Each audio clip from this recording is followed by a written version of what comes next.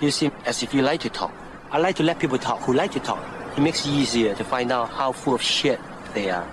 I'm just saying, whatever light is, clearly gets to the receiver faster in one direction and higher and changes throughout the year, and it consistently does that. Riddle me this, you double-speaking moron. How can light move in one direction faster and not have a speed? Yeah, there is no speed of light. Whatever light is, clearly gets to the receiver faster. Yeah, there is no speed of light. Faster. There is no speed of light. You unlock this door with the key of retardation. Beyond it is another dimension. You're moving into a land of bullshittery. You've just crossed over into the numpty zone. You are so dumb. Damn. Oh, shit. Here we go again. I'm just saying, whatever light is, clearly gets to the receiver faster in one direction and higher and changes throughout the year, and it consistently does that. No, there's not a journey because there's nothing traveling. What the light is already there. So out of one side of your face, you say, light clearly gets to the receiver faster in one direction. Then at the other side of your face, you say, the light's not traveling, it's already there. So how can light not travel and be already there, and at the same time be traveling faster in one direction to get to the receiver, its destination? Por favor?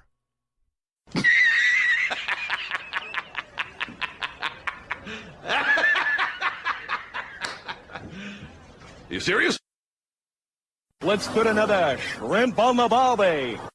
So we have the respawn remedial retard, double-speaking lion sewer rat, shits at 60, guns a-blazing, out-of-the-gate ether argument from FED episode 1702 from 8 months ago.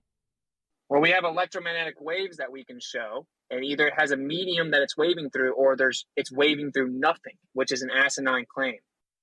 So we have electromagnetic waves, which this moron thinks is light, waving through a something medium because they can't wave through nothing. Therefore, his something medium is ether. 10 days later, the wave is the medium.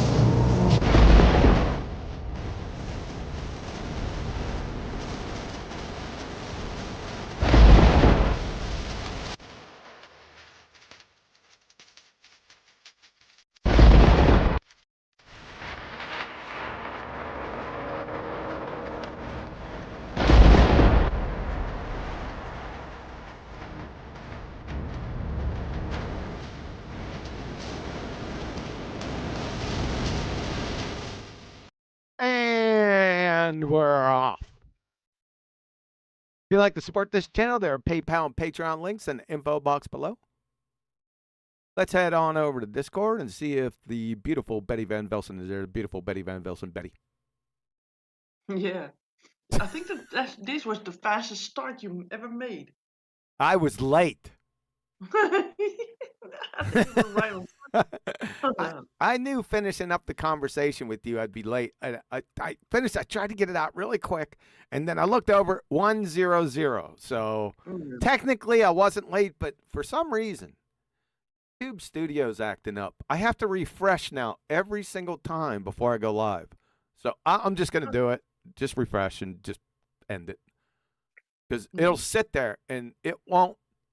Like the OBS will say streaming, but there's a little button, a blue button that says go live, and if you don't hit go live, you're not live. So yeah. Well, I've seen the beginning of your videos, and sometimes the thumbnail, and it's there for almost ever. and then the intro starts. That's sort of, so what you're trying to say is perhaps when I go start streaming in OBS, you're saying that it starts the video in YouTube without hitting me go live in YouTube Studio? No, what I'm saying is I think is that it's longer than you think that the thumbnail is up before the intro starts. Yeah, there's some disconnect there. I think it has to do with the issue that I'm dealing with, but that's okay. I mean, You have many issues, so which one of them is it? that's a derogatory. You had to think about that one. Nah, I thought about it and I said, you're starting out the gate with derogatoriation. Is that a word? No. But it's word of the day. Derogatory. Derogatory agent. It's Yeah. it's what The derogatory aging. now the word of, yeah. The word of the day is, and I think Adam, he was all over this word, and Ooh. Yeah. let me get it right. Okay. Tentativity. Tentativity? Yes, that's the word of the day. Ah.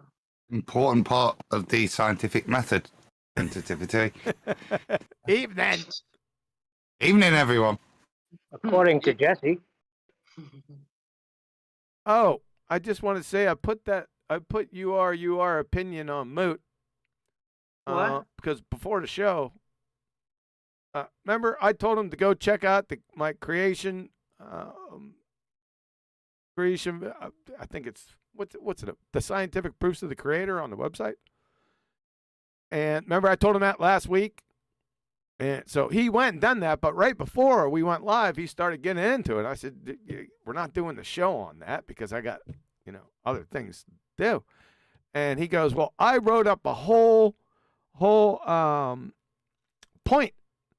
And I guess he's writing up points against it. I said, so you're going to debate a what is question? Then he said, he said it's true that matter can neither be created or destroyed. And I got this inkling that, well, do you think that it's always been here? Yes? Nice box opening, Betty. Thank you. Sorry. It was not a box, by the way. And I said, what's that have to do with creation? So I got the impression that he thought that all matter and energy was already here forever and ever and ever. And I said, well, you're in standing violation of the second law of thermodynamics. So that was more or less it. And then he started asking me, is that a philosophical law? I said, number one, you don't know what philosophy is, and you don't know what natural laws are. So that ended it. So I put him on mute. Okay, but he also wrote something in BALLBUSTERS chat. Oh, I'm not even in BALLBUSTERS chat. Okay, he says, I'll not bring it up during the show. I'll do that afterwards. Okay. My bad for distracting you, he says. QE. Okay. And he says, well, I won't be bringing it up in VZ until the main show is over. Okay, fair enough. I'll take you off mute. Is this the same guy that brought up tentativity? No. There was a point about that was important because we were stating that tentativity, you need a tentativeometer, don't you? Yes. To test how tentative your hypothesis is to make sure it's tentative enough to take to experiment. Yes. Oh my god. How many T's can you have in It's definitely tintillating. When do you have your tea, Adam? At 20 minutes. Minutes? Yeah, nice move. It was a train wreck, Betty. We've been catching Jesse, the path of light, and the not knowing what science is, and it's so bad. He's such a pretender clown. So it's taken like an hour and a half. I asked him one simple question. I said, please post a viable scientific hypothesis and identify its parts. An hour and 45 minutes later, we're still not there. Why not? Because he he filibustered and bumbled and fumbled and stumbled his way into so many non sequiturs. We still didn't get there. That's how it's like discussing Treg with 3 months old. 3 month old. I think that could be easier. I think it might be. It was bad. Don't listen to it. It's so pathetic. I don't get it. I mean, if you don't know it, why embarrass yourself? You know you're gonna get busted. Right? I don't get it. I don't know. Well, I do know. I concluded it's a. What did I say this morning? Not concerning Jesse, but people that have these problems in general. Those are clowns, right? Because they don't care about when they are acting. It's a sycophant circus between delusional Dunning-Kruger, pride, and atheism. Doesn't atheism and prideness come sort of together? I don't know if they're mutually exclusive or inclusive, because you don't have to be an atheist to be prideful. I know, but the other way around, maybe it is. What's the other way around? That you always pride of your atheism. Oh, there's always pride there. Yeah. Yeah, you got that right. Yes. Yeah. Don't agree with that dichotomy. Double D. I don't either, of course. Yeah.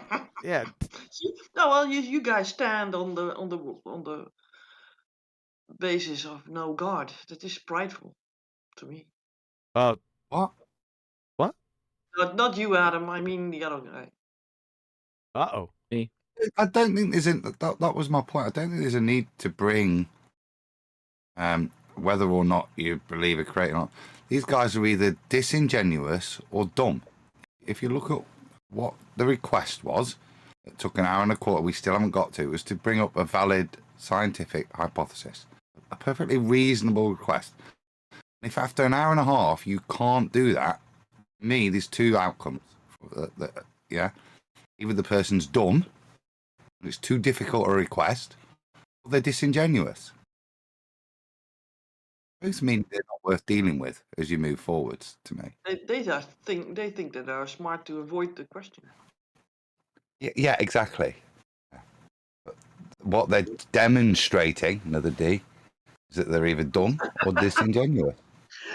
Are we going to go down the alphabet, Adam? It's alliteration night. Okay. Yeah. What else is going on? Where's Brian at? Well, he coming later, right? He likes to make an entrance, I think. I think he's going to publicly challenge the true earthers. That's pronounced two earthers. Why is that? Yeah, he's going to challenge them all together. You know, Mo, Larry, and Scurvy. He's going to challenge those guys, the other two bozos. He's going to ask them the question. You know, go ahead, give us the question, Adam. Do you know, or sure, and without a doubt, shout out Betty Van Velsen, that the Earth is flat? Are you sure, and without a doubt, know that the Earth is flat? No, it's are you sure, without a doubt, and without a doubt, shout out to Betty Van Velsen, that the Earth is flat. Without a doubt, without a doubt? Yeah, shut up. That's how you got to You left that up. So, yeah, I think that's what's going to, I think it's a fair question that he has. Yep. Let's have the public out there challenge the true earthers if they know for sure and without a doubt that the Earth is flat. I think it's fair because unless one of Mo, Larry, Scurvy has gone rogue, right? The thing is, people don't wanna be called flat earthers because they are thinking that they are at 0, 1, -1 behind. Oh, so they're well. So what? Well, some people can't handle that stance. Well, you let your yes be yes and your no's be no's, Betty. I know, but they cannot do that. Yeah, you can't put flowers on the on say it's not a peg. It's a lipstick, right? It is. It's a similar analogy. Metaphor, Betty. That's a new one for you. Well, you never once you get inside there, Betty, there's no way out. Yeah, but I've never tried to put lipstick Yeah, on. you have tried before. That's a damn lie. No, I did never put lipstick on a pig. I might have thrown some pearls in front of it.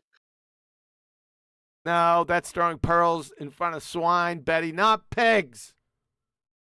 Did I know that there weren't swine? They looked like swine. Tentatively, they're swine. And I'm thinking, okay, let's throw some pearls at them, see what they do. All right, that'll be about enough. They trampled it. All right, so what are we going to do today? I have no idea. We were going to do, like I was trying to tell you before the show started, I was going to do the Stephen Meyer, Pierce Morgan, but there's two different videos. The video that we watched that Brian sent me, that video was brought to you by somebody else who was doing a review. And then you have the original video. So I was going back and forth. Should I do it on this one or should I do it on that video? And then am I going to be copyrighted? Because I'm pretty sure Pierce Morgan, if I go a little bit too long on that video, he's going to strike me. Yep. Yep. That was my dilemma. And then I said, I'll just have it. Yeah. Yeah.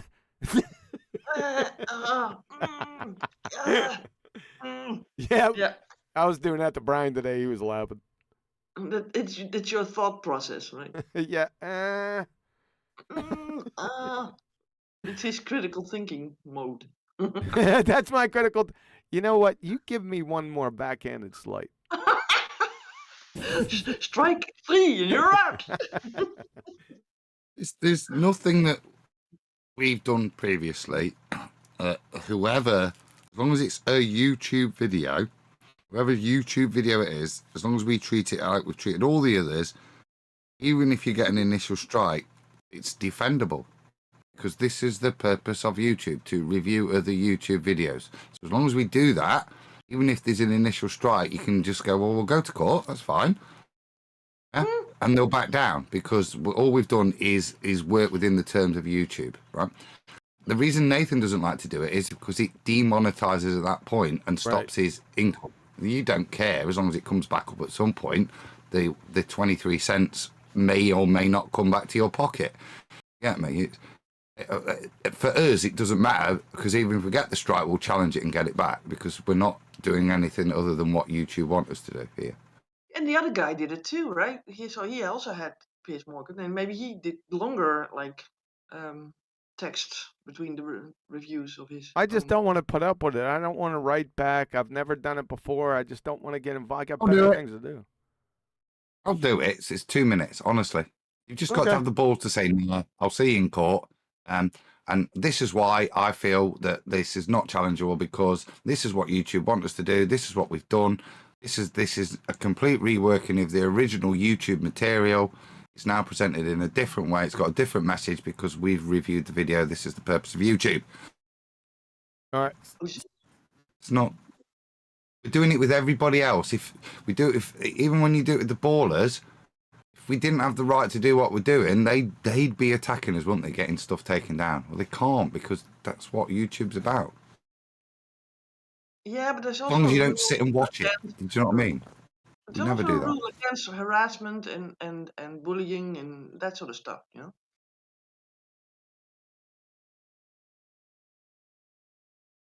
Huh? You're critiquing what's being said. I said, as long as we stay on. Why don't you go into my text? Because bullying and harassment can also be something. So as long as we stick to what we always do, which is to review what's just been said and not go off and bully and harass. I don't know how we could bully and harass Piers Morgan. Well, saying something like, "You're lying, sir, rat." That would seem appropriate. And we could support that, couldn't we? Yeah. So, Yeah. yeah. So I don't think that would be an issue. I don't know. I don't know if the name calling and That's not name calling. Oh God. Yeah, you're You give me mischaracterizing. a name, so that's my definition of name calling. But it's not in law. That's a colourful accusation. Oh yeah. Wow, you guys should be siding with the devil. You because guys he's should be also- lawyers, is what you're gonna say. Well, that's next to devil. That's another backhanded slight. Okay, I'm strike 3. I'm out. You sacrificed yourself for this anyway. That's what you want. You pulled the double reverse stuff on us. Yep, psychology works, man. I'm here with 2 fingers in the air with a V, right? Now you did the what's the name of that technique? Why am I not getting it? The what? Take one for the team. No, not take one for the team. I know that. It's the technique.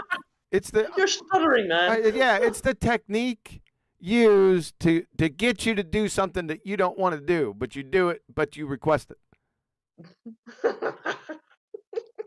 It's just reverse psychology. No, the Hegelian dialectic. That's what I'm looking God. for.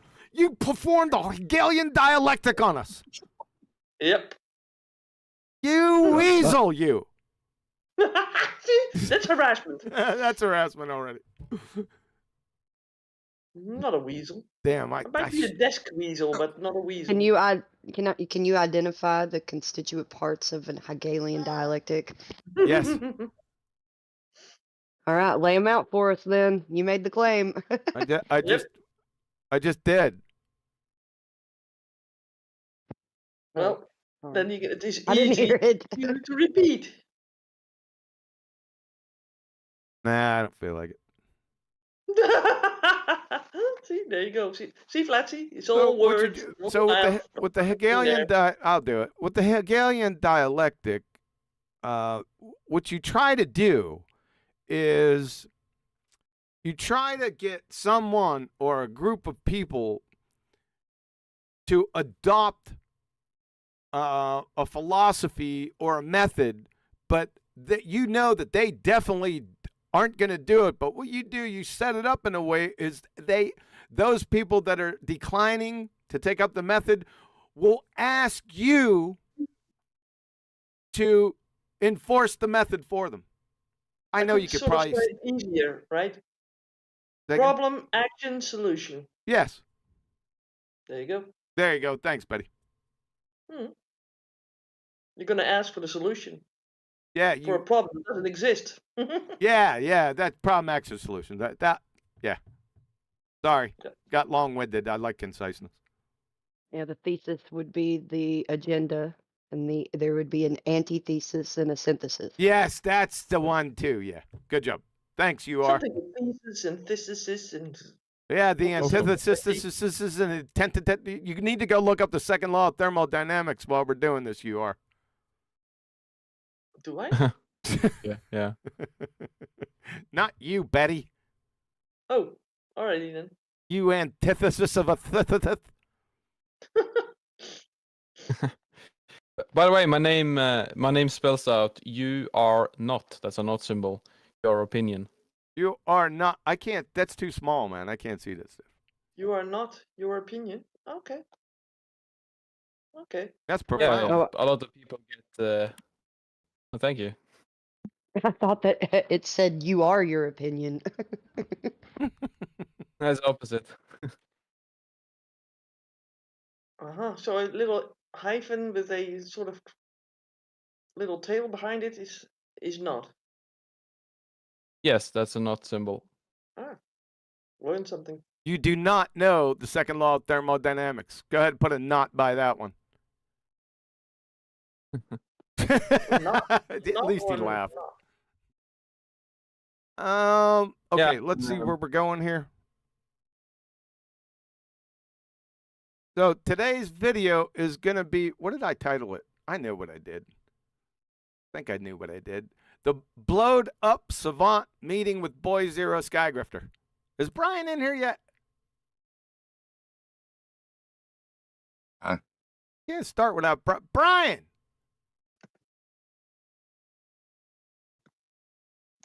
What the hell? He's dead slow at the moment, isn't he? You notice how slow he's been to raise this whole topic? I don't know what's up with him.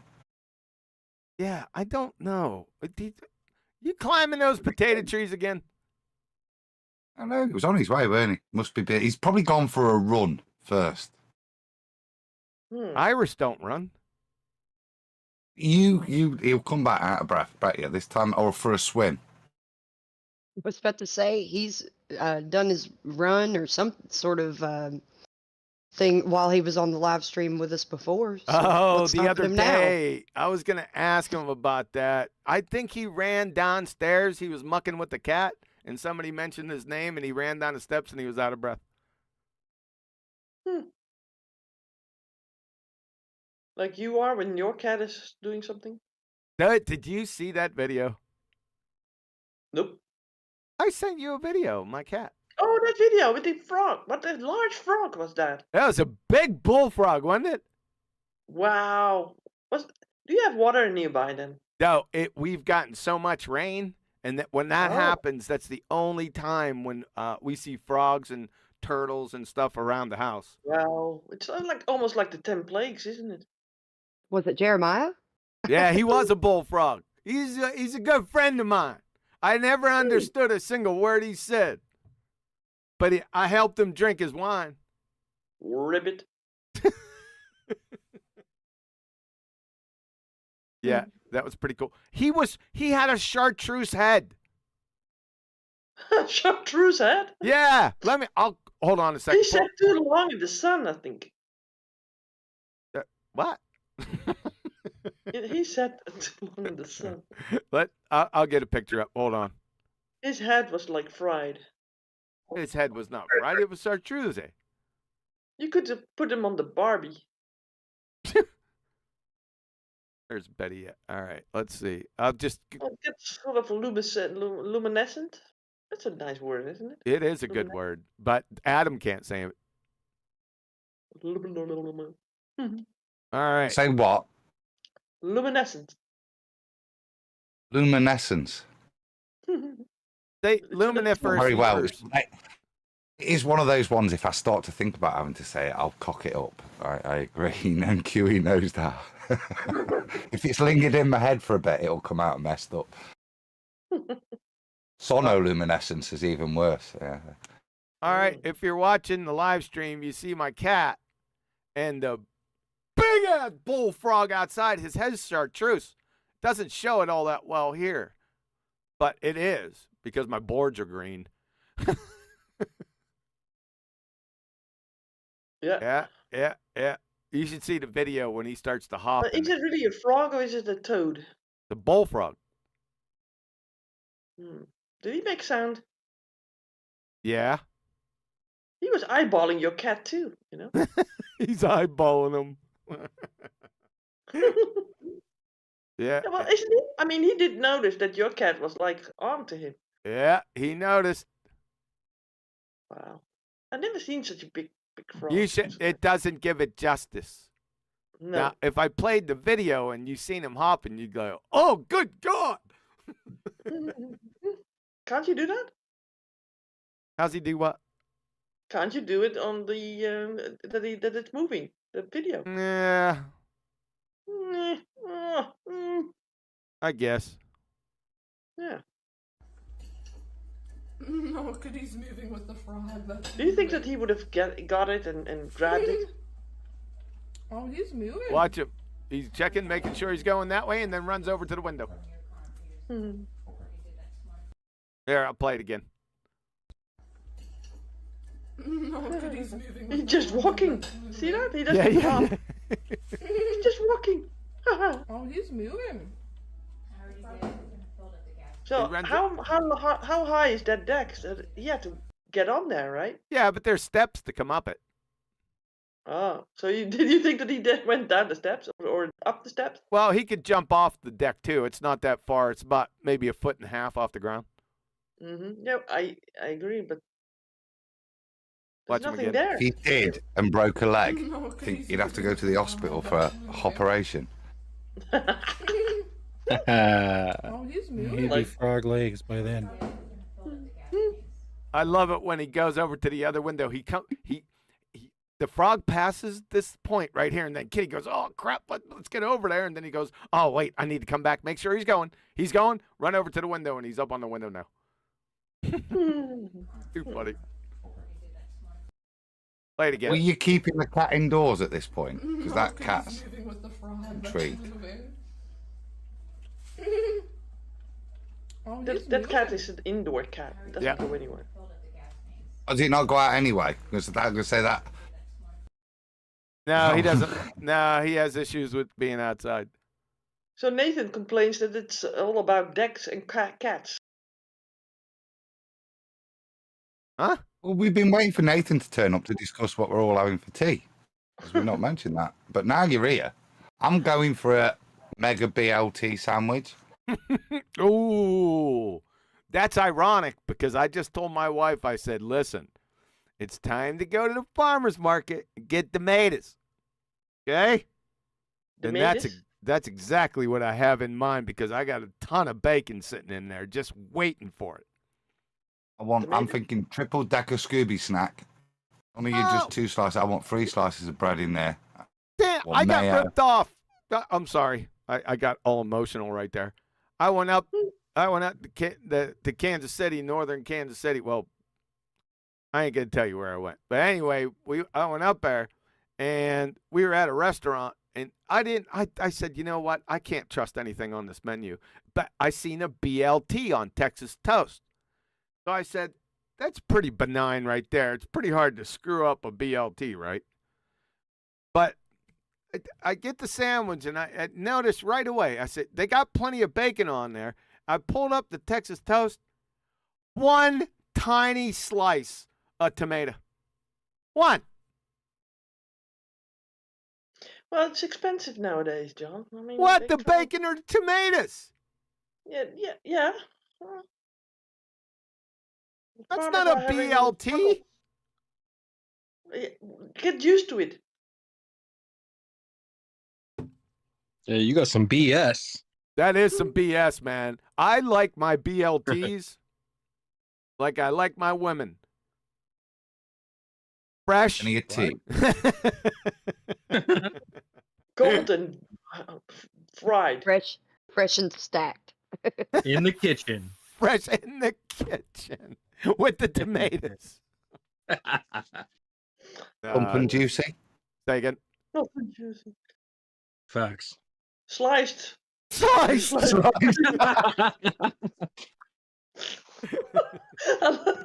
Betty. Oh, I like my women sliced. They come that way naturally, Betty. I sort of a Jack the Ripper. Can we call you John the Ripper? they come that way naturally, Betty. Sliced, yeah. Oh, you like the bony picture? Yeah. All right, okay, all right. So Nathan's out in chat heckling us, right? I think that it's the other way around. We are heckling Nathan. Yeah, now we are. See, he's shut up about it too. Play this vertical video 6 more times. I'll play it as many times as I want.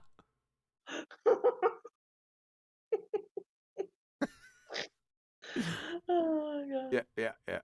All right, Betty. Well, you've been here for 34 minutes. Do you have to go early today? Well, I do have to whip something together in the kitchen, to be honest. Yeah. Is it pizza? No, it's gonna be something else. I have no idea yet. It should be, right? Because Tuesday. Wait a second, Adam. It's Pizza Tuesday, right? Yeah, but I didn't buy one, so. Oh, gotcha. Go ahead, Adam. Yeah. That same point. But it's Tuesday. Is that what you said? Yeah. Well, She's also out of tomatoes. Automators. The chicken she's out of, or something else that Tuna, shouldn't chicken. be on a pizza. And Betty is hyper specific. That's hard to say. Betty is hyper specific on what type of tomatoes too that she likes, because she's very particular about it. Mm-hmm. Tell him, Betty. I like the fleshy ones. I don't like the squishy inside of tomatoes. You don't like the watery tomatoes. You like the ones with some substance. Yep. I like the ones that they grow in Greece because those get much sun. Taste totally different than here. Here they are grown in these how do you say that? Those houses? Greenhouses? Greenhouses, yeah. I had a And big it greenhouse. makes them- When I was growing up, my dad built a big greenhouse in the back of the yard, and we grew tomatoes through the wintertime. They were delicious, Betty. Yeah. Older like seeds, I think maybe. Yeah. That used. Yeah, we were I was shoveling mushroom manure. Ever put your tomatoes in the fridge? Well, Yeah, Or you if got to you're going put. to eat them, take them out the day before. Exactly. You put them in mushroom shit? Yeah, mushroom manure. That's how you grew tomato plants. They'd grow like 6 to 12 feet tall. How about the mushrooms? No, the mushrooms ain't growing. It's in the shit. So you have to sacrifice the mushrooms to get the tomatoes? Listen, they just told me to shovel the mushroom manure in the truck, and I did it. I was a young kid. Okay. We need a Betty cooking stream. No, we don't. I'm very bad at it. All right. I guess these people wanted us to do a show. So this is going to be a blowed up savant meeting with Boy Zero Sky Grifter. Let me go ahead and share this. So what are the real names, just for me? I don't know. We'll find out. Well, Boy Zero Sky Grifter is shits it. Boy Zero. What is his real name then? Hold up. I don't know. We're not doing Piers Morgan. I'm getting confused. We're not doing Piers Morgan. We might do that. That sounds very derogative too. Huh? We are not doing Piers Morgan. Oh, brother. We might. Not derogatory, definitive. We might do that next week. We'll have to see. So 1 second. Let me go ahead and share this. You guys know the routine. Where the hell is it? It's not even showing, dude. Oh, boy. You weren't prepared again, huh? No, I am prepared. I already got it. I'm not. That's another backhanded slight. What? You're presupposing I wasn't prepared. I am prepared. Discord is not pulling up my darn screen. See, that's not being prepared. How is that not being prepared when I'm prepared? Have to go full misogyny. It's not a piece of wood. I say it's good to be prepared. Well, you know that prior planning prevents piss poor performance. Don't you know, Flatsy? Anticipating. I love alliteration. It's good. It's alliteration night. You know what? This sucker is not doing it. It's not. Oh, all right. Just hold on. Let me go ahead. Go back. Let's do this. Jesus, Discord. Hold up. So you were not pre-prepared for Discord to disengage? Yeah, I got it now. There you go. Sorry. There you go. You're up. Darn communists. Now I got to They're go. almost at the door. Huh? They're lying in wait in submarines at your doorstep. Yeah, sure. Damn conspiracy theorists. No, the communists are all in higher education. Skeptic. Again? The commies are in the halls of higher education. Yeah. They're not hiding. No. I'm On the streets with Antifa flags and pride flags. So they're already in your cities. They belong to the streets. All right, here we go. So this is, what's this say? Miss Wit? What the hell? What is this? Misfits. Oh. No, Miss Wits. Is that his chick? I think that's what he calls his followers. Oh, what? Netwets. What the hell? What kind of tree is this, by the way? Misfits. The Tree of Life, John? What the summit's named after. Right? Or no, that's Mount Meru. What? Never mind.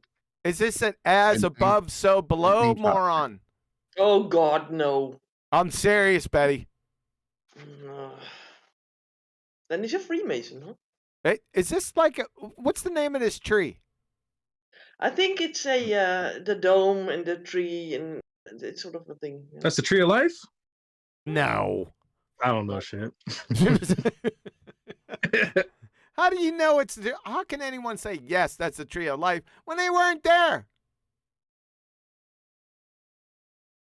I think I see Eve in there.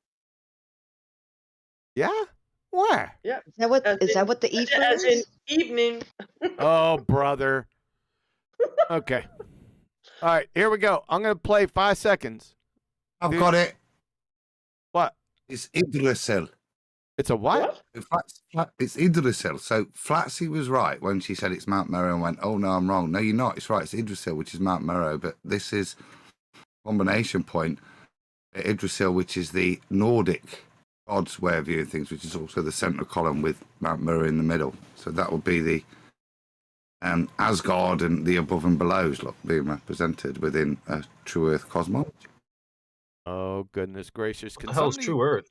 Yeah. Could somebody show in Scripture the as above, so below? I'd like to read that Scripture. Did they mean tree Earth? It's in the satanic scripture. No, I think you have got Midgard, Asgard, and whatever it is down below, isn't it? So that's the path, the plane in the middle, look, and the ascension to the heavens and then descent to the underworld. I'm sure that's representative of Norse mythology, that's the purpose of the tree. You ascend it up. All right, that's deep. Okay, here we go. 5 seconds. You know the routine. Here we go. Yeah. Those who don't fit. Oh, no songs. I played a song. I played a video, a treatment from another video. They copyright strike me. Demonetized the whole damn thing. Friggin' communists. Yeah, I'm not playing this nonsense. Well, you're the one that was singing. Oh, brother. Did you sing? What? Did you sing? Did I sing? Yeah, in that video. No, I did not. Ah. It wasn't offensive, Betty. It was a copyright strike.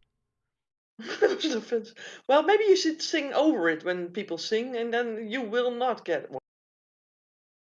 And it still be offensive. All right, here we go. And it's still that's another backhanded slight. You got that one. I like that. Yeah. 5 seconds, okay? Okay, this is okay. We'll just do 5 seconds and then I'll introduce it. What up, fam? Welcome to the show. You guys hearing it? Yeah, perfect. What up, fam? Okay. Less fam.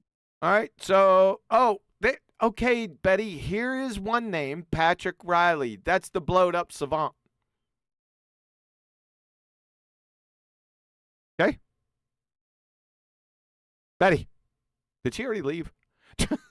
Sorry, I was muted. I didn't catch. Okay, yep. So Patrick Riley is his name. I didn't know. I'm just looking down here. This is a flat Earth discussion with Patrick Riley, aka the blowed up savant. Irish name.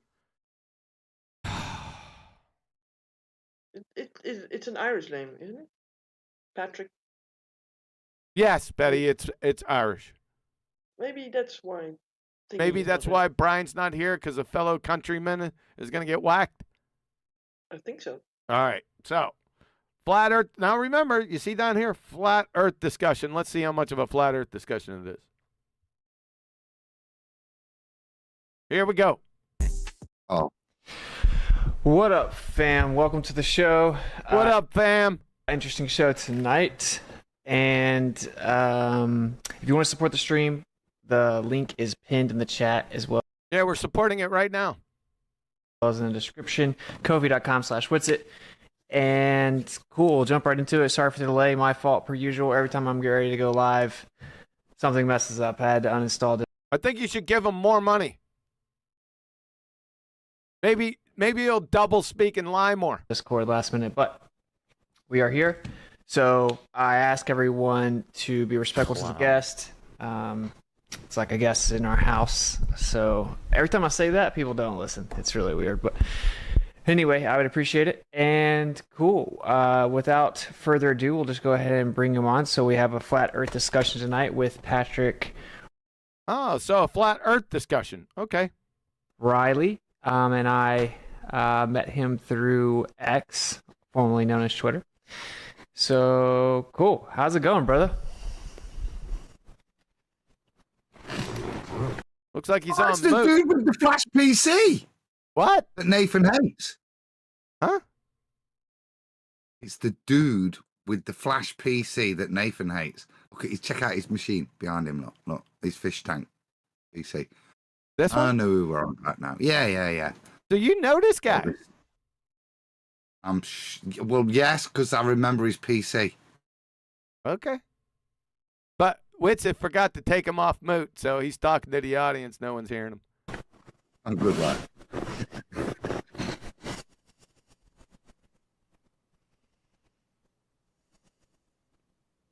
This is a great interview. How can you review this? What? There's no review here. That just be patient. What an echo chamber. What an echo chamber.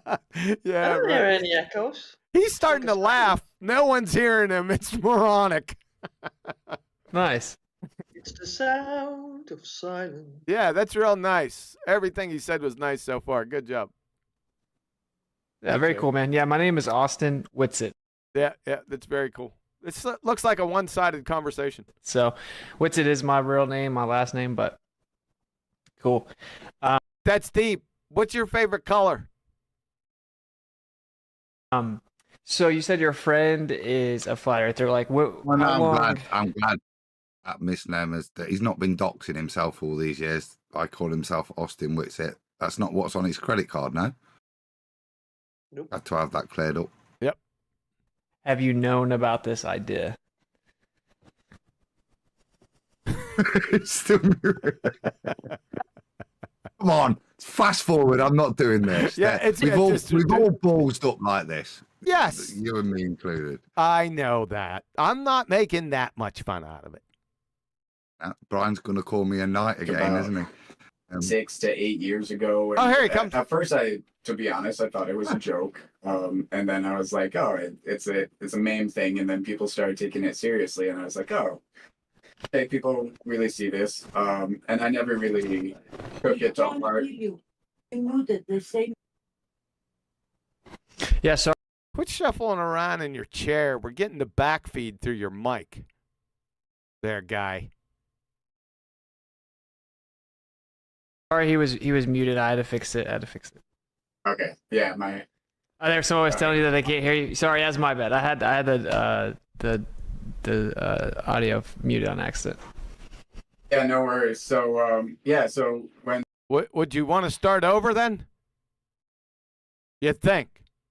I met one of my friends, really my best friend now. He told me eventually that he was into flat Earth theory and that there is no flat Earth theory. So your friend's a numpty. This has nothing to do with natural science. It's not like swinging, is it? Huh? Not like, you know what I mean? Not into flat Earth a bit. I'm starting to get into, Pilates. Oh, brother. Military, and he did some things, and he kind of subscribed to that theory, and not a theory. Stop doing that. It was really something he wanted to be, but just that he looked at a lot of research and he couldn't get around it. So I started really considering it, and here we are. Nice. And yeah, sorry about that. To tell them what you said before I realized that I had you deafened or muted. Yeah, it would be a good idea to go back to the beginning and maybe let him introduce himself. Just a thought. But basically, you had a friend who was a flat earther, and then you saw me on InfoWars. He said you should debate that guy, and here we are. Yeah, let's debate the nature of our reality. Think about that, folks, real carefully. Ideas to be like a friendly discussion. I want to give you a chance to kind of tell everybody like kind of who you are, what you do, or anything like that. If you want to do that before we get started. Yeah, sure. So my background, I am by no means a government shill or any of those things. No, by telling us what you're not, that's you're suspect. Now I'm thinking that's what he is. Exactly. Yeah, bad move, brother. But I do have a background in the military. Before that, I joined at 17. I was homeless from 12 to 17. Joined the Army, deployed to Iraq in 09 as a combat medic. Got blown up, and There's the blowed up part. He got blowed up. of my experience was that I had. What? I'm not a government stooge, but here's my history. I'm an orphan from 12 and taken into orphanage, picked up by the military at a very young impressionable age, and here I am right now. Is that what you just said? Yes. But I'm not a government. Yes. It's the most government stooge history. Stop it. Yeah. But he got blowed up. Let me go back. Let me pull a fiver so you guys get the whole story. Combat medic, got blown up, and part of my experience was that I had a TBI that came with acquired savant syndrome. So Told you, he's a blowed up savant. TBI? What's the TBI? That TBI in Nottingham means Trent Bridge Inn, where the cricket ground is. What's TBI? Is this a military term? Yeah, it is. Look it up. It's something that TBI, traumatic brain injury. Oh my God. So hold up. I'm not a government plant, but I've got really serious brain issues. No. Now will you debate with me? No. He's telling his story. He got blowed up, and now it's that blowed up stuff is gonna afford him some savant. That means he got really smart. Oh, he got superpowers from being blown up. Yes. It's not a brain injury. It's actually a gift from God. Well, there is, not to take it away from him, there is cases of this. I've heard of this before. Yeah, you've got that guy in your Senate, the guy that had half his brain missing and now's like a genius compared to the rest of the senators. That's not saying What's his much. name? I don't follow politics, Adam. You should. It's your country. Yeah, I just need to know more. Yeah, he's a guy. He's got like really slow, and now they've replaced him because he started to speak faster. But he had half his brain missing, and he's like a senator or something. Well, go ahead, Betty. Betty knows our politics better than I do. Go ahead, Betty. Your politics. What do you want to know? Did you know the answer to Adam's question? I thought you chimed in. No, I just agreed on that you should follow politics a little. Oh, thanks. I think that's another backhanded slight. You think, huh? With you, sometimes it has many layers, but when it's dug down to its root layer, there's a friggin' insult in there somewhere. Yeah. Yeah. All right. There we go.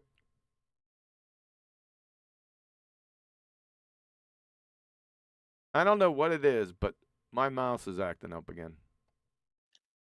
So basically, Told the you to get him out the neuroplasticity in wire. my brain Shut up. caused me to become a little bit smarter than I used to be. And I started seeing systems. I came back from Iraq. I started building cars from the frame up with no formal training in it whatsoever. And So you build cars from the frame up with no formal training. Do you know? Did you gas in his tires? Yeah. I would, Betty. You're beautiful. You know that. Did you? I was just gonna say that. Did you happen to put tires on that vehicle? Do you understand that? Yeah, I was just going down that lane, Betty. Yeah. Nicely done. That's going to become very important here in a few minutes. Wow. And of course, in medicine, I was doing What now, Adam? John Fetterman. That's the. Thanks, Senator. Adam. Thanks.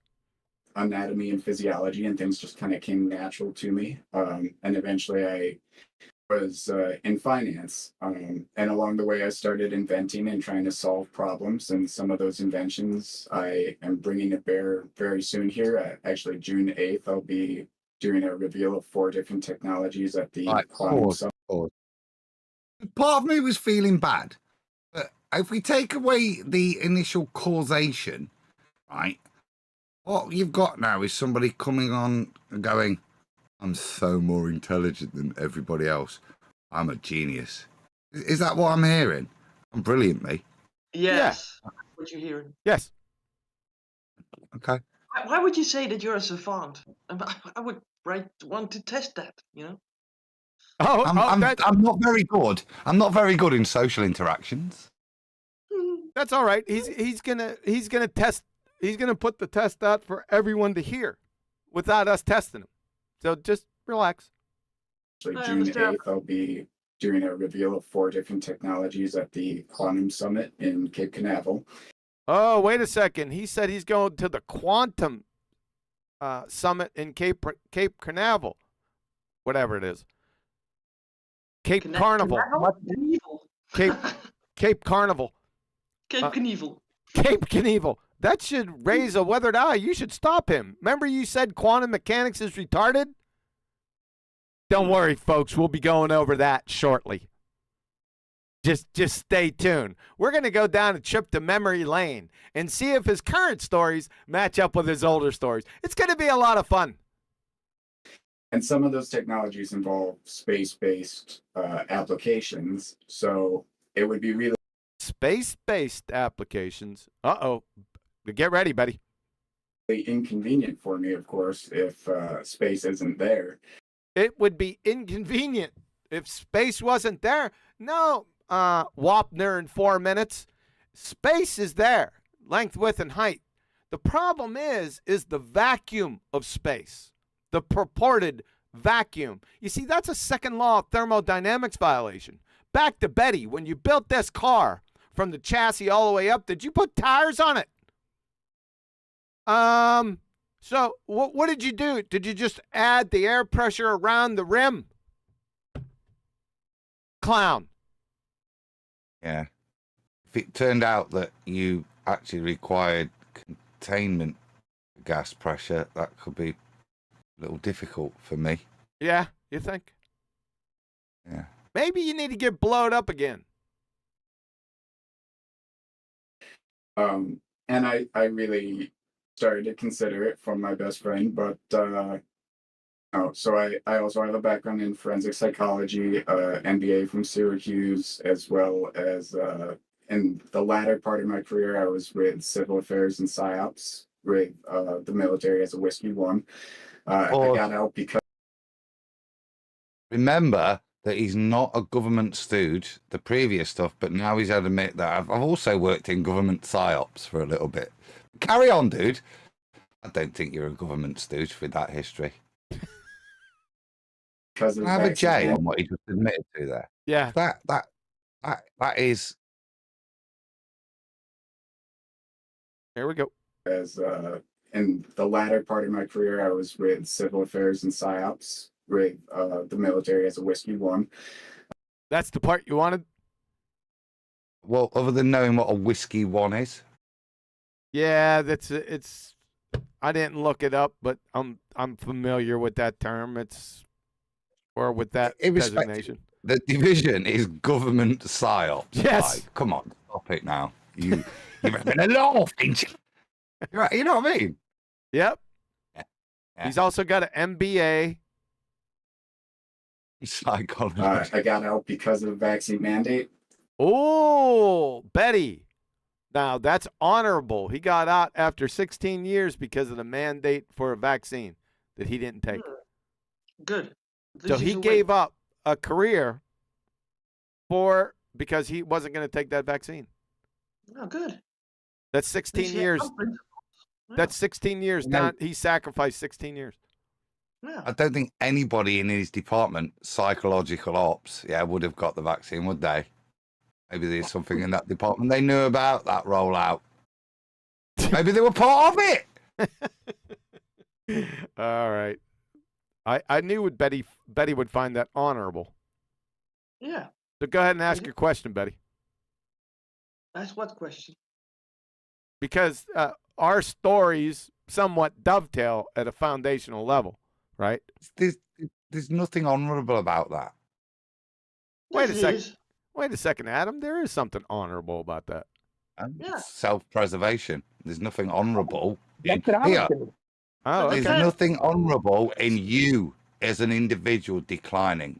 There's many a thing that would be honorable for you taking a stance for other people and disseminating why you aren't taking it. That would be honorable. But you as an individual, that's just selfish, informed, savant reasoning. Nicely done with that slant, Adam. Betty, do you have a rebuttal? I have. Go ahead. Yeah, I mean, I think that's virtuous to be selfish, to preserve your own life. I think that's very good. Okay. I don't think that it has anything to do with preserving your life in that sense immediately. It's just that you are not agreeing with the government imposing something on you that you don't really want. Yeah, you're also fighting. You're also by you doing that, you're showing the government that people are willing to fight back against this. So you're also helping others. Can I summarize? Can I summarize so we can move on? Yeah, do that. He's principled. I told you already. Okay, fair enough. I don't have a problem with that. Is that good enough for you? He's principled. I want caveats. But been demonstrated. That is not a demonstration of a principled man. It's a man. God. It's a demonstration of an educated man that's not prepared to undergo a medical procedure without greater knowledge, or the knowledge he has is sufficient information for him not to undergo it. That's what it's a demonstration of. Nothing more, nothing less. I'm just getting shot down, Betty, left and right.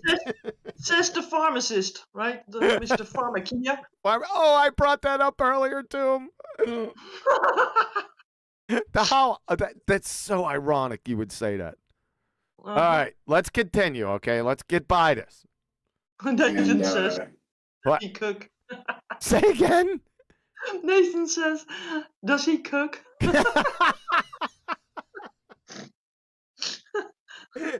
That reminds me, I need to whip something up. All right, Betty. You wise ass cracker, Nathan. Just stay in chat. That's why I gave up a 16-year career in the Army.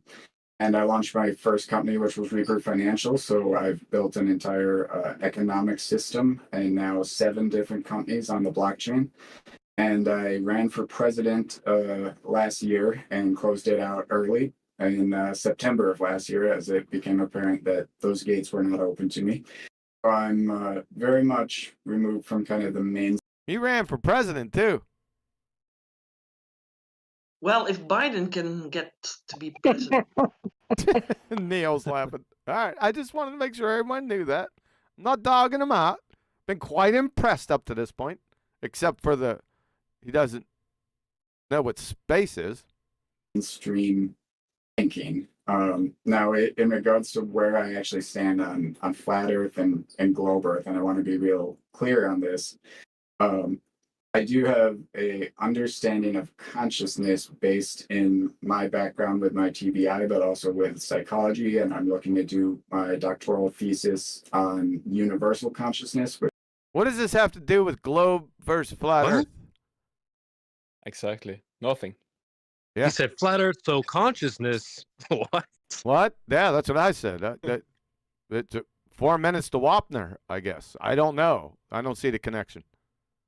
Which essentially is that we are channeling our consciousness from the universe. It is not contained within. We're channeling our consciousness from the universe. Can you define universe? Then define consciousness. And then show this channel. Is it a physical channel? You must have been eating those tomato mushrooms. Yeah. we're gonna need some more information on that, on this fiasco. Why don't people use the word God? I don't know, Adam. But remember, he topped off this subject with flat versus globe Earth. This is disconnected drivel. Yep. Remember, consciousness is the faculty of perception. Well, nothing more. However, he's off topic. He red herring fallacied himself. That's my point. In your body, which is observable in double slit experiment. Where What the hell does the double slit experiment have to do with universal consciousness? Wow, we came out of left field with that. Whose body is the double slit experiment observable in? I don't know. Give me a J. All right. Here we go. which essentially is that we are channeling our consciousness from the universe. It is not contained within your body, which is observable in double slit experiment, whether light is a wave or a particle. What the heck? Hold up. Let this roll, because are we about to have a I don't know what the frick I'm talking about moment proof? I don't know. It's observable. And that's what I'm getting a feeling. Let me pull a fiver because you had the rumpus stat. Double slit experiment, whether light is a wave or a particle. It's observable based on observation of atoms. It's observable based on the observation of... What the hell are you talking about? He's just rambling. It's garbled gibberish. The fundamental double slip. I know you can do it with atoms. That's not what he said. Let's continue because it's too strange to even comment. It's too, you can't do anything with this. Where's the flat versus globe Earth that you started with? Who knows? I'm listening to somebody try and give me a load of to prove how clever they are. Yeah. And what they're doing right now is showing their lack of understanding of the topics they're purportedly presenting knowledge in. Yep. That's what I'm hearing. Yep. You see, blowed up savant. It's good when you got people dumber than you are listening to your drivel. Pay close attention, Boy Zero Sky Grifter. But when you got educated people listening to your horse shit, you get compromised in less than a plank time. Just a pro tip, okay?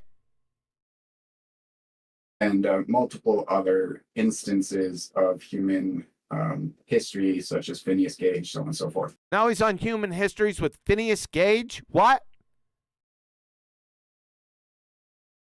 Pretentious wanker is the phrase here.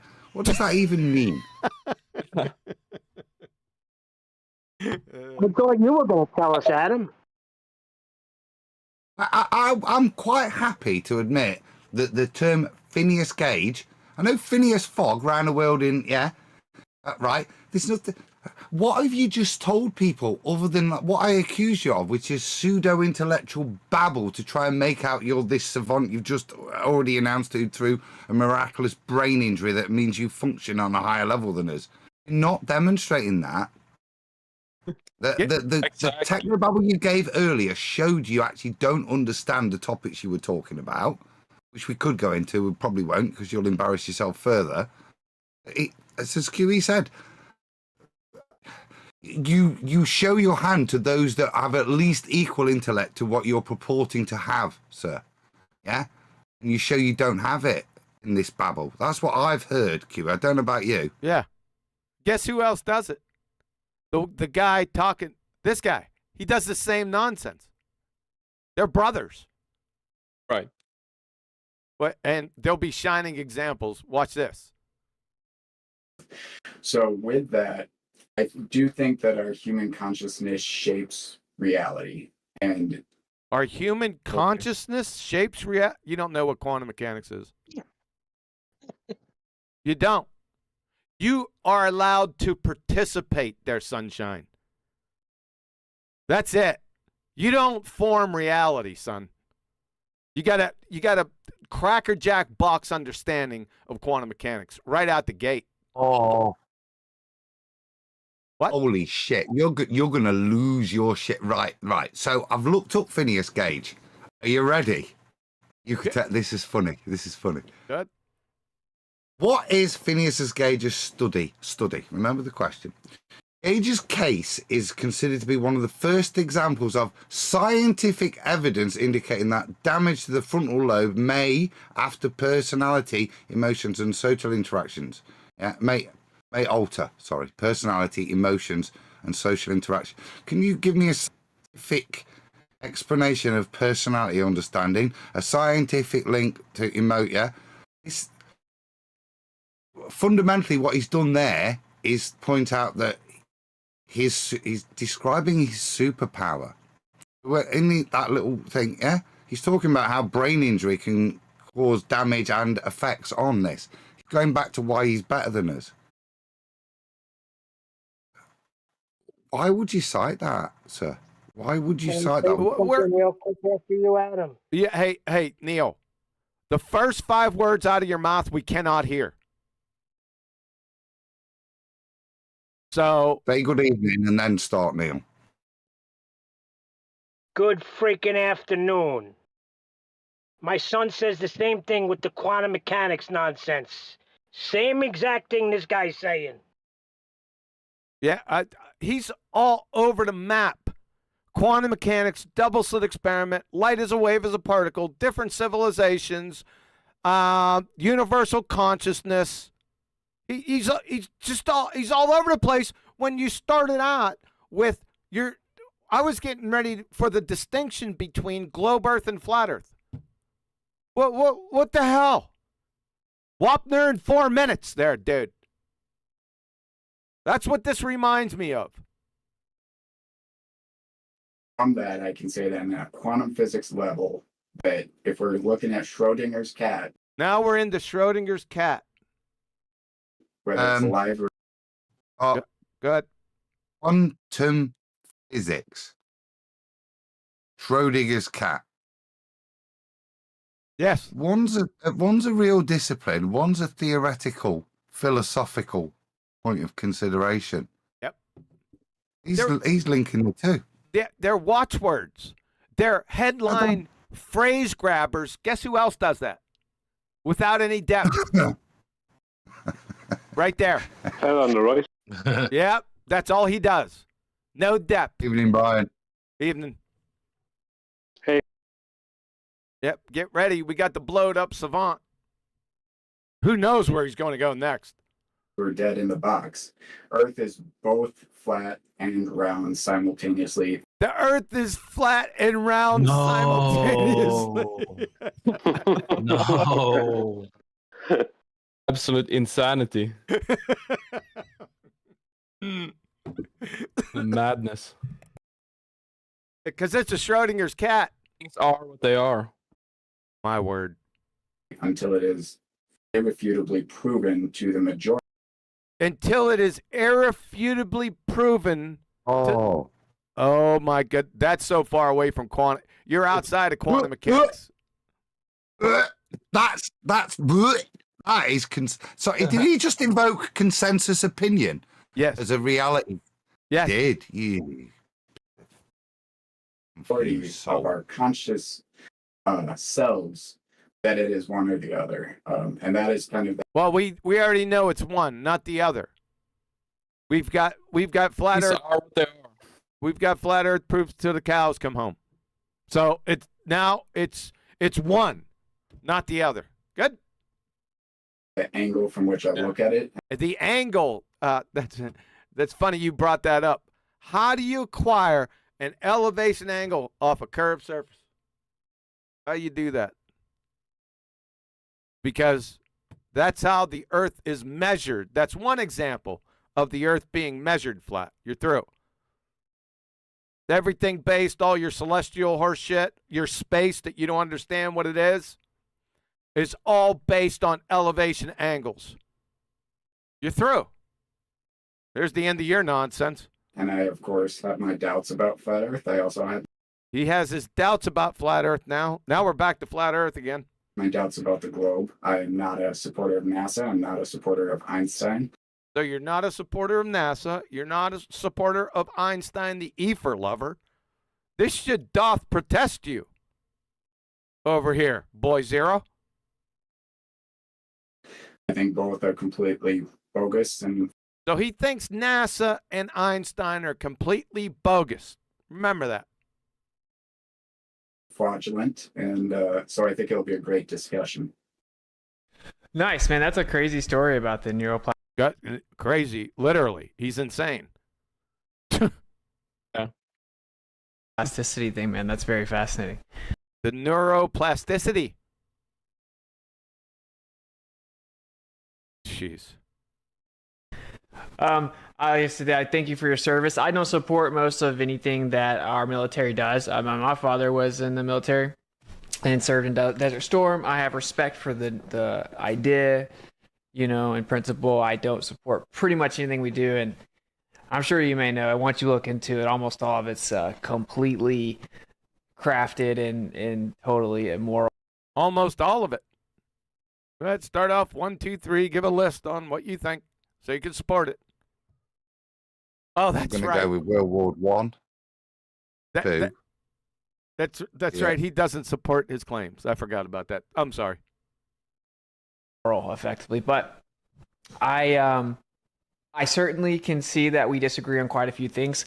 I went down.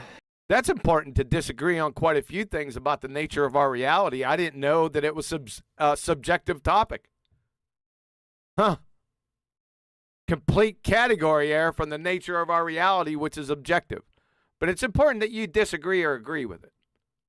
Idiot. There's a point when you thank somebody for their service that you don't then go, I know that service was corrupt. Just thank them for their service and move on. Thank you for your service, but you're a shitbag. But what do you know?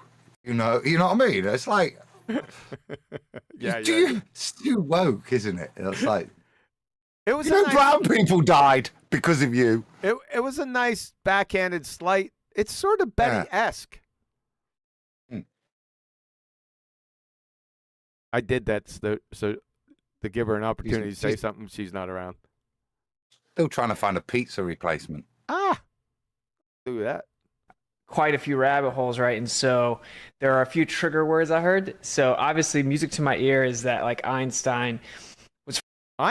He's an ether lover. Einstein's a bedfellow of yours. Of course, you don't know that. It's really strange. Fraudulent.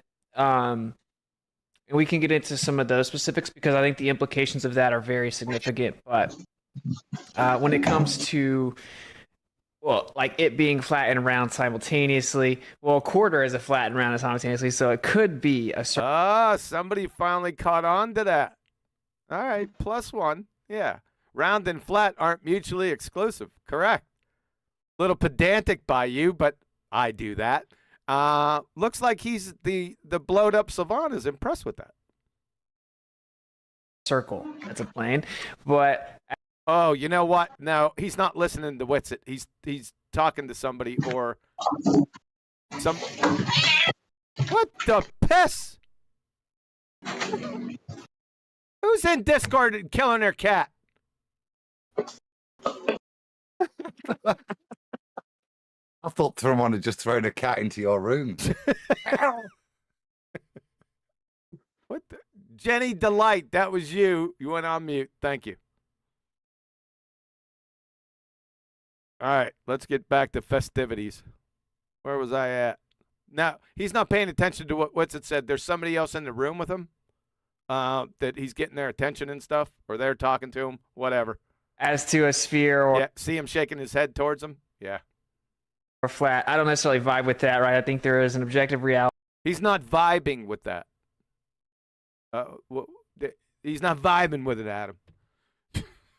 I you know what? Because what was proposed to him was some kind of consciousness invokes reality, metaphysical mumbo jumbo. It could be this, it could be that. No, it's one or the other, dude. And it's defined by reality. Yeah? Not by your spiritual understanding since your brain injury. And obviously our understanding of it goes to a subjective. Somebody want to add something here? Yeah. I'm just saying, existence doesn't conform to your consciousness. It's all the way around. That's all. And for a savant, his mic is trash. The idiot savant's mic's trash? Yeah, I know, it's not that good.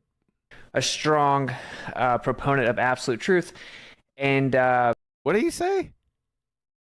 That he is a strong proponent? I got to pull a J on that. Sorry, guys. Here we go.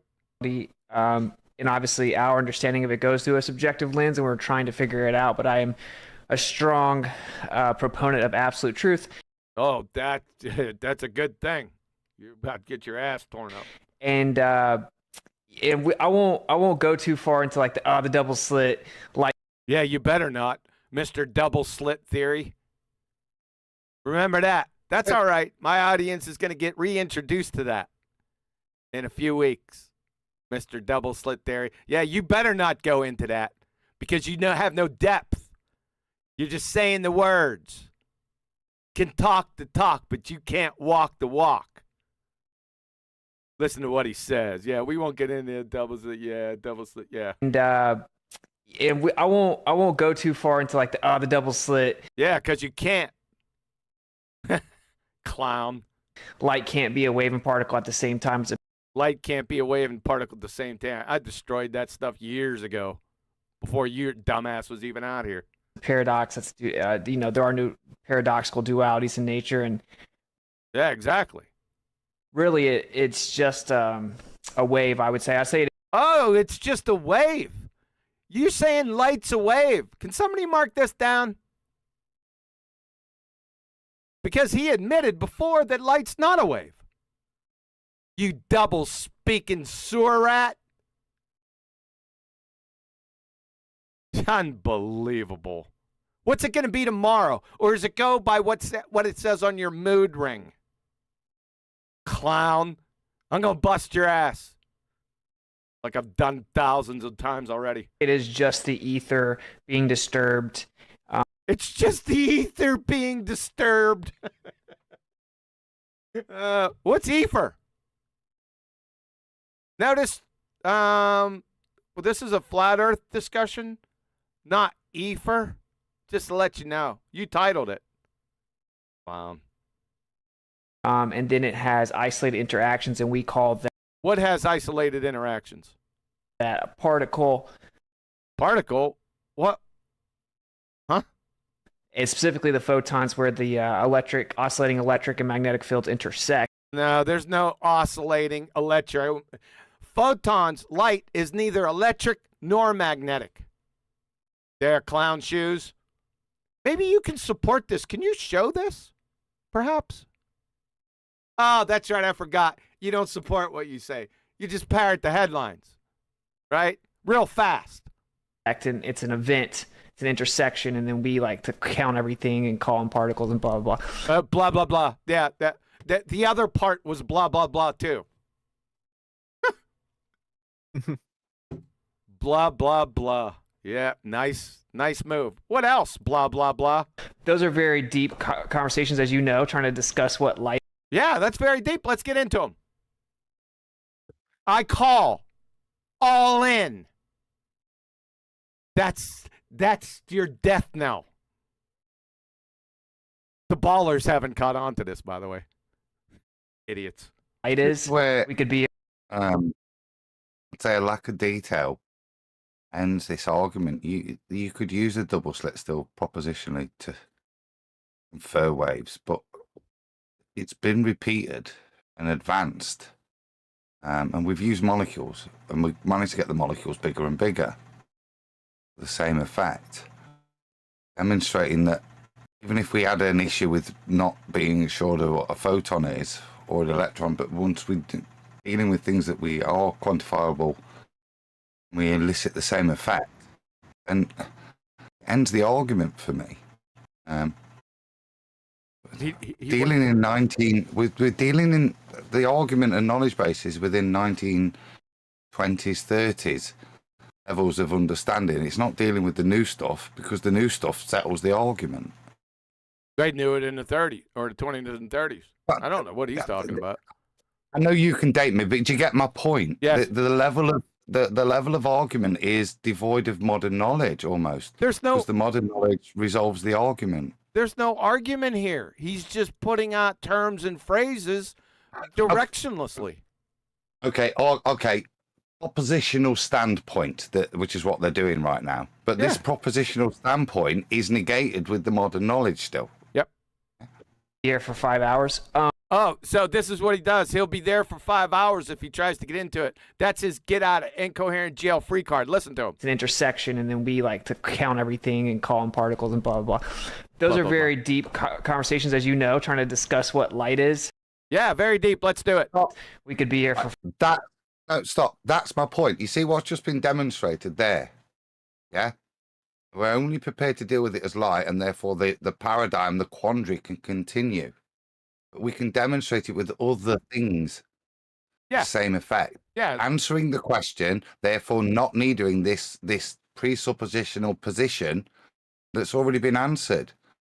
And when you answer it, then a lot of this etheric nonsense disappears. That's why we can't progress to modern knowledge, and we'll only deal with the double slit up until we say 1890. Yeah, that's the reality of what we're citing from the knowledge of the double slit. Yeah, I'm trying 1801. I'm trying to get the overarching point. He brings all this stuff up in name only and says, well, it's too deep. It'll take us 5 hours. Exactly 5 hours? What about 4 hours and 52 minutes? What about 18 hours? Yeah. The point is, I don't want to get into it, and he doesn't, because we can accept that we're happy to ponder this point, because if we were to get into it, we've got to demonstrate that we can go further. This is very frustrating. This is dishonesty. Yep. Yeah, and yeah. Yeah, he's putting on an air. They both are. They're putting on airs with their key phrases and terms they're clearly clueless about. Look at Witsit's face. Yeah, there. Go ahead, Brian. I was just going to join in with what you said, but it's like I hear this a lot from people who aren't the real deal, who speak about how we could get into all the minutiae of something, but it would take a long time. But those people, you never hear them actually getting into the minutiae. Yeah. Well, we have to get into the minutiae. You know what I mean? You have to do that. He's a wiki surface puke regurgitator, and he does it real fast. And that Jedi mind tricks all his idiot subscribers. That's it. That's all that's here. Yep. Those are very deep conversations, as you know, trying to discuss what light is. We could be here for 5 hours. I will. So I do think that this whole conversation can kind of be boiled down into two primary components, right? And it's the idea is the Earth moving? Oh, now we're back. Well, you're close.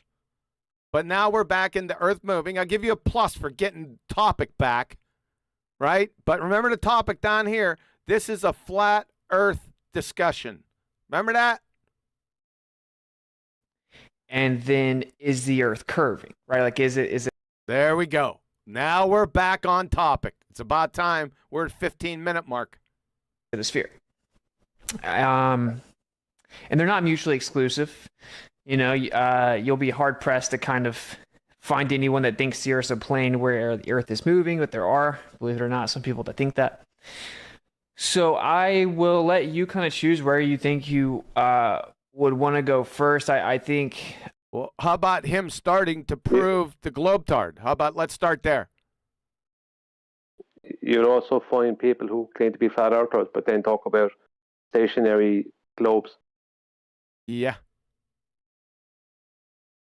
So why are you looking up into your imagination? Just say, okay, do you think it's a globe? Yes.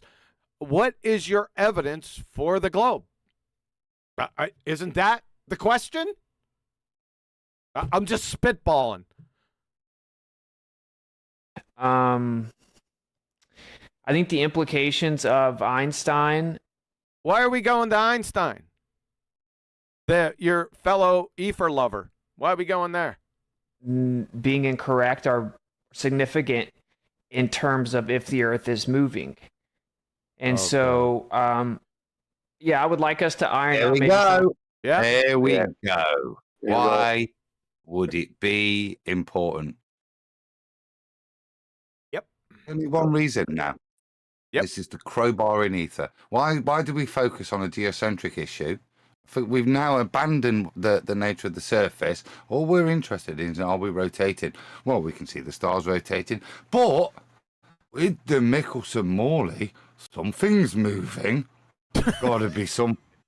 Let me use my logical framework and invite you into the world of the ether.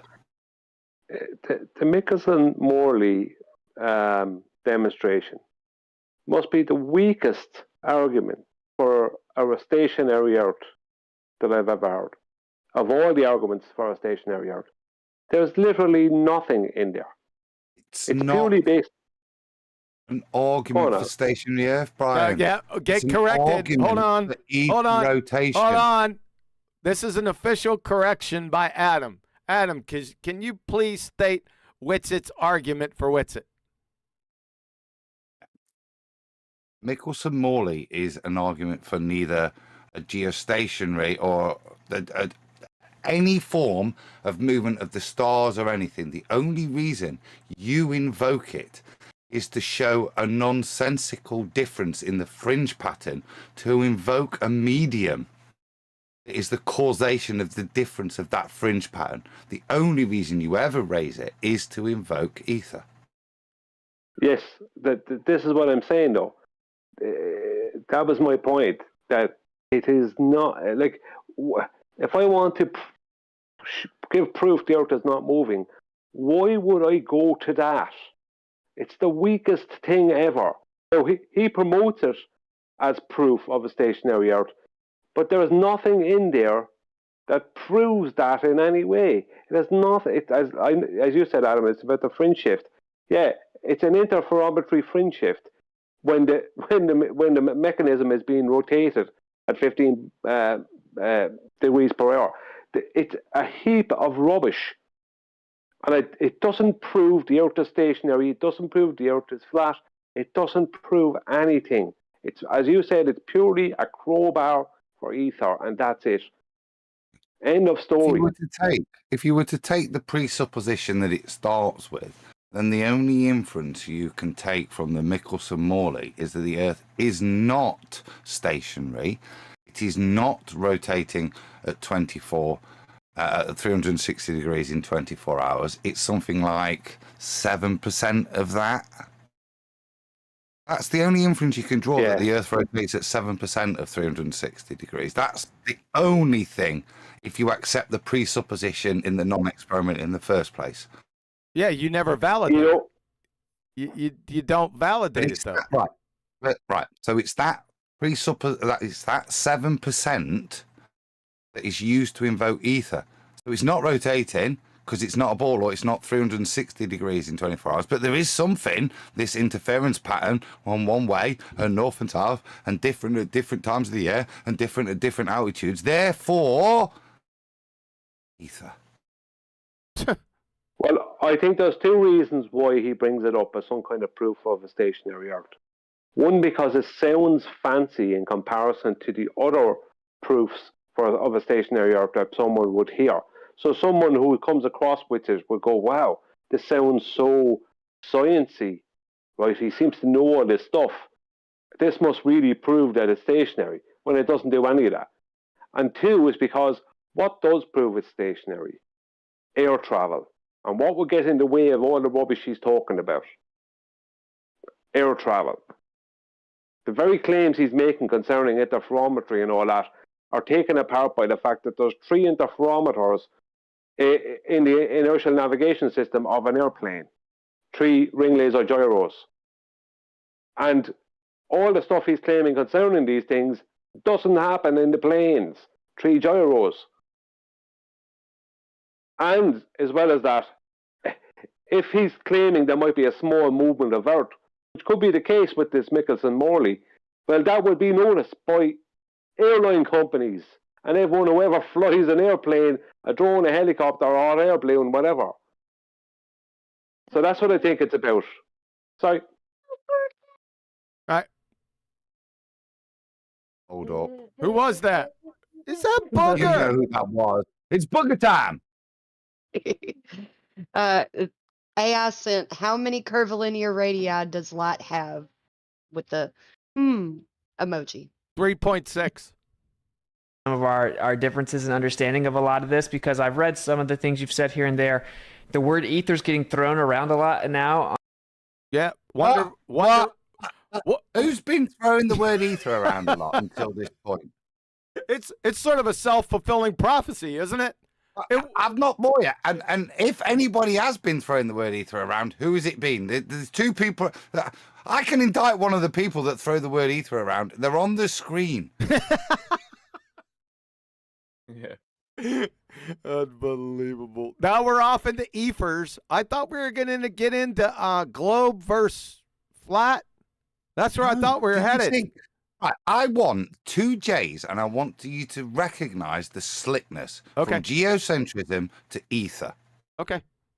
1 J, 2 J's. That's all you're getting. Two. That's all you can cash in right now. Only 1, 2. It's all that's required. Of Einstein being incorrect are significant in terms of if the Earth is moving. And so, yeah, I would like us to iron out maybe some of our differences in understanding of a lot of this, because I've read some of the things you've said here and there. The word ether's getting thrown around a lot now online, and I like that. I like that it's kind of... Well, I'm sure you like that. Can you tell us what ether is? This is another one of these situations where both of them, like, I think if I remember, because I did hear this before, that this guy is also a bit of an ether proponent, isn't he? Or he's open to the idea. It's going to be one of these things where I don't know if it's flat or I don't know if it's a globe, but ether is real. That's what's on the way. I've predicted this a while ago, right? When your man Terence Howard came out. It's going to be a big thing where all these people are going to start agreeing on the ether. It's like, this is the next grift. The next thing they're going to try and push down your throat. That ether is real. I don't know about flat or globe, but ether is real. Ether is the important thing. That's what they're at. That is what they're at. You can mark my words there. All right. Kind of having a resurgence. I think that's where he's going to tie in the consciousness thing to the ether. Yeah, but that was this guy. That was the blowed up savant. Suddenly now it's all clear, isn't They it? all tie together. Okay. Hey, suddenly now it's all clear, isn't it? Why the blowed up savant is so happy with his non-military, non-psyop background to engage with regards to the title of Flat Earth, but to discuss with Whitsitt ether. Suddenly it's all become clear why all parties are happy now.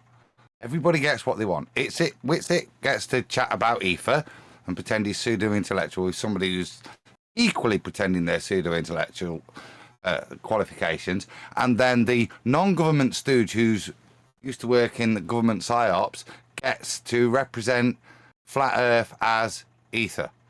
Everyone's a winner. Don't anticipate. Except, of course, Flat Earth. Of course, Flat Earth, because Flat Earth won't be mentioned. It isn't been. It's already been sidelined by the main topic now. The only thing that matters, pimping ether.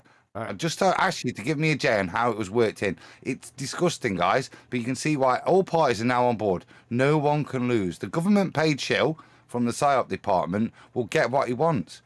Not Flat Earth out of the Flat Earth exponent. I'll tell you what. You stop. Look at Whitsitt. This guy wants to talk Einstein and non-rotation and fringe patterns. I'm ready, baby. Let me paint your reality, because you've already said that it could be a ball, it could be flat, based on my, what was it, metaphysical interpretation. Whoa. But you're running out of J's, brother. I'm going to give you one more J. I don't need a J. I don't need it. That was a summary of, to me, where we're at. Okay. Right, and why, from this point on, Flat Earth won't probably be mentioned. Because it's not relevant to either of these gentlemen's agendas. Don't anticipate. Okay. It's obviously the only proper framework of physics. of ether is the only proper framework of physics. Really? Insane. Insane. Yeah. Really? Okay, what's its physical properties? Yeah, that's what I thought. Makes I more also sense to think say about peop- electricity. Say again? Wait, makes more sense to say that about electricity. Oh, because that's a completely different topic. Yeah. You never know. They might get into that. People may not fully grasp the implications of there being an ether. So I'll throw that over to you. And just throw that over. Oh, no. Do you not fully grasp the implications of something that's not been demonstrated? Yeah. Let's see what he says. like I said, you can kind of choose how you want to go. If you have questions about FE, I like this to be real chill. Questions about FE, you just threw ether over to him. What the hell are you talking about now? You need Adderall drip, son. My God. I'm not trying to get real cutthroat with anything, but I am kind of curious. Get real. You can't. You couldn't cutthroat a soup sandwich. What's the point of this, right? So the initial point was his mate, brain injured mate, said, who's a flat earther, said go and debate Whitsit on flat earth. We've come here. We don't want to actually get cutthroat and debate anything about whether the earth's flat or not. So our point proven, carry on, because he don't want to get cutthroat on flat earth. But maybe the two of us could become friends with regards to the metaphysical nature of the universe and how we could invoke ether within our imaginary world. Yeah, is that what this is going to be? A love fest, loving on ether. We can agree on that. Maybe if you'd allow me to hit the play button. Should. Curious what your take on the ether historically, kind of what the implications of what is ether historically? there being an ether are. Do that if you wish. See where we maybe disagree. Let's see where we disagree on our imaginations. Can I give ether historically and see what they come up with? Yeah, ether historically, I already did that. James Clerk Maxwell. Yeah. I said. Super booger, super mustache. He said, I said super chat loud. AI sent thesis, heliocentric globe Earth, Einsteinian physics, antithesis, flat Earth / Aetherian physics, synthesis, geocentric globe / Aetherian physics. Yeah, way to go, AI. Thanks for the 2 super chats, man. Appreciate it. Historically, of course, we have biblical reference. We have things. Whoa. You have a biblical reference historically to ethers? Where might that be? Going into Tartaria. It's in Tartaria. Oh, no. Okay, so we're now going to throw out trigger words, is it? For acceptance. Is it flat? Do you want to tell me that you think it's still a ball and it's not flat? Or are we just going to find points of common agreement on nonsense? And Tartarus. Is he gonna side John Levi? Go ahead. Is he gonna cite John Levi, the weed smoking pothead? I don't know. I just want to know. I know Tartarus is mentioned in Scripture. I think it's in 2 Peter. No. QE, no.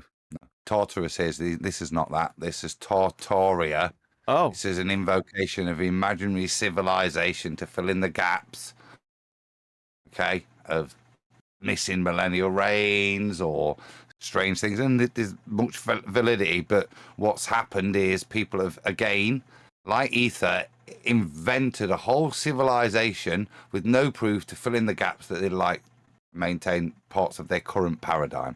It's very equivalent, actually, how you'll lie to yourself and fill in the gaps with nonsense so that you don't really have to adjust your paradigm too much. So where is Tartaria in Scripture?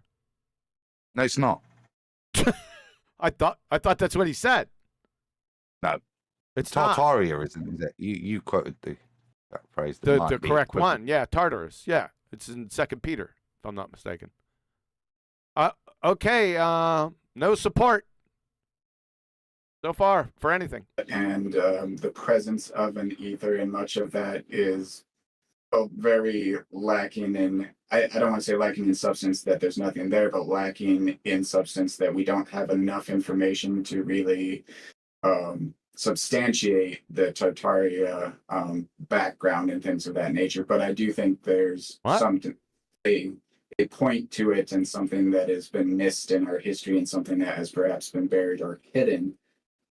What the hell is he on about? That's just gibberish. No, he says, he's described it as a saying. Everybody knows if you look back and critically analyse history, it stinks. It ain't right. We all know it ain't right. Yeah.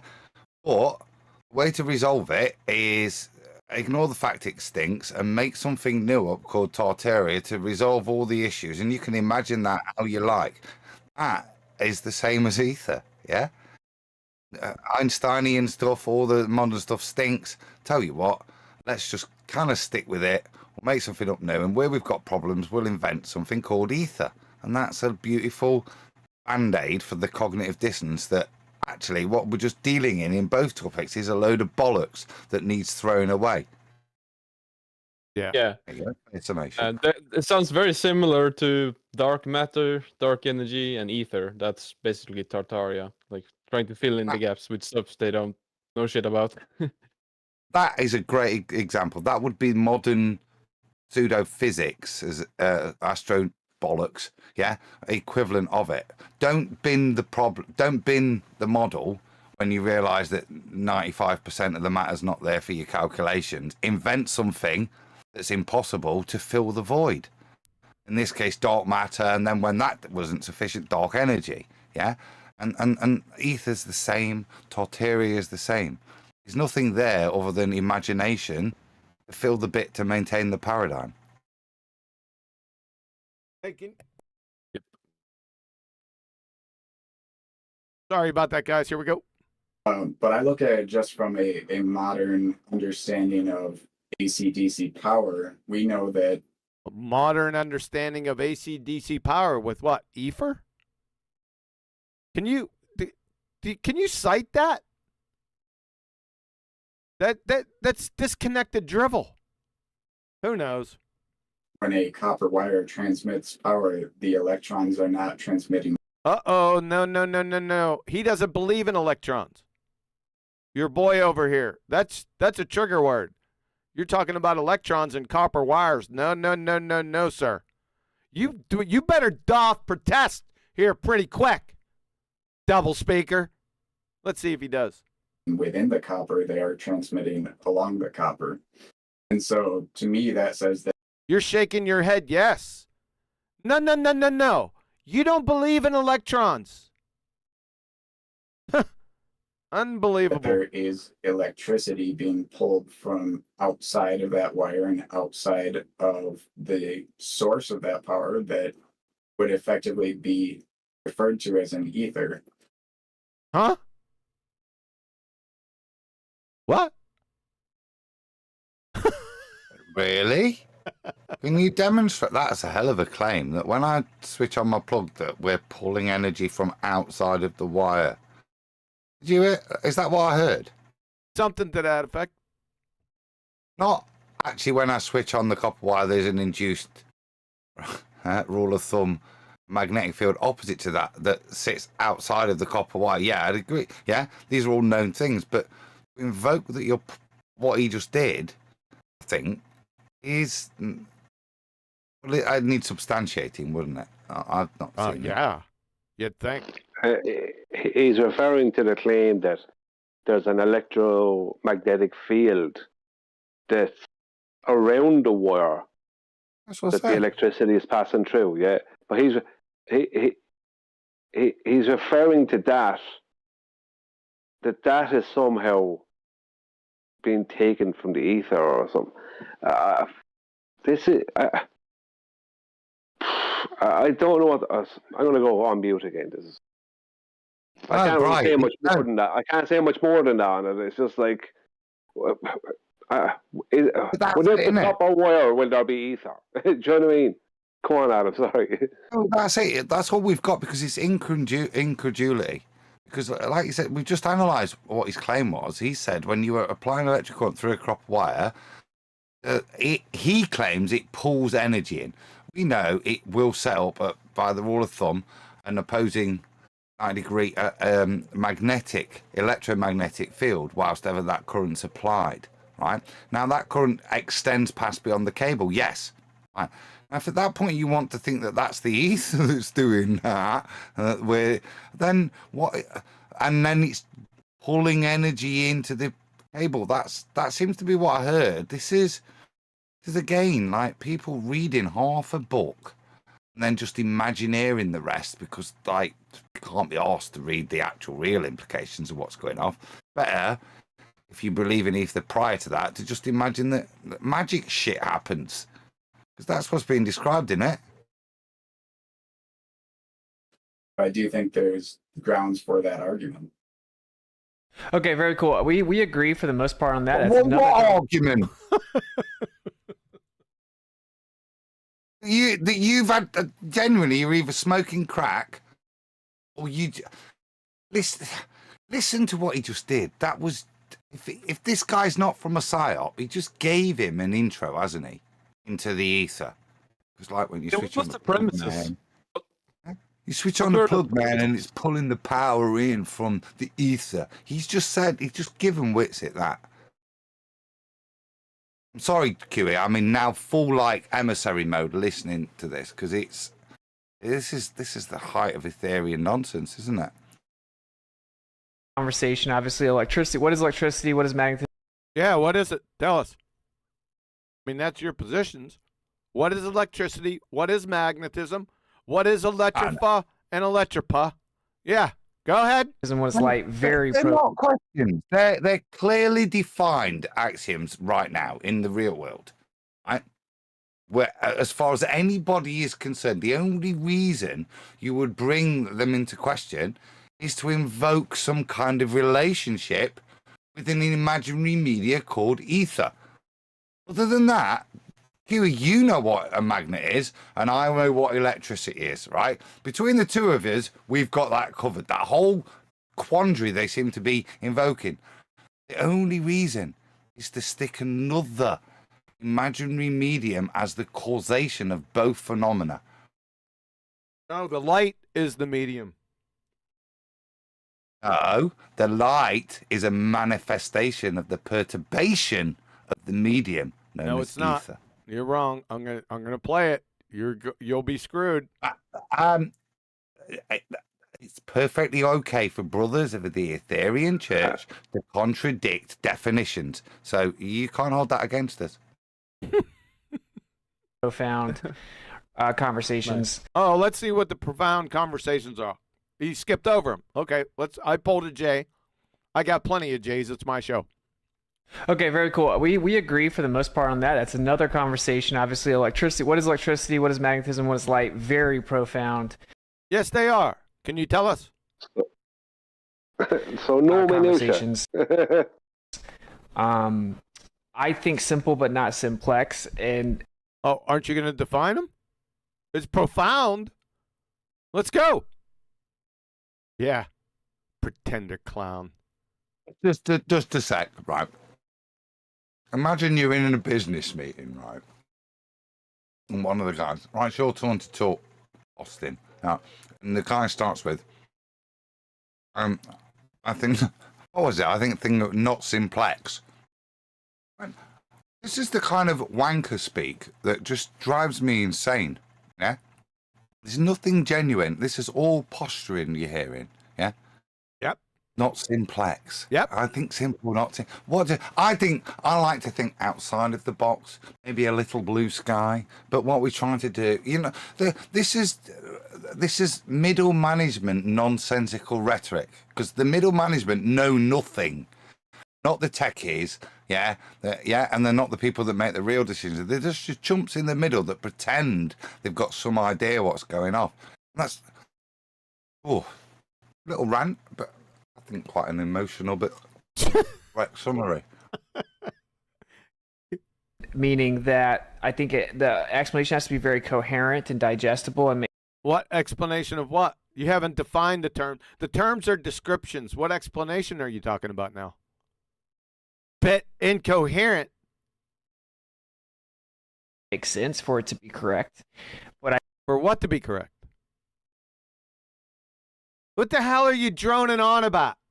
I think it has a lot of nuances. What's it? Huh. You clown. I side with Nikola Tesla, and I know that you side with Nikola Tesla on what? Electrons? No, on whether or not a pigeon is a suitable maritable partner. That's true. Hey, listen, we're not going to drag Nikola Tesla. That's not why I'm here. He's a homeboy. He's as smart as a whip. But this boy just invoked him. He sides with him. But Nikola Tesla told him that electrons were particles years and years and years ago. Nikola said that he was the first one to postulate it. It was a quantifiable unit of mass, wasn't it? That it was actually something in the real world that was quantified and undivisible. It was discrete. Yes, a discrete chunk. Yeah, exactly. That's something that Witsit denies. Yet now, he sides with Nikola Tesla. You can't. No, you don't. That's all right. I don't have that citation in hand. I'll get it for one of the next presentations. We've already been over it a number of times. The crowd's going to get antsy. They want me to go at you about flat Earth. Now we're back to flat Earth. Go at him about flat Earth. He hasn't spoken anything about it. Neither of you. You just bring up the topic superficially and then go away from it to your ethers. What are you going to go at him with the flat Earth? Are you a flat earther? Go ahead, Brian, ask him.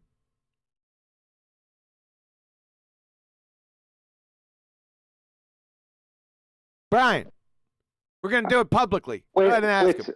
Yeah. Witsit, do you know for sure and without a doubt that the Earth is flat? That's a good question. Isn't it?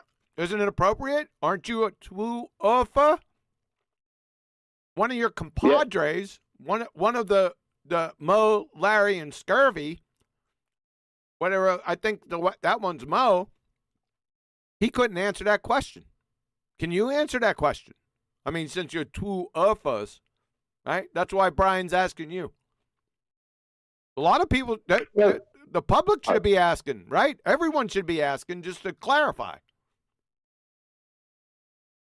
Well, why would you need to call yourself a true earther if you were already a supposed flat earther?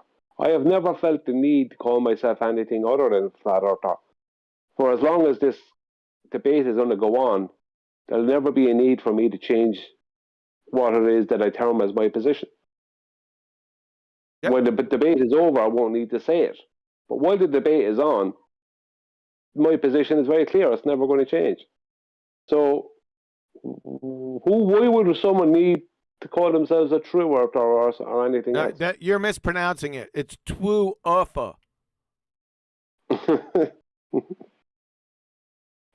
And we can get into it, obviously, like the radius value of the Earth is where that whole thing boils down. But I think that this is very important. That whole thing boils down to radius value. Let's get into it. Go ahead. Important. And I think this is a good way to kind of start it, and then I'll allow you to also feel free to bring anything up. But the way we're getting ready. Go ahead, Brian. What? Is this going to be? I don't know what. I can't remember how long it is, but it seems to have gone on a bit now. There seems to be a lot left. Is this going to be one of those conversations, another one, where the topics come up and they say, "Well, we could get into it, but it'll take this amount of time, so it's a complicated subject," and then they never get into it? Is it going to be one of those things where you listen to 2 hours and you get absolutely nothing out of it? I'm thinking that might be I don't know. You're anticipating it might be. Okay. way I feel about this is Nikola Tesla was correct. Wait a second. Didn't you just bring up the radius of the Earth? What does Nikola Tesla have to do with this? You got some serious ADHD problems, Holmes. Nikola Tesla, what has he got to do with this? He disagrees with Whitsitt on the foundational premises of electrons. That's true, but that's true. That's true, but he's bouncing off the walls. He just stated the radius of the Earth. He says, I don't know what you're going to do about it, and then went off to Nikola Tesla again. Because he's trying to bring it back into having an ether conversation. All right. He doesn't want to talk about radius. Then why'd he bring it up? Because he's supposed to be debating flat versus globe here. Oh, that's right. Or conversating about it or something. So he needs to say something now and again, but then bring it back to what he wants to talk about. Oh, so he's just giving like superficial lip service to it. So I get it. Okay, fair enough. Boy, that's very clever. We would have never figured that out. Correct, and he immediately called Einstein out, right? Why? He called Einstein out for what? Einstein's an ether lover. He's one of your brothers. Didn't you know that? You do know that. You're just so confused right now. You just state anything. So we got key phrases, Einstein, Tesla, called. Why did Tesla call Einstein out? This is the story we weren't told after that. Well known in the scientific community back then, when Tesla called Einstein out as a raging homosexual who liked to wear women's shoes. It was part of the intellectual physics discussions. What are you on about, Whitsitt? Called him out for what, dude? Yeah, I want to know what. I know the citation about mathematics, right? I got that. I followed. Tesla was correct. They still do it, right? But Einstein wasn't specific. Einstein wasn't. Hold on, Adam. Einstein wasn't a scientist, and he wasn't a physicist. So what's your point? Huh. He wasn't cited in that, was he? That was an incitement of modern science, where it's heading. That was a statement of whole system that he'd seen change, which is a fair enough place to cite Tesla. I would agree. Yeah, but that's not an indictment of Einstein directly, is it? That's correct. You're right, Adam. That's right. It's not directly. Yeah, I've heard this claim for a long time now. Since I heard about Tesla back in 2003, 2004 for the first time. The claim I heard from back then, that's 20 years ago now, is that he called out Einstein. That's a claim that was turned up in video after video after video. And I've never heard of him calling out Einstein. Anything specific. On what? No, there was one specific one about more or less the emperor had no clothes in that sense. So there's one out there. I haven't confirmed it, but in that sense he did. But I mean, me and Brian would like to wear it then, wouldn't we? Not again. You might have heard one. If you're going to say that, state it, because actually that's often the conspirator TikTok. I have something to say. Yeah, let me just finish this part. I'll hand over to you. But that's the conspirator TikTok, feast and nonsense stuff, unsubstantiated with anything that I've looked into, and I don't see that direct relationship. So over to you, Jenny. You probably got some. No. I just wanted to say there's that quote, that famous conspiracy. When they asked Einstein, "What does it feel like to be the smartest man in the world?" and his answer, apparently, I've never seen this written anywhere, but was, "I don't know, go ask Nikola Tesla." I've seen that one before.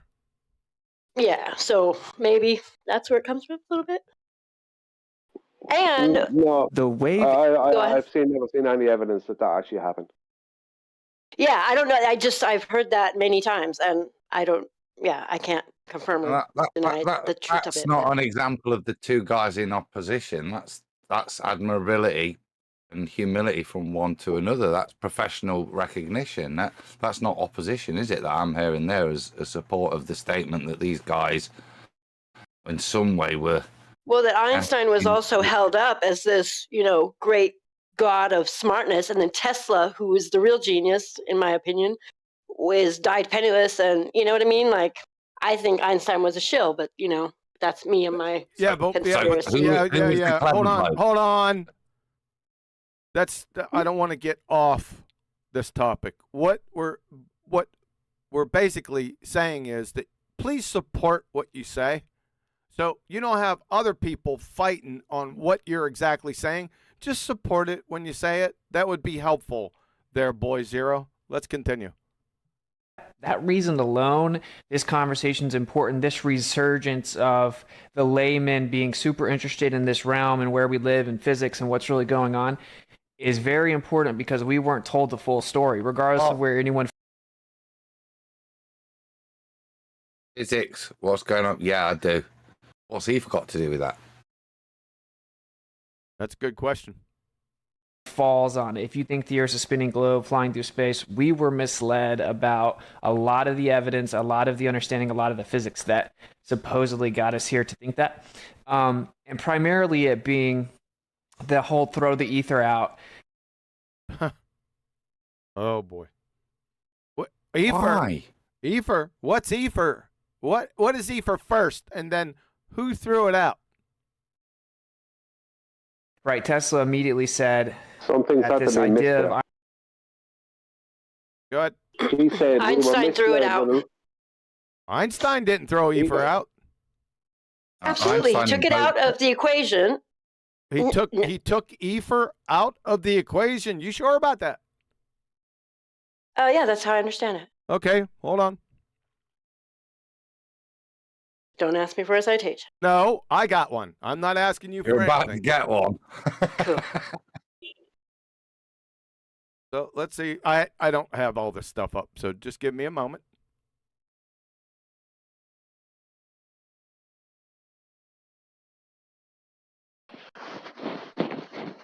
Somebody's rustling around. Oh, sorry. Scratching my back. You're scratching your back. When are you going to cut the back hairs off? Scratching the back of me, Nick. Sorry, I forgot I was off mute. Those ones too. All right, where? Ryan, whilst QE's rooting, do you just give your? Cause this is not my forte. This field. This is your twos. But why does Einstein invoke ether or have to maintain ether, Brian?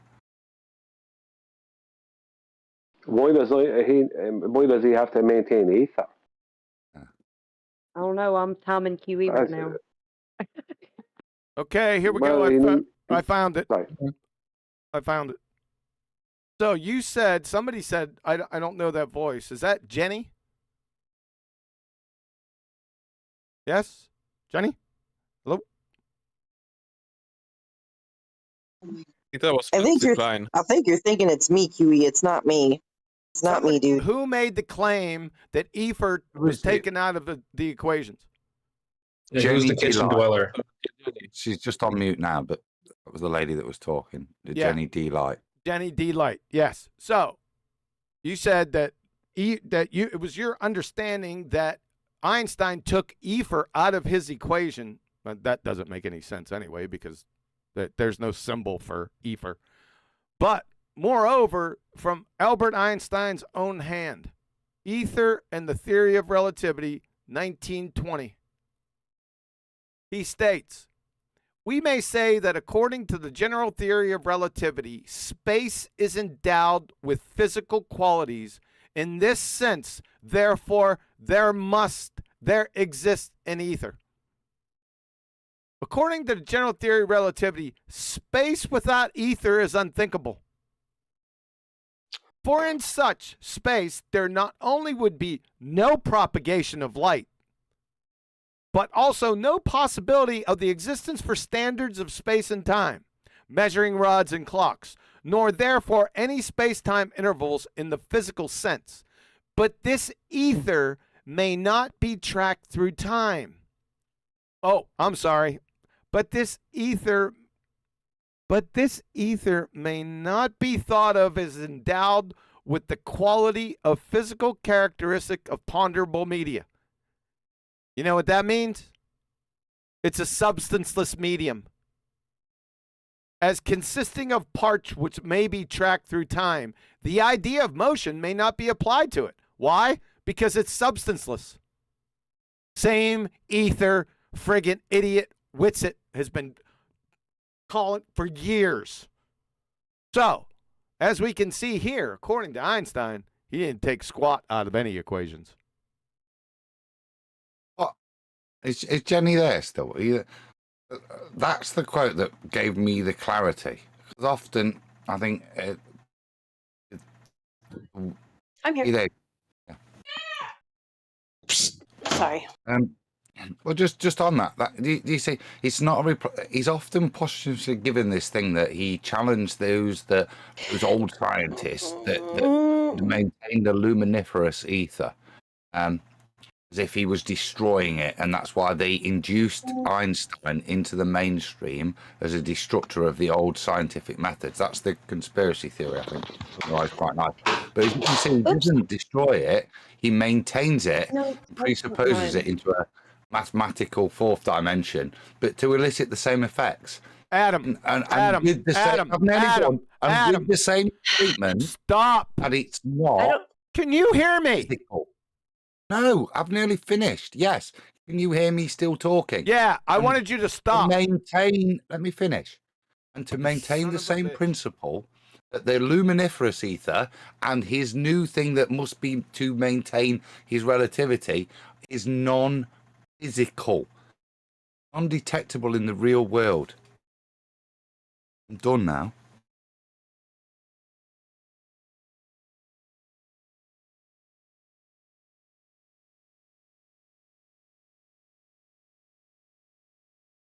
Jenny D. Light. Who did somebody mute her?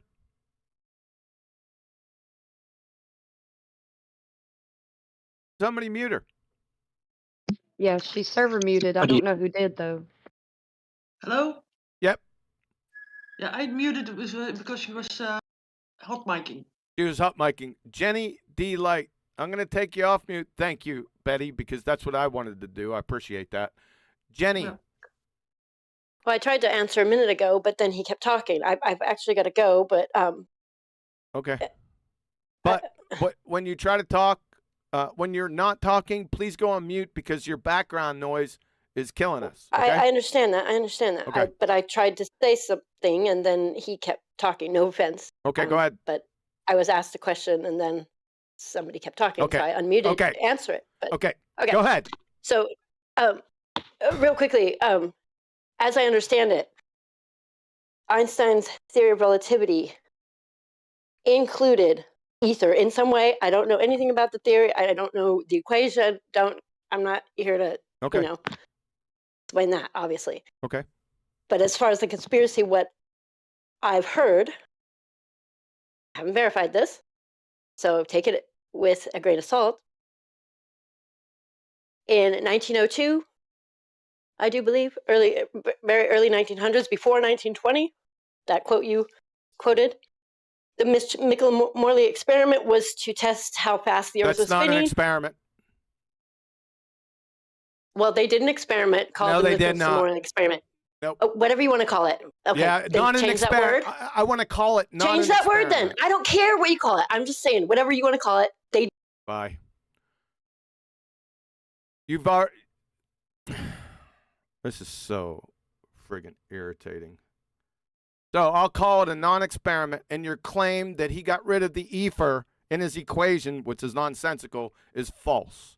That's it. No more explanation. From what I know it was a bit of a ramble, QE, but that's exactly what I summarised. Yeah, this half-assed intellectual thing where you watch TikTok and it tells you exactly what that lady's just purported. That's why I just tried to say, no. When you read the rest of the book, a lot of this nonsense falls apart because at this point, you see, they paint Einstein as some bloke that's going to get rid of the old ether knowledge that we all used to have. Just part of the religious rhetoric that exists within. And you see, this is where Tesla's held up as a priest. invoke this, and this is the anti-church of Einstein coming in and destroying the old understandings. It's just what was portrayed there. Einstein doesn't do that. He just hijacks it and maintain and sticks it into a fourth dimension. But it's the same non-physical bullshit explanation. Like when we're back to you are whatever. Jenny, what he said. They fill in the gaps. They fill in the gaps with nonsense to maintain the paradigm. Thank you, Adam. Jenny, you didn't have to finish. You were finished when I put the citation up. There's no more explanation after that. You can't explain yourself out of that. You follow?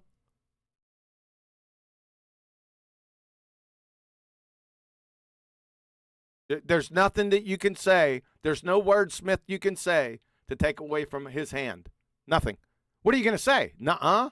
That's about all you can do.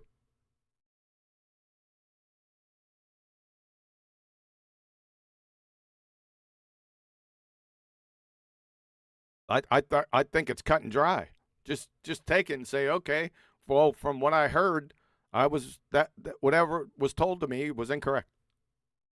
That would probably work. Think. Yes? No? Okay. She said okay, so there you go. Okay. Fair enough. All right, we can move on. I just want to just a refresh there of what's happening. Why? It's over. Don't bring it up. It's already, she's done. It's over. No, not, well, okay. Yeah, it's over. Let it go. Here we go. The whole throw the ether out, right? Tesla immediately said that this idea of Einstein's space curvature is ridiculous. He didn't have to say that. Incoherent second graders could have said that. Because space and time are portrayed by them as physical qualities when they're concepts. So it's a massive reification fallacy, number one. Both of his so-called scientific theories, they're not scientific theories to begin with. We don't need Tesla, just an incoherent second grader. There, friend. We don't need White Knight Tesla telling anything. He said for many reasons, but for one, space is nothing. Space is nothing in and of itself. It's an space is length, width, and height. That's a concept. Idea of emptiness or nothingness. And so that would... It's not an idea of emptiness or nothingness. It's length, width, and height. Oh, goodness. Betty, you might have to enforce that again. Would be like... Can I just say something? Tesla promoted the electron, right? Einstein placed ether in a position of being non-physical. Now, the electron is physical. Yet they promote Tesla as being like the godfather of ether, and they attack Einstein as if he was against it.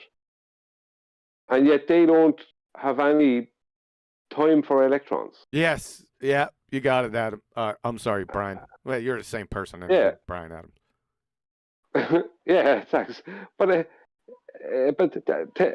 Tesla was in contradiction to them, and Einstein is more on the same page as them.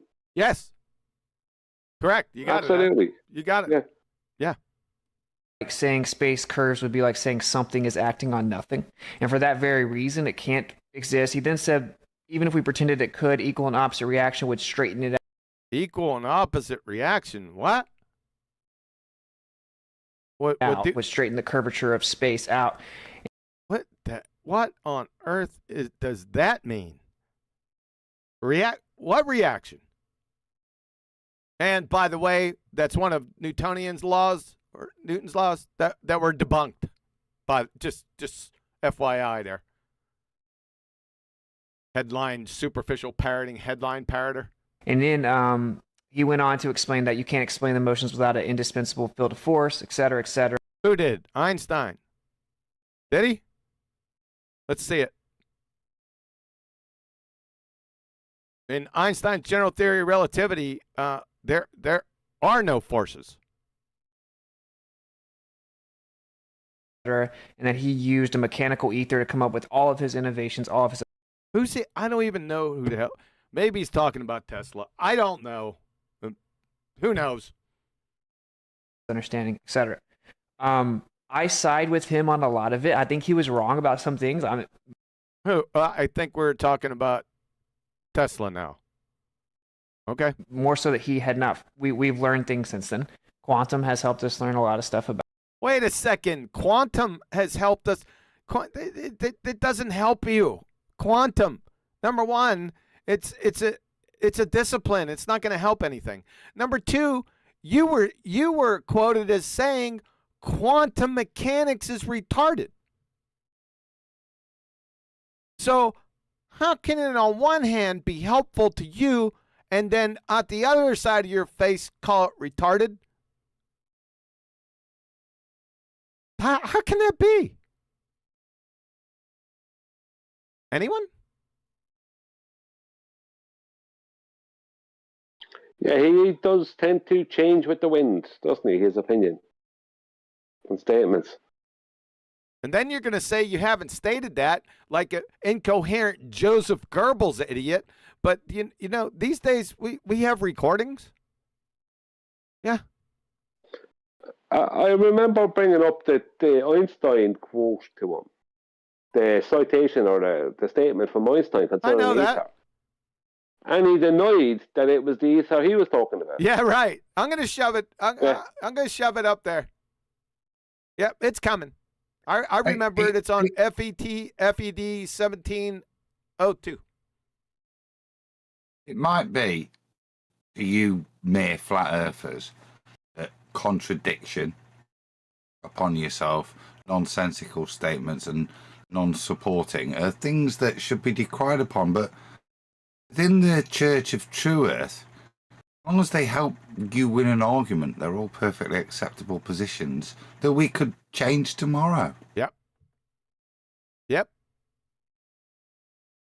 Huh. Interesting. About what I consider the ether, but what you consider the ether is meaningless. You don't know what ether even is. I asked you a couple weeks ago, you gave the same idiot answer that wasn't the same answer that you first come out of the gate with, by the way, that we'll be going over shortly, as in a couple weeks, on our trip down memory lane. That's going to be a lot of fun. You don't know what ether is. You call it a logical framework. You know what that is? You just made that shit up. Cite it. Somebody force him to cite that. You won't find it. You know why? It doesn't exist. He pulled it out his arse. It's stupid on its face. What I've found when analysing that, because I tried to find and define what the logical framework that you would apply is, it appears to be use presuppositional logic mid-argument to try and railroad the opposition to make out that you've won the point without ever having to demonstrate how you've won the point.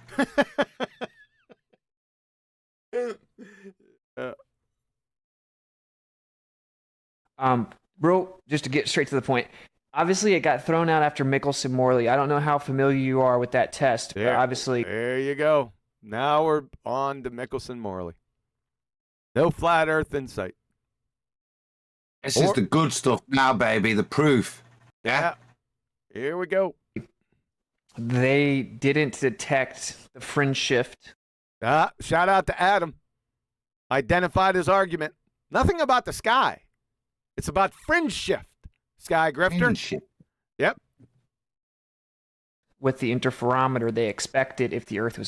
I don't know how you're even appealing to this, because this is going to send light in two different directions and then recombine coming back.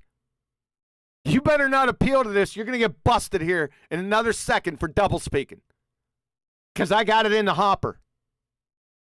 Do it. I dare you. I triple dog dare you to double speak. It's moving through an ether. And so it's moving through an ether. But you said,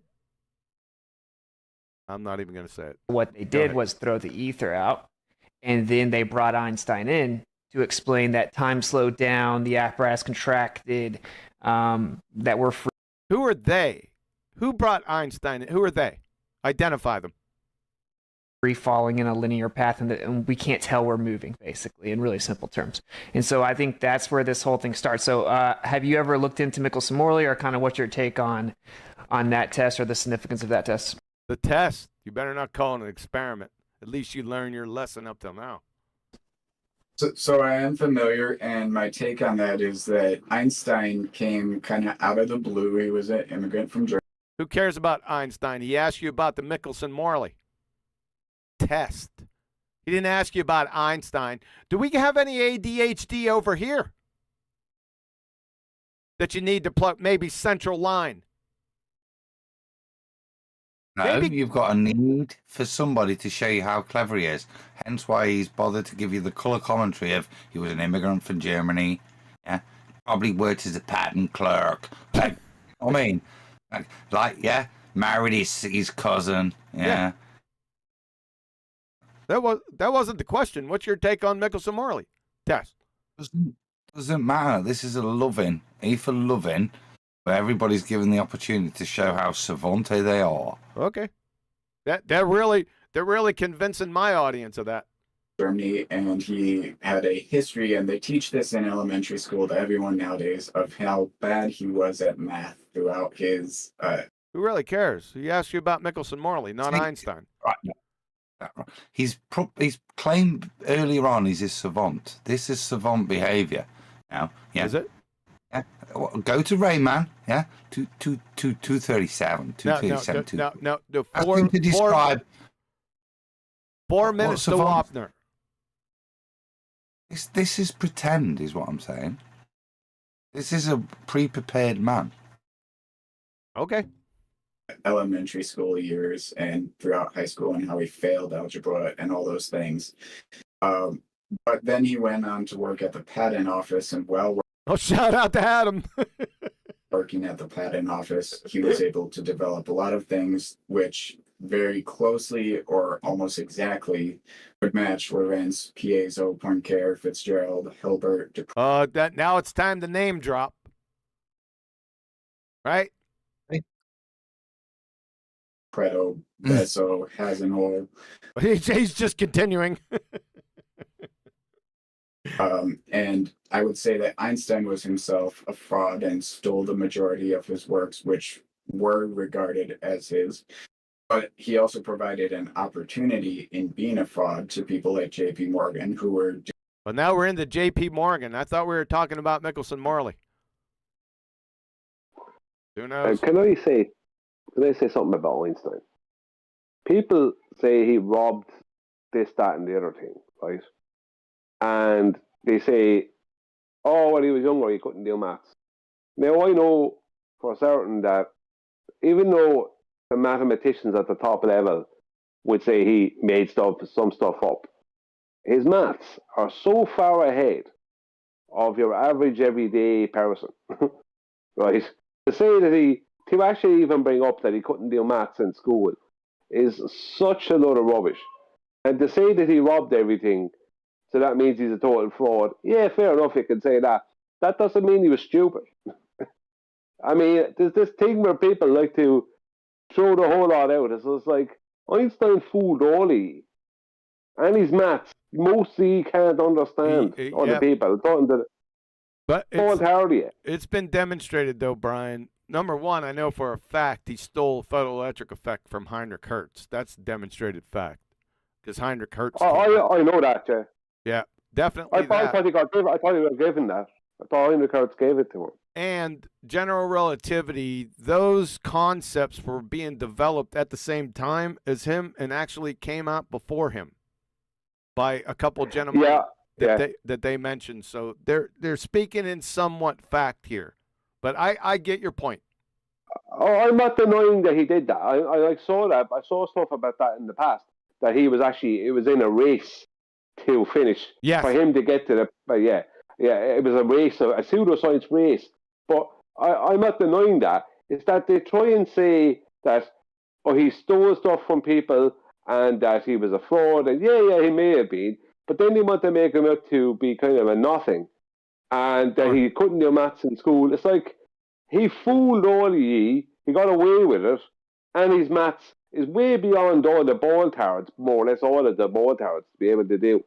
So it's time to shut up. Like, you know, I mean, if I'm not saying the guy was anything, but yeah, it's just a narrative. No respect for this. Go on, Adam. Go on. It's a narrative, yeah. And for you to look at this and evaluate as if it's some grand fraud, no.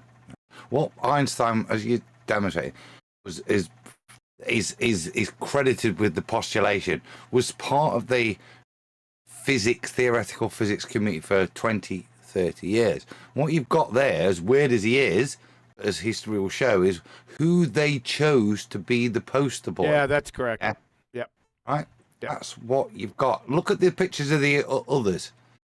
Yeah. Look at who's a Mason. But that's the indictment of him. That he's whether or not he knew it or he didn't, it doesn't really matter. He was who they Huey going to choose, and to represent this new paradigm, and more importantly, to convince the masses, because that's what Einstein is. He's part of the rhetoric for us, not the rhetoric for physics.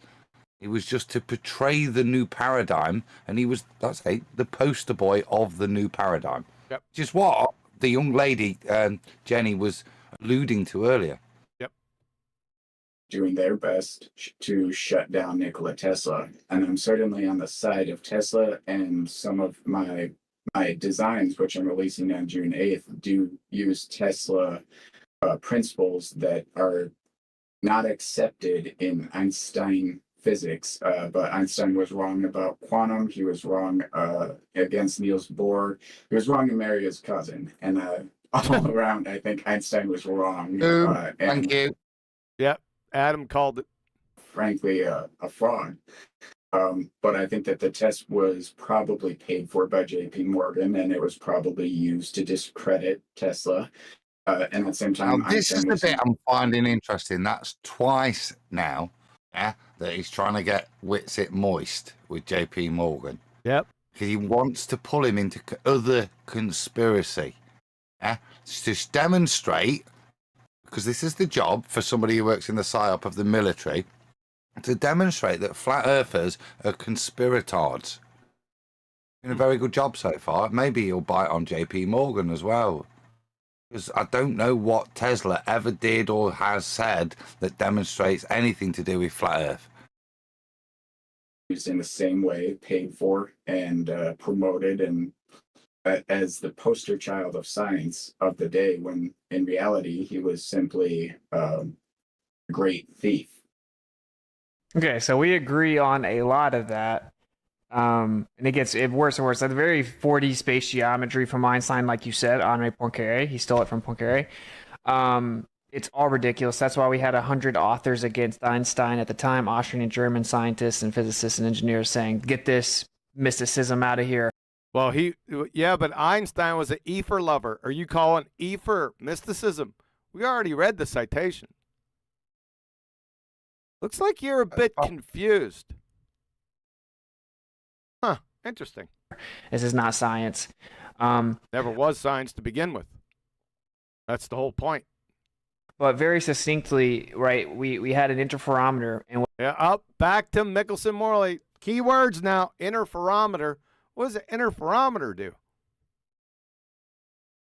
It measures what ether. It does for those not. Does it measure ethers? Well, that's what's going to be invoked. Because why else would you mention an interferometer measures what? Fringe pattern? A differential? Yeah. Fringe shifts? Yeah. Well, a differential in the fringe pattern, isn't it? Yeah, a fringe shift, yeah. That's what it does, but that's not what's being invoked. If fringe shift, therefore ether is what's been presupposed to have this any relevance. As if you like theory and worldview. Nothing to do with flat Earth still, but you know.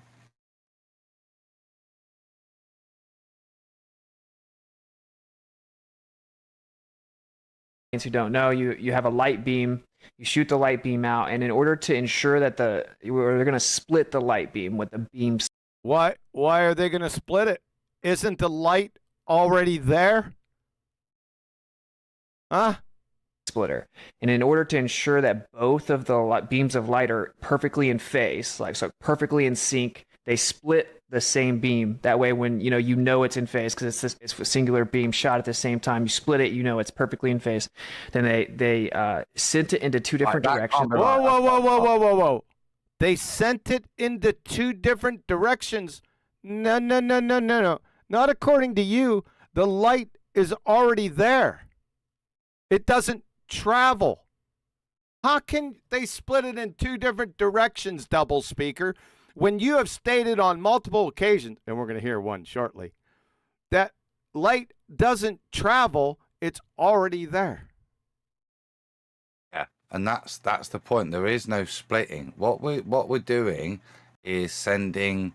If we're splitting anything, it's a perturbation we're splitting. So as the perturbation reaches this point, we split the perturbation and send the perturbation down separate channels of the ether, or light as it's sometimes known as in its non-luminiferous form. And as the perturbation reaches these points, it illuminates. Now we've just diverged the path of the perturbation. We've not split. Yeah? Come on, Whitsit. This is Sunday school stuff for us. Yeah. Well, wait a second. Let's. You guys probably won't hear. You guys. The point I'm making here, QE, in a whimsical manner, is what Whitsit has just demonstrated is a standard physics description, something he opposes fundamentally in his Etherean view. It's very odd, and this is why the sarcasm, etc., for us guys. It's nonsensical. It's contradictory. It's retarded, frankly, for you to describe what you're on about in a mechanism that you fundamentally disagree with, sir. What are you doing with it? Well, you're not going to hear him, but the YouTube audience is going to hear him. So how can it be split in two different directions? Let's let him finish. Orthogonal, so perpendicular to each other. They come back. No. They don't come back. You said the light is already there. That light doesn't travel. Let's hear it. One direction. Hold on a second. Is clearly gets to the receiver faster in one direction and higher and changes throughout the year, and it consistently does that. No, there's not a journey because there's nothing traveling. What the light is already there. There you go. I hear that. Yeah. He said there's no traveling of light because it's already there. That's what the audience heard. So how can the light be already there and now following what you just said, that the light goes in two different directions and comes back and recombines? How is that possible when the light's already there? And how can it travel when the light doesn't travel? That's what you stated. Because the light doesn't travel, it's already there. What you have to understand is that light isn't, as Tesla would describe, a discrete particle. It's just a manifestation into reality of the ether. And as the perturbation within the ether ripples in its wave form, we would experience that as light traveling in a straight line. But what you've got to realize is it's just the perturbation of the ether, and as the energy mutates into the real world, that higher frequency, it will manifest as light. Thanks, Adam. That didn't help. Don't disrupt my point. You start your anti-religious true earth rhetoric against me. I won't suffer your prejudice with true and belief. I think the audience got the point. We'll continue. Recombine the middle, and then they go to the receiver. Can't go to the receiver. The light's already there, according to you. Just train wrecked yourself, son. And based on where the Earth was supposed to be orbiting around the sun, Uh-oh. He's gonna take his fringe shift pattern and put it up in outer space. Good call, Adam. Why? Because we're going to rule all of this out so that we now understand that 7% of 360 degrees in 24 hours means it's not the Earth rotating, we're stationary, obviously, because we've measured 7% of 360 degrees in 24 hours. So we know it's stationary based on those premises. Yep. Yeah. and therefore the 7% can only be ether. This is what this is the slow trudge. Yeah. Yeah. Accepting the Michelson-Morley shenanigans and an interpretation of fringe pattern means ether. This is part of the cultic rhetoric. Yep. Direction and time of the year, one of those light beams should have been behind the other one. How can that happen when light doesn't travel? It's already there. Contradict yourself much, or depending on the day or the color of your mood ring, right? Unbelievable. Because basically, if there's an ether and the Earth is moving through it, it creates kind of a wind, and now the light's going to have to make its way through that wind. No, the light is the medium. Wind. Who's got wind? I don't know. Is that a noun or a verb? Oh, I don't know. It creates wind. Yep. How can Well, a that would be. substanceless... Sorry. No, you go with Flatty. How can a substanceless medium create wind? No, the substanceless medium is the wind. It's light. A light wind. Does the wind make itself more windy then? Well, the wind can blow on your hand, but I can't hand you a wind.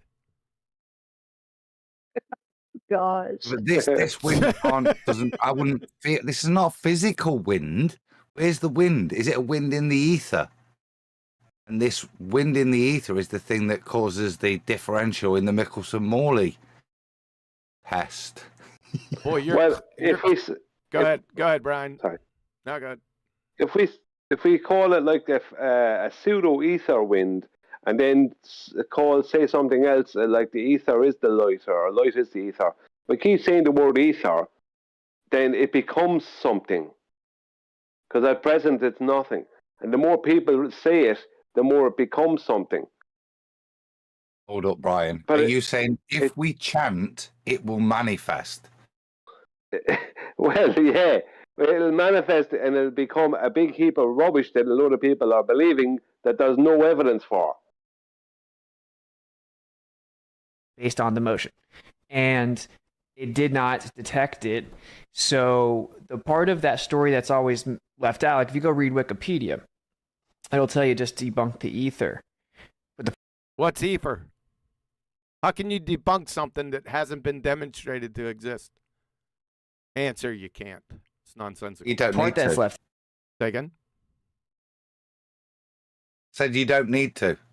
Exactly. That is that they did actually get a fringe shift, meaning shout out to Adam, that the light beams came back. They weren't completely together. They came back, but light doesn't travel. It was already there. How'd they come back when they're already there? They were separate. There was an interference pattern. And it was about 1/6 the value that it should have been if the Earth was orbiting the sun, 30 kilometers. Now back to the Earth orbiting. Back to the sky. From fringe shifts. Shout out to Adam. Kilometers a second. So what they did was throw the ether out. I mean, who are they? And really, when I say they didn't do. When you say they, who are they? Do that. They, like Michelson, everyone. When you said they didn't do that. What? I'm not rewinding. Morley, Albert Michelson, they said, okay, stationary ether doesn't seem to work. What's going on? Lorentz. Stationary ether? What's ether? Before you put adjectives in front of it. It's like evotards. Micro and macro. Nah, let's get to what evolution is first. Then we'll deal with the adjectives next. Boy. And Fitzgerald came up with all kinds of ideas to try to keep the ether and make it work. What's ether? Throwing the ether out was just ridiculous. Why would they need to throw it out? It was never demonstrated to exist in the first place. Like it didn't even. No one even considered throw that. out something that doesn't have any physical Go ahead. evidence? Good. How do you throw out something that has no reality? Can't. It's already out. Einstein just I stumbled would around. want to.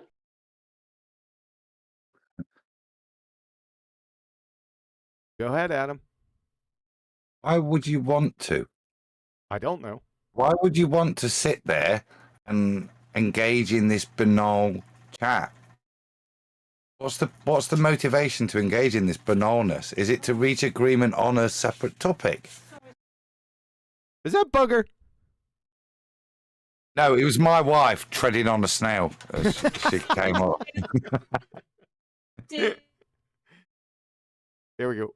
Around with a bunch of his stolen work in 1905, stitches it together, and just throws everybody a curveball. And eventually, no one else knew what to do. They didn't know how to explain it without Einstein's theory, right? Which theory? Einstein never postulated a scientific theory in his life. Not in 1905. Special relativity is not a scientific theory. You will not find a single hypothesis in that paper. Just like in 1915, when he postulated general theory of relativity, there's no hypotheses in that one either. So neither are scientific theories. But long story short, what I'm saying is there was an interference pattern. And long story short, we're back to the interference pattern, back from Einstein. Okay, what interference pattern. If interference pattern, then Sky Grift. Perfect. Sky Grift, therefore interference pattern. No, interference pattern, therefore Sky Grift. Whatever. And they said, oh, it must be instrumental error. Now, this is the part that you won't know until you do kind of what the flat earthers do, and you go look into. What kind of retard, after they got that, and they were set off, measure whether or not the Earth was rotating based on a supposition of an interferometry reading. And what they got was not that it was stationary nor that it was not moving, but a movement of some sort. Isn't it only logical for any scientist at this point to infer ether? Is it? Because I think this is what's being postulated right now. Only a retard would not now invoke ether. Just a technical fact, they weren't dealing with rotation. They were dealing with the transmission of the Earth around the sun. Two different movements. Okay, well, even more so. It doesn't really matter. It doesn't matter what the invocation within the heliocentric is. It's the bullshit test that doesn't prove anything invokes either movement or non-movement, and it shows a bit of movement. So it doesn't help either cause. It doesn't demonstrate anything for anybody, and that's the bit that the grift is based upon. It's that little bit of confusion that the grift works upon. Interesting. Into it super deep and read the papers yourself. And let's do that. I call all in. Clown. What has happened is that test has been replicated thousands of times. The test it's not an experiment, so who cares if you replicate it? It's meaningless. Even in the 21st century, many times with immense precision. And time doesn't matter, neither does the precision of it. It's meaningless. It's a sky grift. The test is consistent. We consistently get a fringe shift, right? So you got a fringe shift. Therefore, we do not get it to be completely we don't eliminate interference pattern. What? And what Einstein himself said, back to Einstein again, was, well, if Dayton Miller, who's the first guy who replicated it thousands and thousands of times, hundreds. I thought it was millions. Of thousands, if not millions, of actual. There you go. I knew it was millions. I knew we were going to get there. It's a threshold issue. Measurements because he was doing them simultaneously and had it constantly running. He said, if those results are correct, my entire theory collapses like a house. He never had a scientific theory to collapse like a house of cards.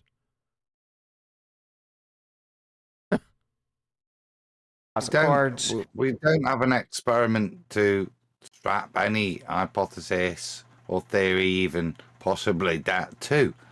Yeah, we've got a test which shows, as he just started his presupposition with, the guys that were set out thought it's just a minor error in the equipment. Basically, it's showing nothing.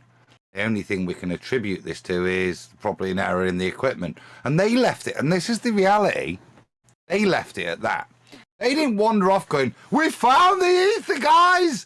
We didn't even look for it, but we found the ether, yeah? They wandered off going, no, it's probably just... And it's only tossers after the event, right, that have got some nonsense they want to pimp, would reinterpret that as something significant. Yeah, you got it. You're all over this, Adam. I have no explanation for it. It has to be some fundamental instrumental error. Well, we know it's not, because what he proved was that the interference pattern we get, it's in correlation with your altitude, so how high above the Earth you are, what time of the year it is, so solar motion, where the sun... Stop. So all of this bullshit now is based upon this. Back in the day, FE Core, right, had one guy got one of these Honeywell bull things that they used. It wasn't Bob's, and people ascribe it to Bob. It had nothing to do with Bob, as he pointed out. It wasn't his. Then, after he gave them all this bullshit data, he fell out with FE Cores, disappeared. It's nowhere there.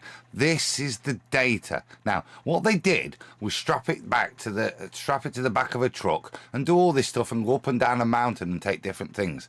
And they did it, obviously, throughout different times of the year. They got a shitload of crap data that couldn't represent anything, but if you just took that data, you could make these statements. Oh, it changes at different times of the year, changes at different altitude. With my broken thing that's given from a guy that joined us and has disappeared with both himself and the equipment now. And this is what all this supposition is now based upon. Enjoy his understanding. Sun is in its cycle, in the periodicity of the sun. Oh, the periodicity of the sun. That sounds sciencey. What's that mean? And direction. And the direction of what? So anisotropic signal propagation. Anisotropic signal propagation. Oh, that's a $10,000 phrase. What's anisotropic mean? And what signal is propagating? Propagation means traveling.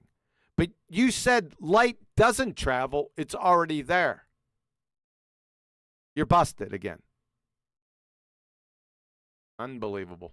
Preferred direction. Basically, the light appears to go faster one way than... Whoa, whoa, whoa. You said light doesn't have a speed.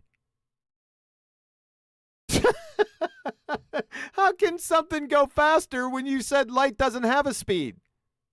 There is no speed of light. That's why it only appears to go faster to your mere mortal mind. Yeah? Just an effect of the ether, QE. Also, a direction would imply travel. Travel? Yeah, we've already been over that. Yep. The other. And that is very significant. So is moving faster when it doesn't have a speed.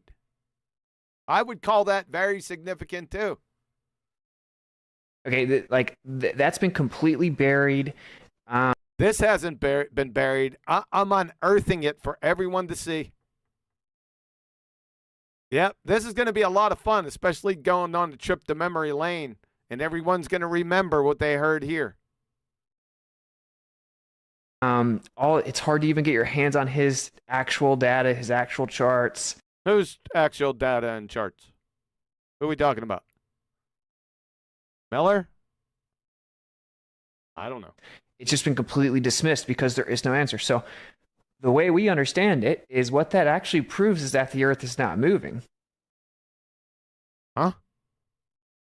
What does it mean the results that show it's moving proves that it's not moving? And this is the point, if you work on the presupposition that the bullshit test they set up was a measurement of whether or not the Earth was moving, right? They showed it wasn't moving based on any orbital or rotational speed of any description. That wasn't there. And they confirmed it wasn't moving by the fact that the data showed that there was movement. Why would you bother to prove something isn't? All right, guys. Good evening, man. Hey, evening, John. Hey, guys. Yeah, why are you trying to prove your negative statement? That doesn't make sense. I don't know, John. You have to ask him. Because, for one, it shouldn't change with altitude, right? Because if any type of motion is because of the Earth, well, that motion... The non-movement demonstrated by movement in the equipment shouldn't change with altitude. Yep. Next. Motion should be the same no matter where you're at on the sphere based on latitude. God, he's on a sphere on latitude. Can you ask? So the non-movement demonstrated by movement should also not be affected by latitude. Carry on. All right, I'll let Adam go. I won't get into that latitude thing. It shouldn't change with altitude. And it shouldn't be changing based on the motion because relativity says, oh, you can't detect the motion. And so without going too far into it, the idea is we can't... So the non-movement we claimed, which is demonstrated by the small movement, shouldn't be there because of relativity now, because of Einstein. But what the Mary Lang cookies is going off? Actually detect or measure the Earth orbiting the sun according to relativity, and that is the current model. And it's not as simple. Model. Let's see it. Is that a scientific model? We're gonna need to see that. You're gonna have to support what you're saying here. That ain't ever gonna happen. He doesn't know what a model is. Was throwing relativity out. You're gonna have to have something that's like relativity that says you can't detect the Earth's orbit. You can't detect motion, right? Because that's what the test showed. Is that the dynamic and kinematic equivalence that you appeal to? Sorry, what did the test show? Right, this is the point of acceptance. You can get mugged off. What did the test show? He just told you what the test showed. Give me a J and play it, Q, okay. Please. Yep. You have another J in the bank. You're okay. And it's not as simple as throwing relativity out. You're going to have something that's like relativity that says you can't detect the Earth's orbit. You can't detect motion, right? Because that's what the test showed. So I know it's a lot, but basically the periodicity and consistency of the interferometry measurements. The periodicity and the consistency of the interferometry measurements. Really? Nicely. These are the ones you can't cite because they've disappeared through history and no one can get. Yeah, they're the ones that the shill who joined FE Corps and gave them all to the FE community then disappeared with him and his device, never to be seen again, to be referenced. Which data are we talking about? Who knows? Has shown and demonstrated that the Earth is not moving. And now when people are bringing up the ether, I'm like, what people? There you go. Which sets of data demonstrated the Earth is not moving? Because both of them showed movement. Just on that point alone, I don't know what you're on about, mate. And why would you stand behind that as a statement? Embarrassing. He doesn't know what he's saying. That's why. Don't think the thing is, Witsit wasn't here when this bullshit was generated. He joined the Flat Earth community much later than this bullshittery. He's joined the church later, and something that's been brought to it has been moved on.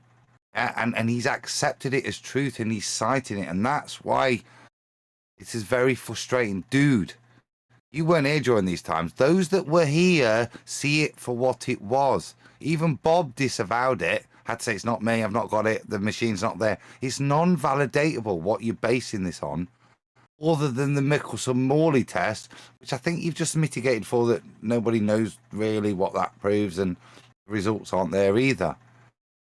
The reality of what you're citing, have this etheric wind that fits with some toroidal field, which is why you've mentioned the altitudinal differences of rotation, which is what FE Corps first claimed, 5-6 years ago with this stuff, maybe more. I forget my flat earth years, I'm probably being, But this is the point. It was all based on this data, these presuppositional data with this very dubious source. It's a bit, we've been mugged off many times, and yet we see true earthers running with this data as their only support of ether, and it's sad, frankly, dude. You should be better. You know better than this. You know what you're citing is a bag of.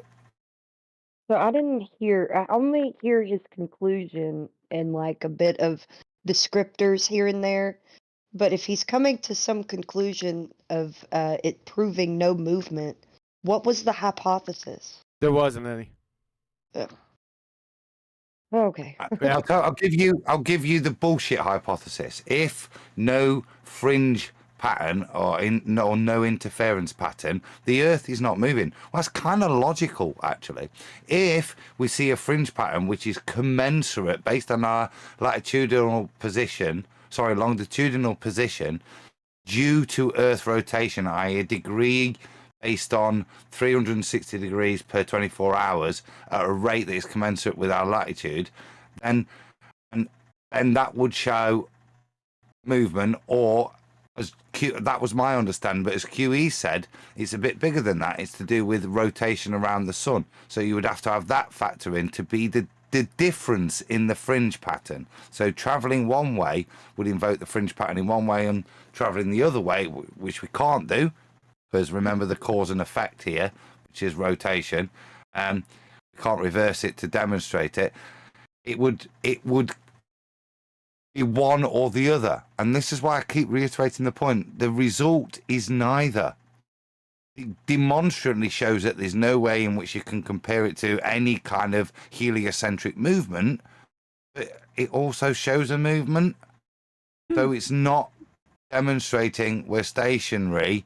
If you, and this is the fundamental, if you presuppose the bullshit in the first place, that any interpretation of a fringe pattern which you've not demonstrated what the cause and effect relationship is, interpretable as, and this is the next bit, you've got all that, and this is why I say they play on confusion. You've got all that confusion. That's brilliant. What does that mean? They come in like a shining knight and tell you what it means. It means the ether's rotating. I take it as it's the true UFOs. It's their it's their occult pendulum. That's what I see it as. Ladies and gentlemen, allow me to introduce you to Adam Meakin, a member at one time of FE Core. Just so you Before I was kicked out, I got kicked out. Yeah, Adam did get kicked out. Yeah. Thanks for Same as, and I'll tell you why. Same as Pony was removed as well. When certain axioms were challenged, and Mike Kavanagh wasn't the exponent, because I challenged Mike Kavanagh on some of the things, and I offered to leave on some of the expulsions and was told it was given mitigations, and then I was kicked out. Yeah. But there were lots of people that provided the Honeywell Bull equipment were sat in these judgments when Anthony Riley was kicked out, when Nathan was no longer welcome. These are part of the history of the bullshit. Some of those older, more rambly members have sat through, yeah? And these statements sit in context, and it's very, very frustrating because we've sat here for 10 years, and these Muppets are still representing me, and they shouldn't. Yeah, because we've sat through the crap and got rid of it, and now they're bringing it back as proof. The non-demonstrable media, you're having a laugh, son. Now, the medium is the light. The wave is the medium, and the medium is the light. So there's no confusion. For everyone on YouTube, Discord, you won't be able to hear this. Just relax for a second. The wave is the medium. Disturbance of the medium that is the light. The disturbance of the medium, which is the light. And the wave is the medium, but light's not a wave. And the medium's ether. Welcome to Shangri-La. Top of the morning double speak. Lion Sorattery. I don't know that everyone really understands the implications of this. If we bring the ether back in... Why would you bring something that hasn't been demonstrated back into what? Like an actual substantive background medium. Now it's a substantive background medium. All right. Chemical formula, please. According to you, when you first came out here, it was a substanceless medium. It changes it based on his mood ring. But that's all right, folks. Just wait for that. We're gonna get to the origination of the ethers. It's coming. Medium that everything is coming from. We got to go back to I got to pull a J. Let's get the full thought. I was going to say, because it might be H2 blur, right? But I want to know what this substantive media is. Because now, and this is important, it was never substantive before. Yep. It's never been. Yeah.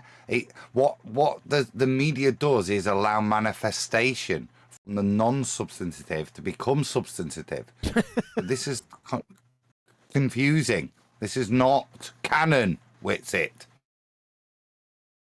I don't know that everyone really understands the implications of this. If we bring the ether back in, like an actual substantive background medium that everything is coming from, we got to go back to MMX. Ah, there it is. Since we've drugged them around by their short hairs, calling the Michelson-Morley experiment bogus and non-science, they've changed it. He's changed it to an acronym now. MMX. You hear that? Listen to it. Substantive background medium that everything is coming from. We got to go back to MMX. You're talking about the Michelson. What is that? Yeah. The MMX. I just told you. MMT. You retard. Oh, MMT. You're going to abbreviate. He never called it an experiment, right? Did he? He was careful. If he'd have called it experiment, we'd have gone like that, wouldn't we? Because that's our natural gut reaction. Yeah. No, he didn't. So now he can't even take the first letter of each word that he's been using. Why would you do? And even so, use the word X, and so he can't even spell experiment, even though that wasn't the word he was using. It's with an E. What's the observed phenomenon? Sorry, See, this is sorry. No, I'm sorry. I was just saying, if they're going to bring it back and it's an experiment, what is the observed natural phenomenon? What is it? There isn't any. Fringe shift in Michelson. It's a fringe shift within the very non-experiment that they're going to do.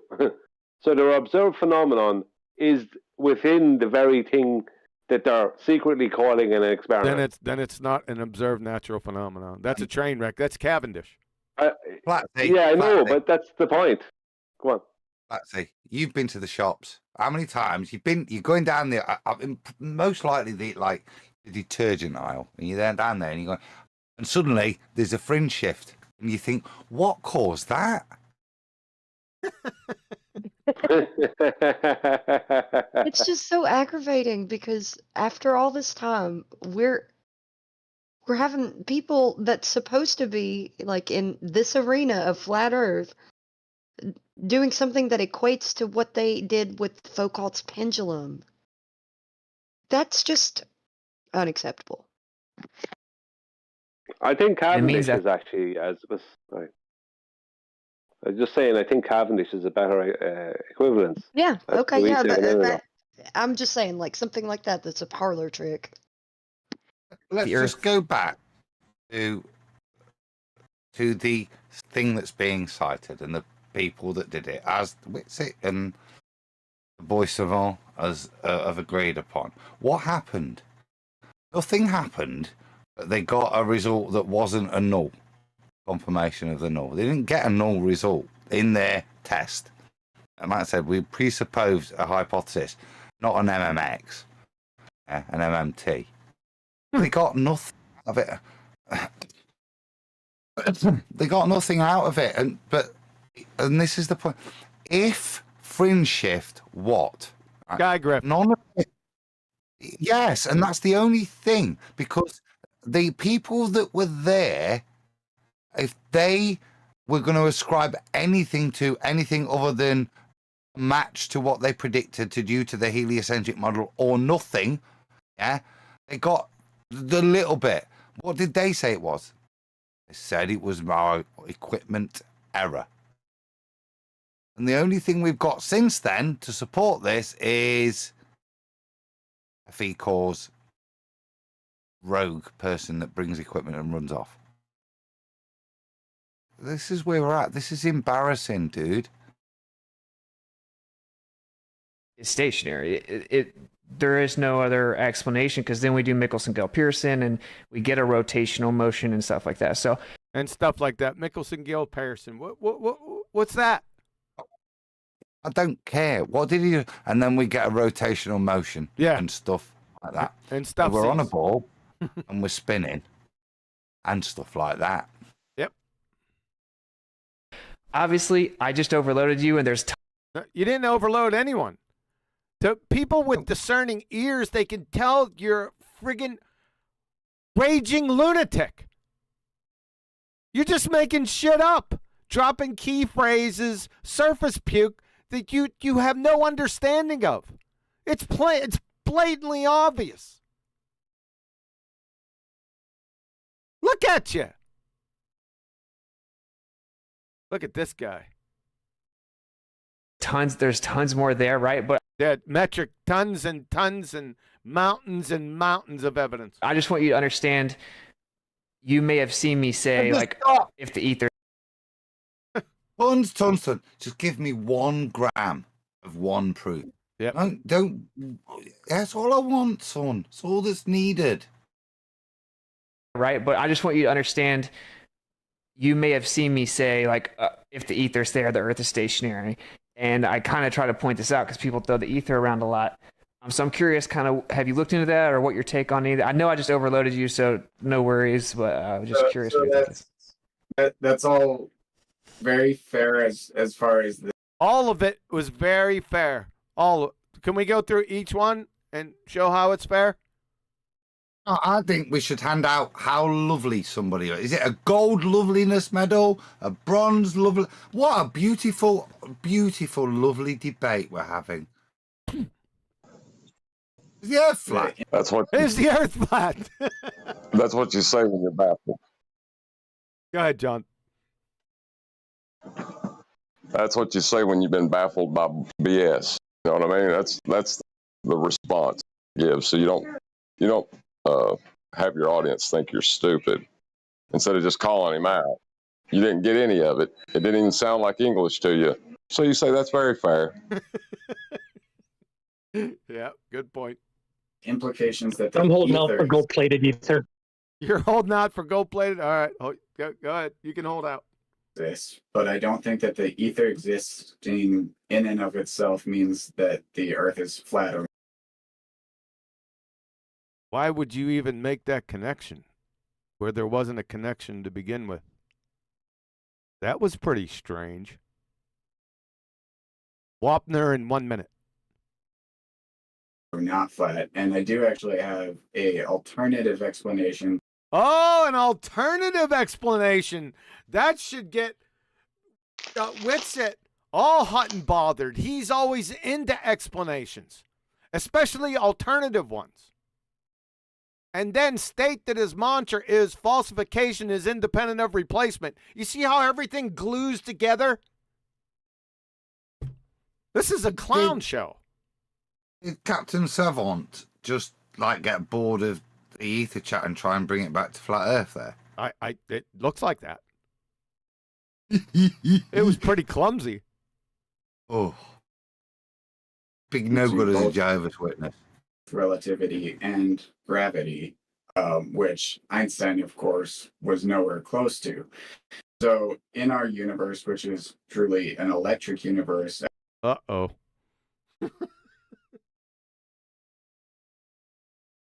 Right, I mean, seriously. You know what I said about feed the conspiratard? That's a conspirator. There you go. And in our universe, which is really an electric universe, yeah? You know where that's going. Most people do, don't they? AI's here. He'll probably have to explode. I don't blame him. Yeah, right. But you get me? Oh my God! This is like fish food, isn't it? Here, Witsit, feed on this. Can I give you this line for you to just give him some random shit now on Electric Universe? just to demonstrate that all flat earthers are conspiratards. Yeah. This guy, I know he had a brain injury, and I know he worked for the military, and he ended up working in the PSYOPs department, but he did leave. But it is almost like he works currently for the PSYOPs department in the military, dealing with retard flat earthers. It's like that's his mission. Adam, that's really conspiratard.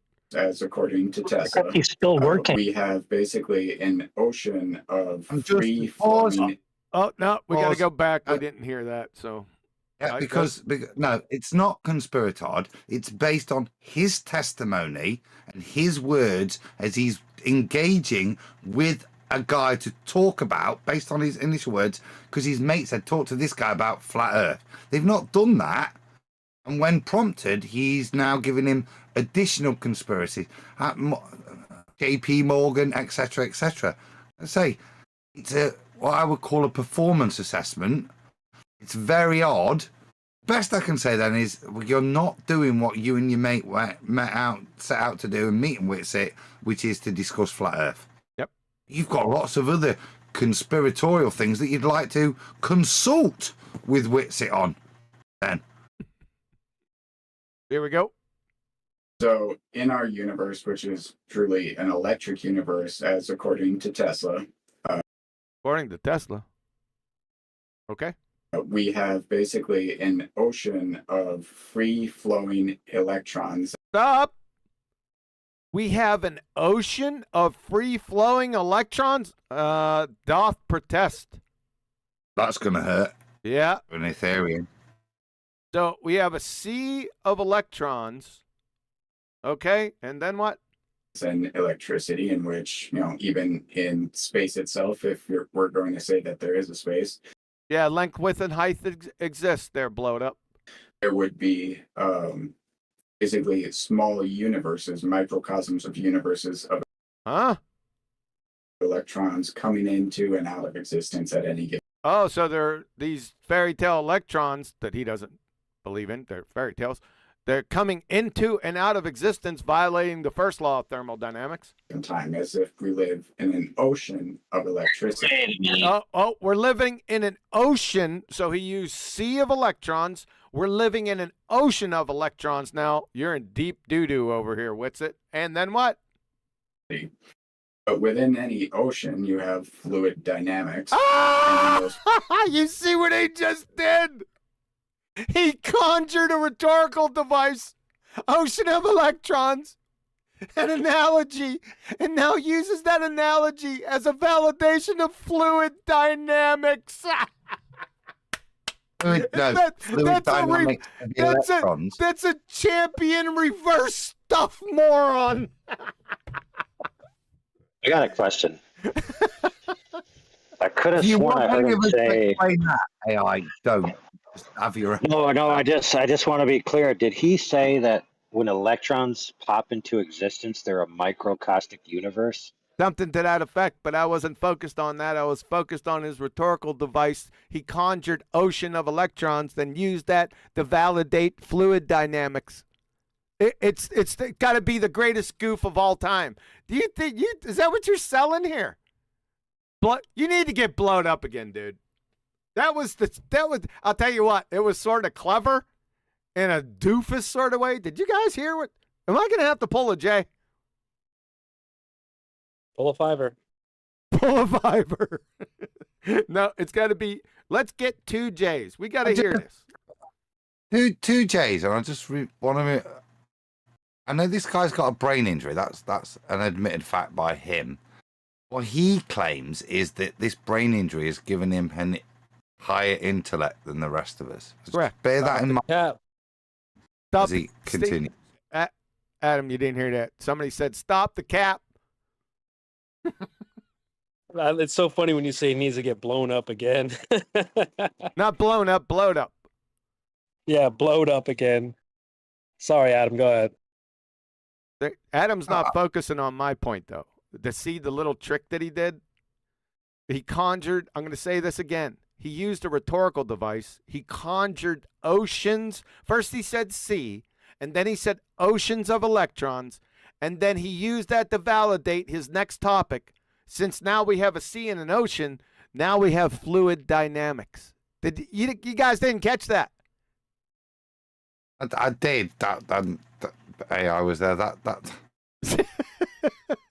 Here we go. A wave of is it that right? So now, actually, what you actually fundamentally have here is a claim of what a substantial background medium is. The sea of electrons. Well, that's more than Witz has ever said. This guy's imagineered this with his limited knowledge of physics, as he's demonstrated by his imagineering of such a ridiculous statement, yeah, into his background media. Yeah, this is like listening to two like stoners. Whoa, dude, I've got like this background medium, and it's like gonna ripple and that, dude. You know when the like electrons ripple? It's fluid dynamics, man. Whoa. Yeah, you're trying to get. Yeah, it's really cool that you said that, but I want to stick on my point because this is very. He reverse stuffed you with a reification fallacy and then brought it into existence with fluid dynamics. He connected it. You want to hear it again? Here we go. I don't know, brother. Go ahead. There's got to be a worse fallacy because that's like way worse than reification. At least with reification, you have like some kind of model or concept, not just like language. He used a metaphor to bring it into physical, validatable existence. He used his sea and his ocean of electrons, and then all of a sudden went into fluid dynamics. He just greased the skids, and then ocean. it's spot on, Q. It's insane. Brilliant. Listen to it. I'm going to pull another fiber. Let's have it. I'm going to say, let's have it. That if you spotted that spot on that is brilliant, son. Yeah. Watch this. Just listen. In electricity, in which, even in space itself, if we're going to say that there is a space, there would be basically small universes, microcosms of universes of electrons coming into and out of existence at any given time, as if we live in an ocean. There we go. We got the ocean of electricity. But within any ocean, you have fluid dynamics. Son of a bitch. Hold on. Respect. I'll give you that. Did I get a +1 for catching that? You can have a 2 for that. I'll tell you what. That's a tenner. Yeah, that's bullshittery and deception together. So that's why it's a +2, not just 1. Yep. I caught you, boy. I gotta give that guy points though, because he said something so retarded that could only be washed from your memory, but something even more retarded following it in direct sequence. That was pretty good. You're gonna have to give him something for that, though. I mean, that was pretty clever. If you weren't listening to it closely, you would have been Jedi mind tricked. You guys were. You didn't catch that. It could be maybe the end product, of maybe an office of people, 5, 6, maybe military, some of them maybe not, but most of them probably ascribe to the PSYOP division, and that could be a week's work there. That statement. Oh boy! And I already pointed out AI. I already pointed out the first law of thermodynamics violation with his little microcosms of universes and stuff. So that we already demonstrated that point. This we're off the reservation, folks. That's pretty good. That was good. I have to give you that. And in those fluid dynamics, you have surface tension. So if the Earth, he's just rolling on with it. He's just rolling with it, boy. You gotta give it to him. That's another layer. Yeah. Now you've got right, QE, I've got a question for you. What's the surface tension of an ocean of electrons? I didn't say that. He said that. You're going to have to ask him. I just want the answer.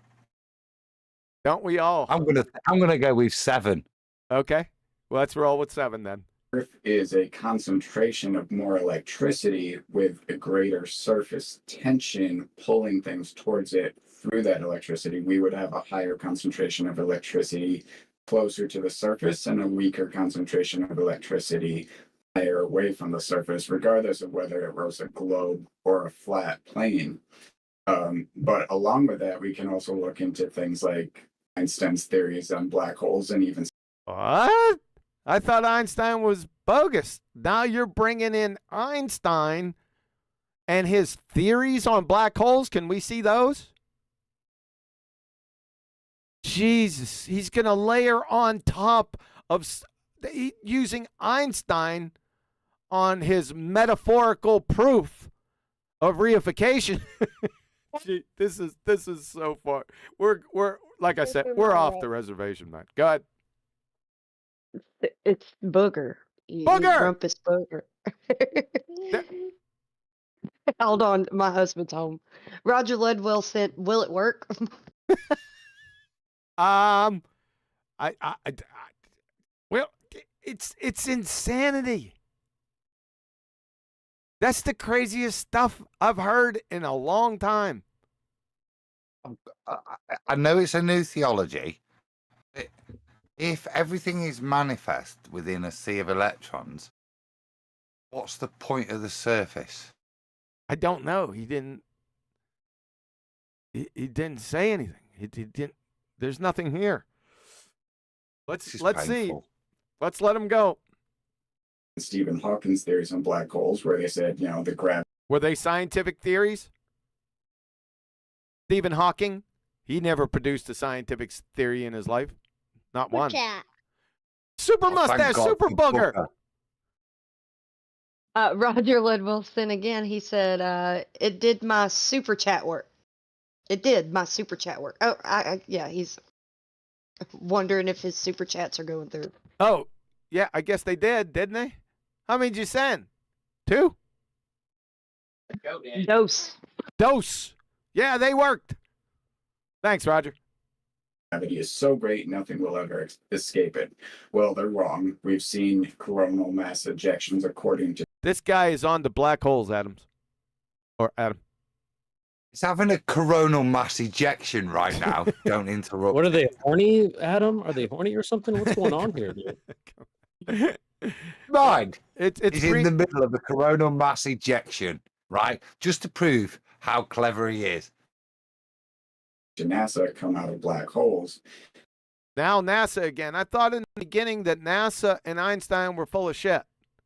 But now you're using it as some type of evidence or proof for your mediation from your sea of electrons and its fluid plasticity.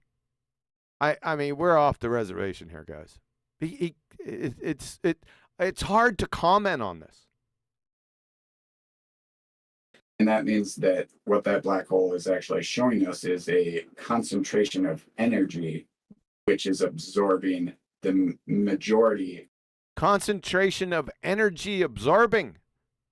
Oh, no, I'm lost. I might need a J here again. Oh, God. You're going to make me listen to this again. You tell me if I need a J. He's just told me something that we observe when the sun does stuff and it makes pretty patterns around its edge. We call a coronal mass ejection means that there's a concentration of energy at black holes. That's moronic. I didn't say it wasn't. I said, is that what was just supposed to me by this gentleman? Okay, I'm gonna pull 2 J's. We're gonna grind our way through it. Okay, it's gonna be really painful. No, it is. Here we go. Black holes, where they said, the gravity is so great, nothing will ever escape it. Well, they're wrong. We've seen coronal mass ejections, according to NASA, come out of black holes. We've seen coronal mass ejections come out of black holes, Adam. I feel like they're trying to make me like horny or something. You would, you vixen. And that means that what that black hole is actually showing us is a concentration of energy, which is absorbing. I don't care what he's about to say. Because what his point of cognition is And that proves that what they've said about black holes is a load of bollocks. Now, I want to stick with black holes, so I'm going to reinvent a new explanation as to reify black holes with this shit. Even though I recognise that everything of anybody of any recognition has purported black holes, but now I'm the new daddy in town. Black holes are imaginary. They're That's what I'm mathematically saying. Yeah, they're even defined that way. I've got a whole loads of stuff on black holes. We're not going to go there. This is just rambling idiocy. The majority of the light that would otherwise try to escape due to its surface tension. Oh, back to surface tension. Due to what surface tension? The black hole surface tension or the light surface tension? Because according to Whitsitt, the light is the medium. We already heard him say that. I'm starting to get this now. Are you? Clearly. Yeah, because clearly when the surface tension of a black hole reaches a limitation point, and there is a coronal ejection, as described by NASA, which disproves all the theory of black holes as previously supported when we look at something and call it a black hole and then see a coronal ejection. So that's what you garnered from it? They're talking toss. And it is pulling that light back into that black hole, but that doesn't mean something couldn't escape it. So we can actually look at what those could realistically be. They could even be the lost civilizations we're looking for. We're looking for lost civilizations in black holes? What the hell did I get myself into? Super mustache, superficial, super black hole. Roger Ledwell, he sent, it's Einstein's day at the beach always, and mass injections. Mass injections or ejections? He may have meant Both. ejections. Okay. I think he was fully correct in what he said. Talk to me again, bugger. Super mustache, superficial, superintendent. I'm sorry, he's got this screen up. Just click over here. Just click. Okay. Roger Ledwell sent. There you go. Roger Ledwell sent again. Oh yeah, and the waves. Thank you, Roger. I don't know if I want to push play anymore, man. It's painful, mate. It is. Remember earlier they said the seriousness of the implications, right? So I actually know where this entire thing is headed. Oh, The really? implications that they're seeking. Well, maybe not so much for blowed up, dude, but definitely on what blowed up, dude. So I actually sent it to you in your DMs. Oh, I can't look at 60 DMs seconds. now, dude. I'm right in the middle of the show. Oh man! All right, I'll send it to somebody else. Yeah, send it to somebody. I Read can't. it out. All right, let's see where this goes. I don't know. It's No, I'm with you, QA. Right, we could do this and keep stopping at every half sentence because it's so egregious. Yeah, but we've got the idea. We aren't going to. I called it earlier. That's +3. They're not going to mention flat Earth, and they haven't, have they? Since I shouted that, nothing. He's tried to pull it back. We've gone back. No, we're let's just live in this. Both these guys have got their own agenda. Whitsitt, yeah, has got he's got his true Earth agenda, which he's demonstrating with this constant need to talk about ether as some kind of evidence of flat Earth, yet to be demonstrated, the proof or its existence. And then you've got this guy, the brain-injured military dude who's now used to work last week, apparently, for the PSYOPs division. And what he's pimping, but and this is the point, because you weren't here. His initial premise when he came in was, well, it could be round, it could be flat. It depends on how my conscience manifests it in the metaphysical. There's only one place it could go when these two guys meet, and that's their kind of point of not even disagreement. Wow, this is lovely. We could chat shit together for hours, which they're going to do, aren't they? Yeah, so if you show up to talk about flat Earth in places where people that are interested in flat Earth want to talk, and you're talking about something else, then you're just using flat Earth as a vehicle for what you're preaching. Kind of like cults do when they say, "Hey, we believe in Jesus just like you. Why don't we talk?" And then you find out that in their religion, Jesus is a space alien that had super eternal sex babies, and then you could become one and then have another planet of your own. AI. No, better analogy. A bit, instead of that, a bit like Flat Earth Dave, as he likes to be known, as in Dave Weiss, who denies the term flat. That's a better analogy, isn't it? Instead of invoking Jesus. To a degree, but I'm talking Neither of about these people guys that will use ever be terms. They use get in the door terms, because you're friendly with these terms. So you're like, hey, we're all flat earthers, let's talk about it. And then they're like, oh, I wanna have you ever heard of our Lord and Savior Ether Christ? Okay, so let me continue on that vein, because I've alluded to Dave Weiss there, and with Dave Weiss's rebuttal, I did contact Witsit for clarity on this with regards to, is it flat Earth? And I'm still a little confused because, as always, anyone from True Earth seems to be able to contradict themselves, or at least add confusion and delete any clarity. But with regards to use of the term flat Earth, this is Witsit's response to me. So I asked him, True Earth could be something other than flat, possibly? ?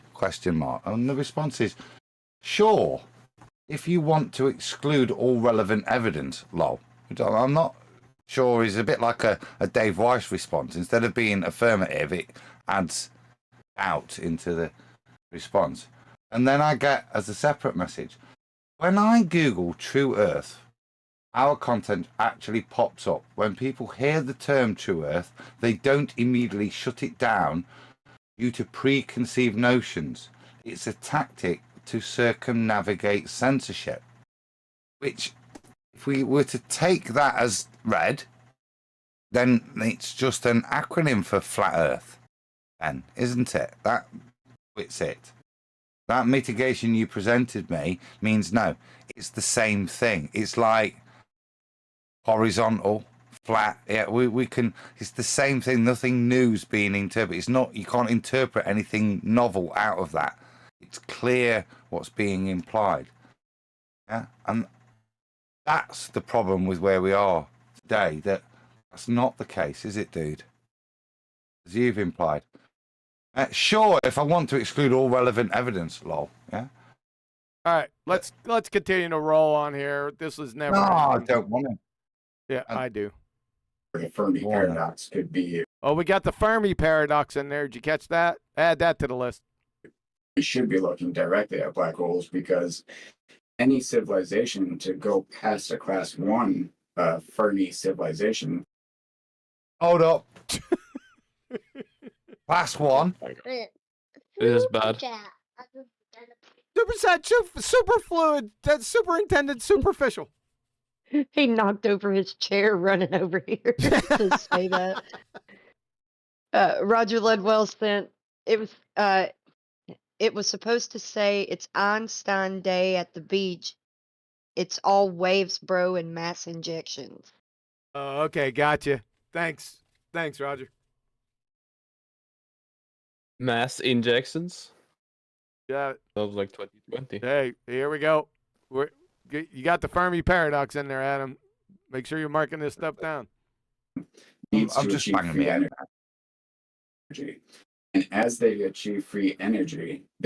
Free energy makes its first appearance. When you say free energy, do you mean the cost of it? Like in payment?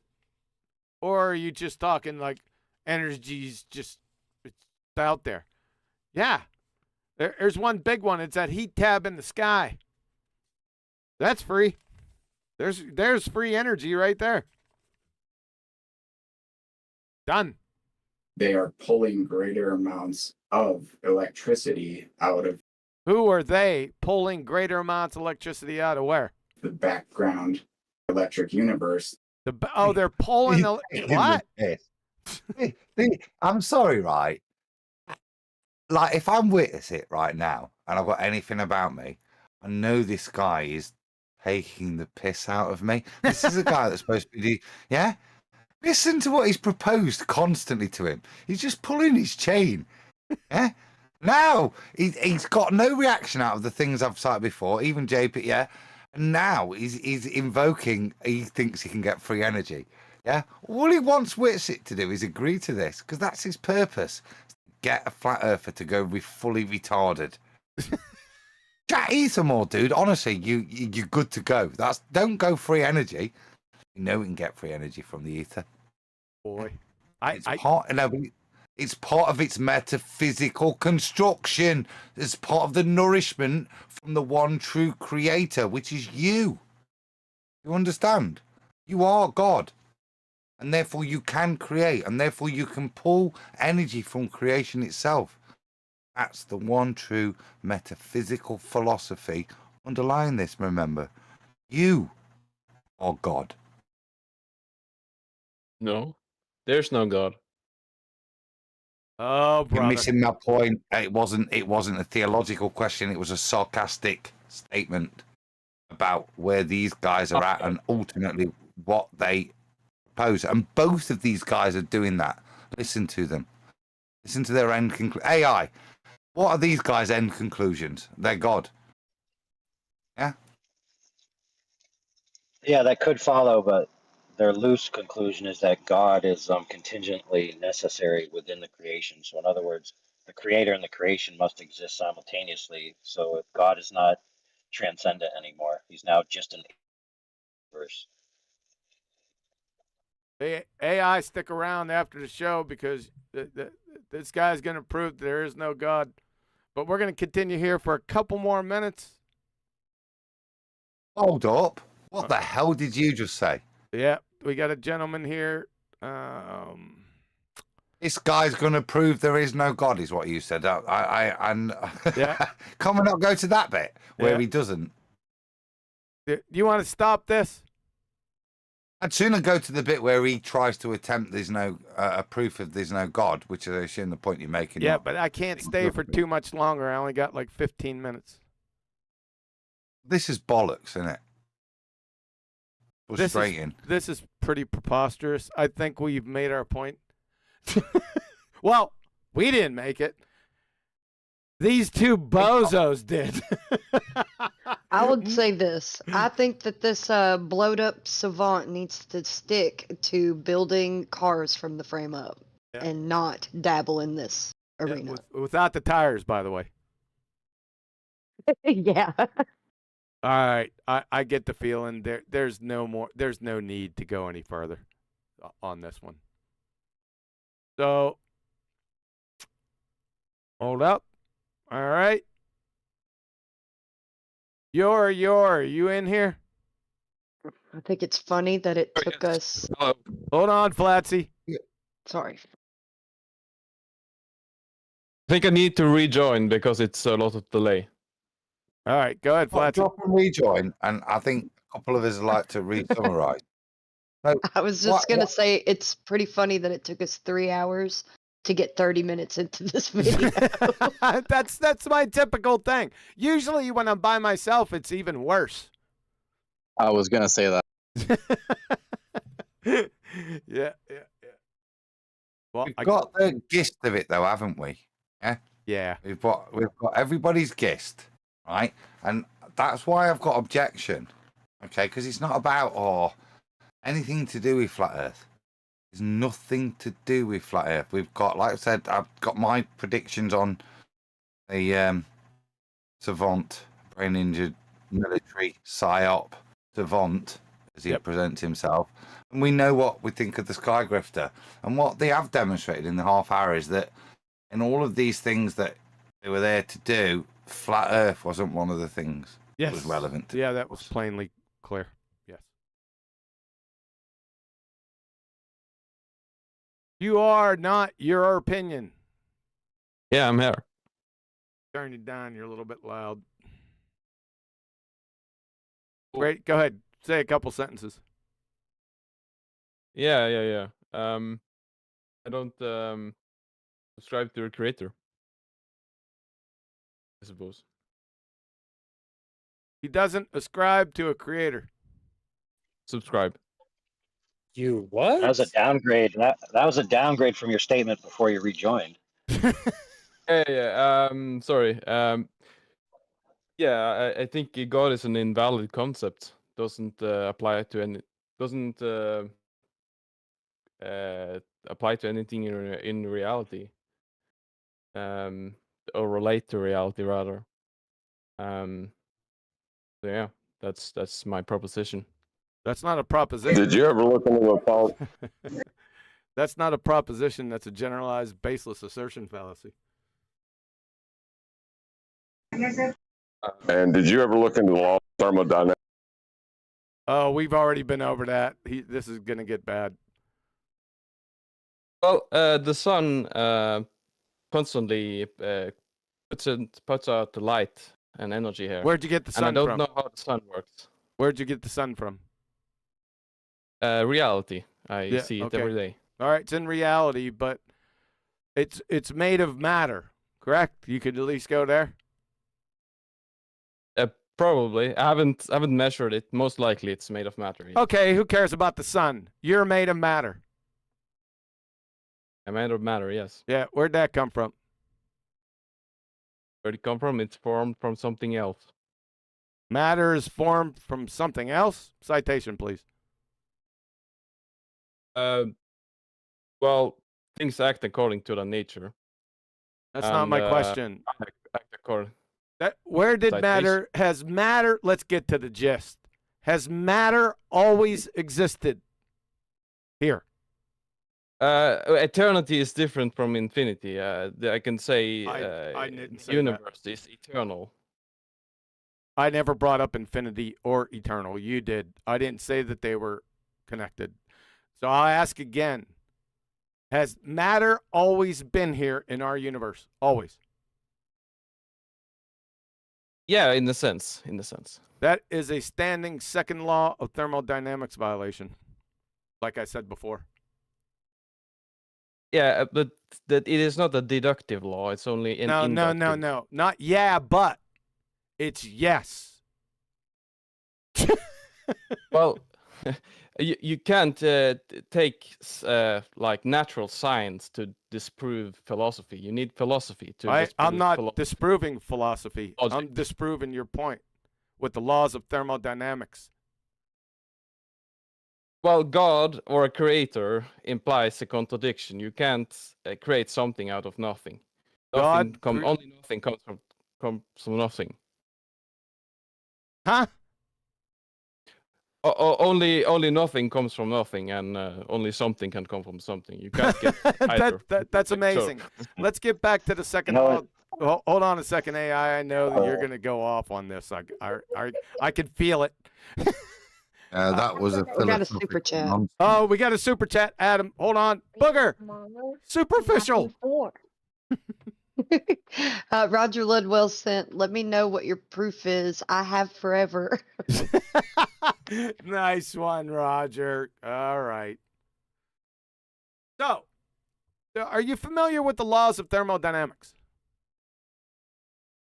I haven't read deeply on them, but my understanding is that the energy gets less available the more it is used. Well, let's just summarize. I'll just summarize them briefly, and we're not going to go to all four laws. I'll just use the first and second law. The first law of thermodynamics: the total amount of matter energy in the universe is constant. That means nature or natural law cannot create or destroy matter or energy. They can only change form. That's the first law. Right. The second law of thermodynamics is the amount of energy available for work is running out. The universe is moving inexorably to maximum entropy. They call it a heat death. I call it a big chill. Same thing. So, taking those two laws into account, if the total amount of matter or energy is constant and the amount of usable energy is decreasing, then the universe will end. Ergo, it had a beginning. Ergo, it had a beginning. Right. But that's if the premises are true. The premises I'm not of sure what? about the second one. Very. The premises What's of your what? argument? Not the argument. They're the first law and second law. They're not. I'm sorry. They're not premises. They're not an argument. They're natural laws. But you just gave an argument. With the premises and it was an argument. It was a consolidation of two laws of thermodynamics in conjunction. What they equal. All right. But on your position, how does your position not violate the first law when it clearly? I mean, if you create something out of nothing. Yes, I'll tell you. I'll tell you because of the two ontological primitives, the first law and second law. All the laws of thermodynamics are natural laws. They don't apply to a creator. That's why. All right, so you can just avoid. No, it's not avoiding anything because we skipped the first. Now we skipped the first step. So let's get to the first step. There are only two possible worldviews, ontological primitives, that can be held to account for how we, the universe and us, are here. Nature, matter, unguided, or intelligent agency, God. Those are the two choices that you have. Ontological primitives. Unless you can give us another choice. Yeah, I will say the second one, but with no start. It's eternal. That's a second. You're calling an eternal universe. That is a second law of thermodynamics violation. Right. QE. So you are, okay. When QE cites law 1 and 2, think of the implications of the application of those laws. What's the natural conclusion that you can draw in terms of nature, where it came from? It kind of almost imbues to you that you have to accept that it was created, it was founded, and then certain principles apply to it. Does that before you get to ontological primitives, just look at the two natural laws in of themselves and think about them and themselves and what they must implicate for us to be here. How we got it. Yeah? With God, it seems kind of similar with ether to me. Not God. Not God. Well, Forget no, not God.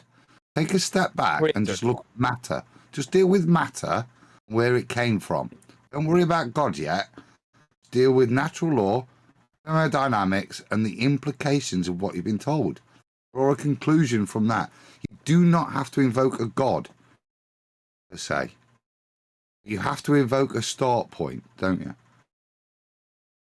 Well, the issue I have is that you can't create matter out of nothing. So that question is invalid because. Are you happy with that statement? Not God. But slow down. We don't need a God yet. Are you happy with that statement? You made it. You can't make matter out of nothing. Are you happy with that? Yeah. I am. I think it's principle for your understanding. So carry on, knowing that we've just highlighted that statement that you made. Follow the logic, dude. Well, yeah, I mean, using that, should be like a starting point because you can't have an actual of infinity. But the starting point is problematic because you can't. No, it's not, brother. It's not. Slow down. Not problematic. Yeah, if you want to evoke it from nothing, but you've just said that's impossible. You just made that statement. So don't have to invoke God. What have you got to invoke, and what is the realization of logic from all of what you've just said?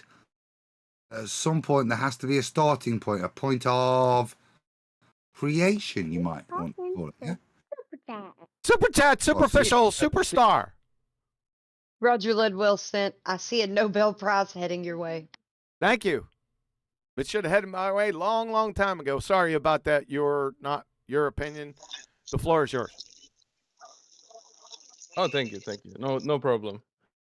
Yeah. Well, what's your question again? Sorry. Okay, go ahead, Adam. Succinctly, please.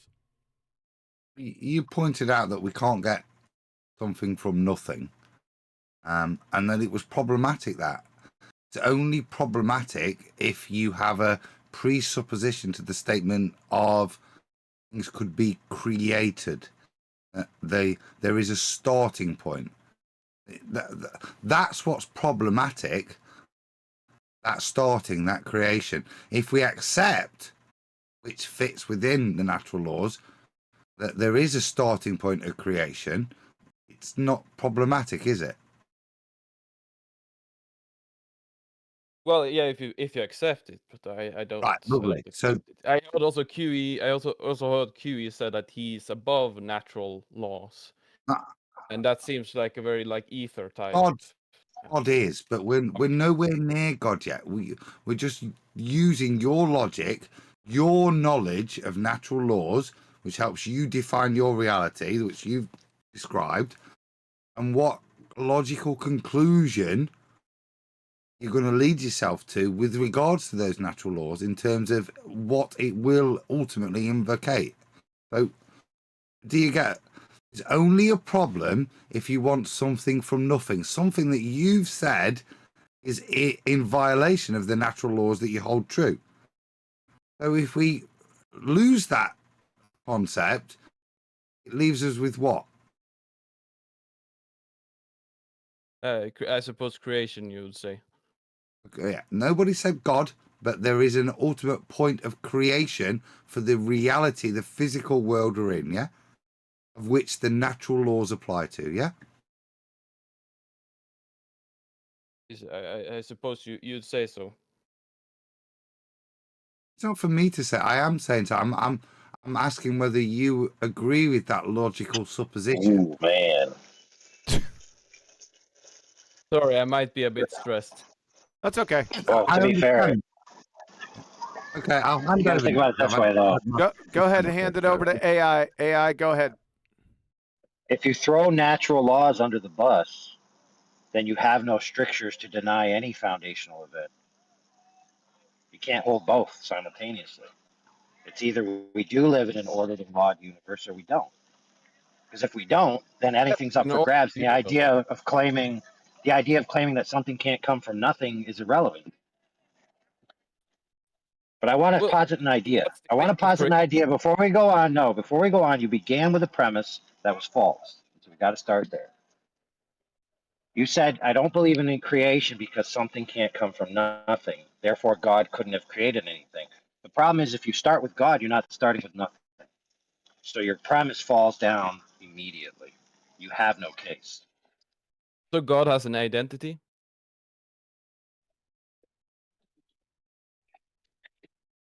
You've got him running now, AI, before he can even walk.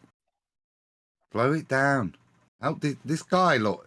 He just said, oh, what I said, struggling. Yeah, he struggled with.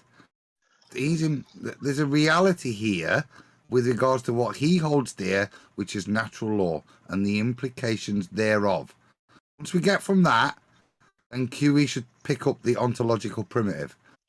Do you understand what I'm saying? With regards to how you hold the natural law, which is what AI picked up on. If you ignore them, you've got nothing, son. You recognize the natural law. You recognize the implications.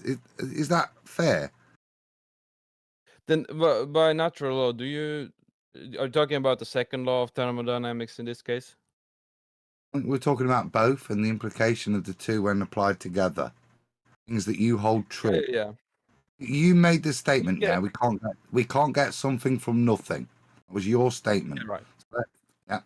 And that is valid. I support that. Yeah, right. I would say the second one is more of an inductive law. It doesn't necessarily follow from logic. and it is observed with gases, to my understanding, and a lot of things. It's not But logic, is it? No, stop, dude. This is natural law. This is not logic. This is natural law. Yeah, but Objection. Deduction. Sorry. No deduction. Never shown to be anything other than natural law. Well, I mean, the sun is constantly putting out energy. No. Let's get a point of recognition. What's natural law? It's not a point of conjecture. Never shown to be. If it was ever in doubt, it wouldn't be a natural law, would it? Hence why you can make the affirmative statement, you can't get something from nothing. And you may have got that from your mum or your dad, but they got it from natural law. Yeah? Right, so let's go back to that, because that's where we were pertinent in working through this. We can't get something from nothing. We hold natural law as inviolable and the only grasp on reality we have. Do we agree with that? Yeah. Yeah. Okay. We're both done. Buggers here. Right. Just a quick one. Roger Ludwell sent, God made himself his own identity, no pronouns.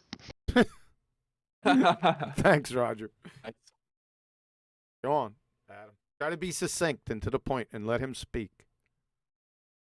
I just want a point of agreement to move forward on. I think we've got there. You are. Because I do want to hand over just a pertinent point where we agree that natural law is based on our reality.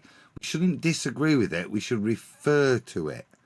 And with that in mind, and your statement that we can't create something from nothing, ultimately then, something came from somewhere, which sits outside of natural law, and we could just, at this point, without getting into any kind of theological, recognize that as a creator. Something created all of this and set it in motion at some point. It cannot, because of natural law, have come from nowhere, can it? Well, I think it's wrong to say that it came from somewhere. I'd say it simply exists, just like Ayn Rand said. It's always existed. Yeah. That's what I would say. But then you're denying natural law.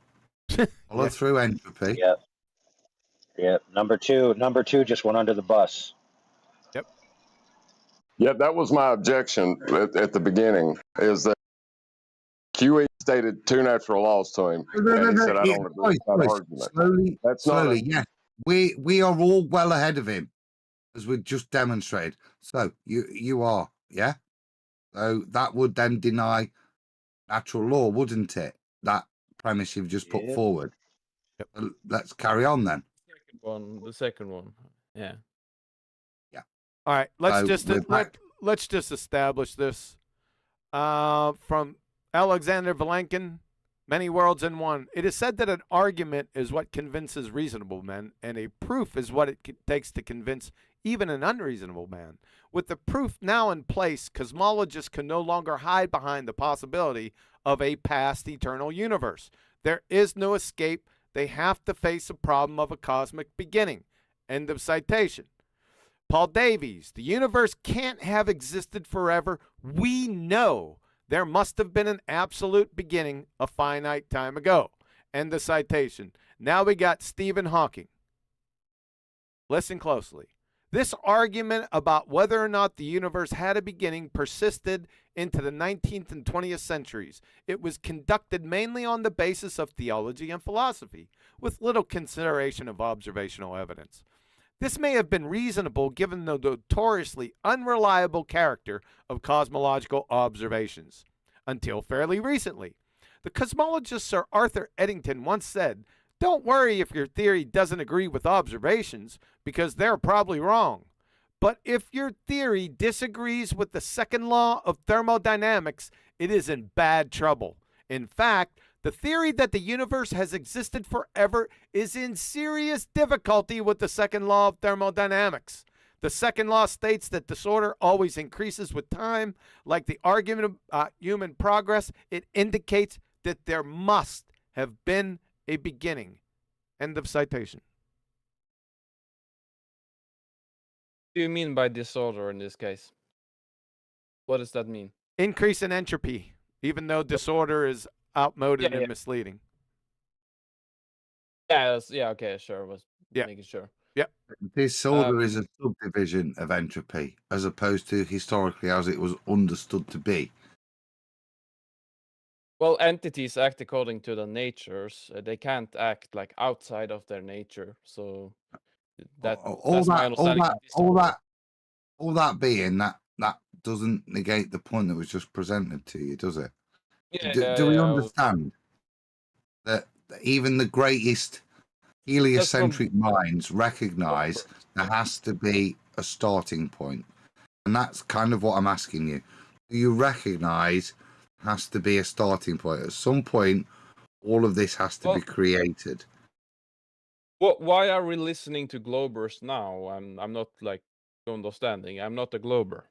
No, that wasn't my point. My point was the greatest, all the minds, whether they be heliocentric or creationist or whatever, or agnostic or atheist, still recognize this point. And there has to be a point of creation for the natural laws to be applicable to. Otherwise, the natural laws don't make sense. You recognize that now? Yeah. Yeah. Unless, by the way, if there's no stricture of law from which to judge reality, then that means you can make no claims about it. So your claim God doesn't exist is irrelevant. We don't need to hold him to the sword yet. You are. Do you recognize the point I put to you? Yeah. But it is not a deductive law. That's the issue. That has like, nothing. You have to observe. I'm sorry for interrupting you. You keep placing this in logic. This has nothing to do with logic. The first and second laws of thermodynamics are natural laws. Okay. Yeah. I mean. So. Yeah. I mean, you can using different machines. You can put energy in different forms.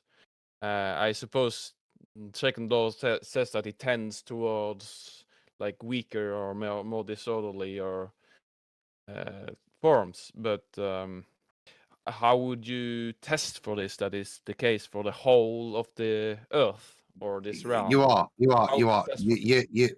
wandering off now. Now I want to hand over to the ontological primitive discussion. You're not going to, because I know, but I'm not going to allow this to be progressed into what that attempt was.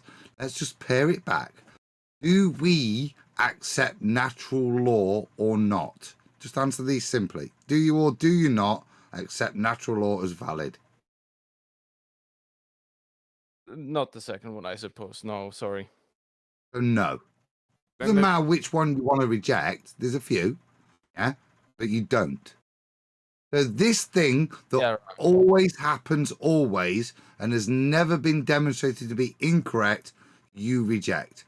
Yep, that's what he just said. Well, absence of evidence is not evidence. No. It's not what I said, and it's not for you to mitigate. I just need an answer. Natural law, this thing, that is held true for everything that we can judge things by, and has never been demonstrably shown to be incorrect, otherwise it wouldn't be a natural law, you do not hold true. Right.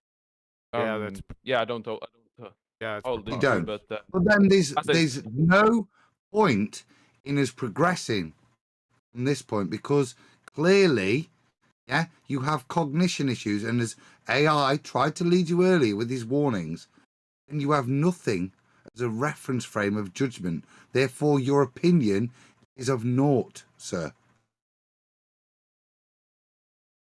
Right.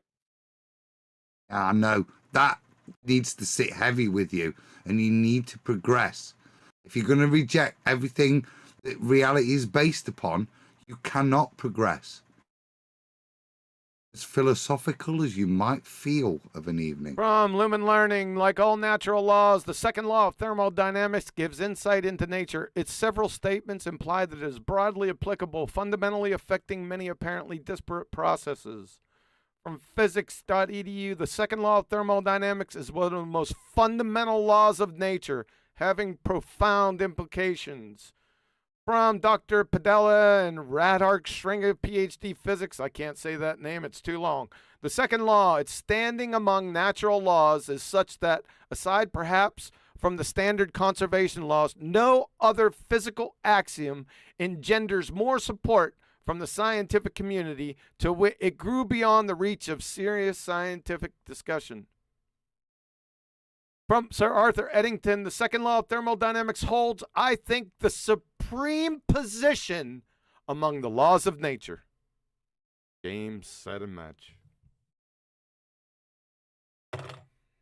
All right, cool. Well, and the problem really is when you try to argue with the natural law, you're not, there's no argument. It's just a natural law. Why are you trying to argue with natural law? That's, I think, the only question here. I'll tell you why, because it interferes with your worldview. Let him answer. Let him answer. No, I'm sorry. Go ahead. You are. Yeah, it's true. That's why I have to reject it, because it interferes with my worldview. At least you're honest. Yeah, the reason I have like. Sorry again. You are. We got a superficial super chat superstar.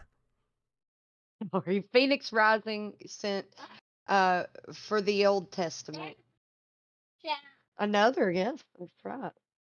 What Roger Ludwell sent, one last thing. This is Sparta. One last, yeah. Hey, Phoenix Rising. Thanks, Roger. Appreciate that. All I have to say is I'd like to let him talk a little bit.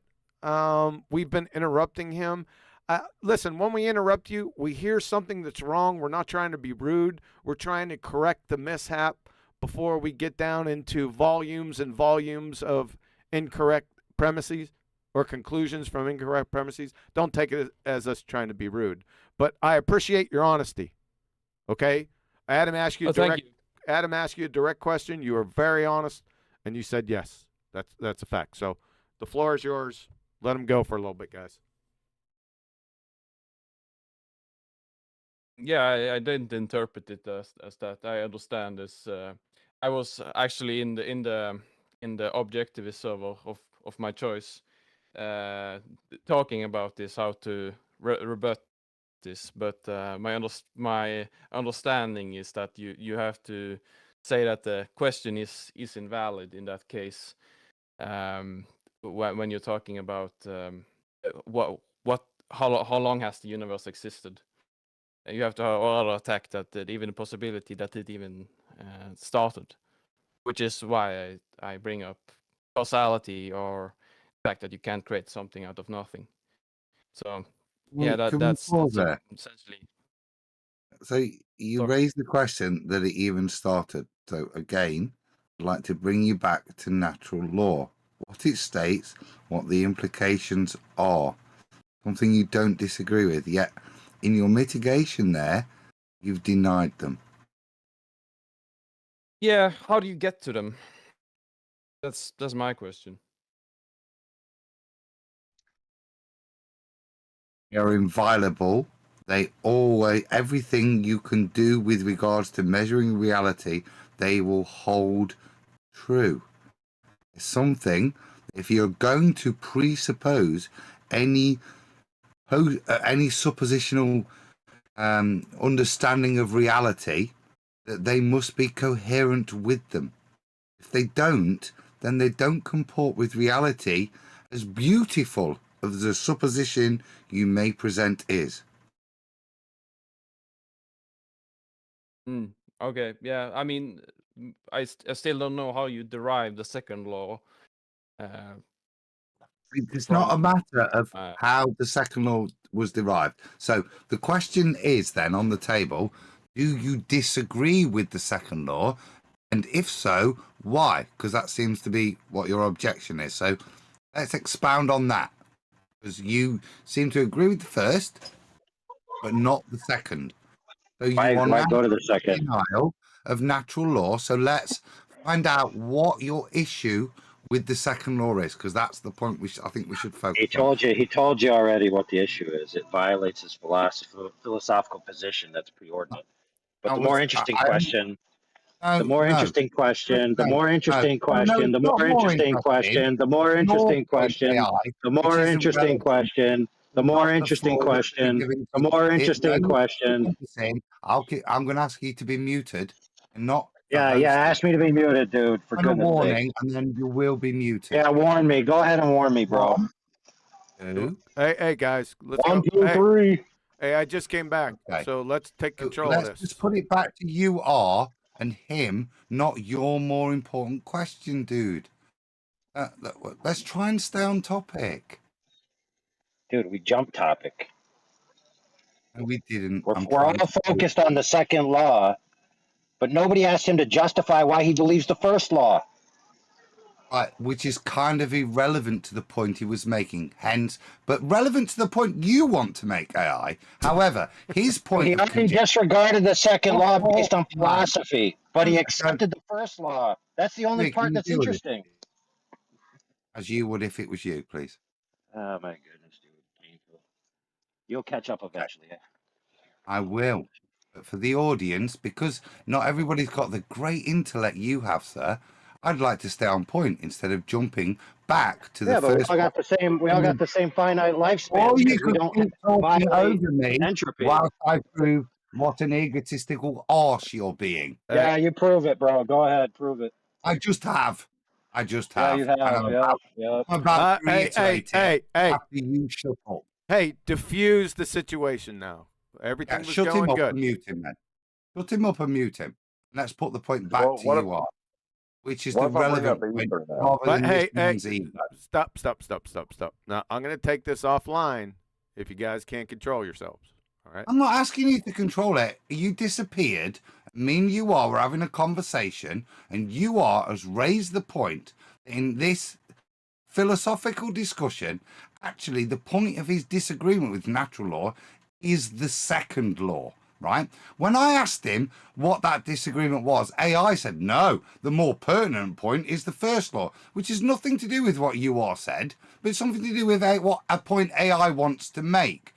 Now, I'd like to bring it back to the point that you answered are. The question. That was the point. You triggered mofo. Hey.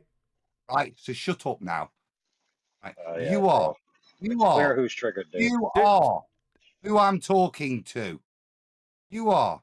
You raised the point that in this philosophical debate, the point we're having an issue about, your point of objection in terms of natural law was the second law. So I'll ask you politely, and you're not, and the politeness isn't directed at you because I don't know what I was doing, but I'll ask you, what is the issue within the second law that means you have an issue with natural law?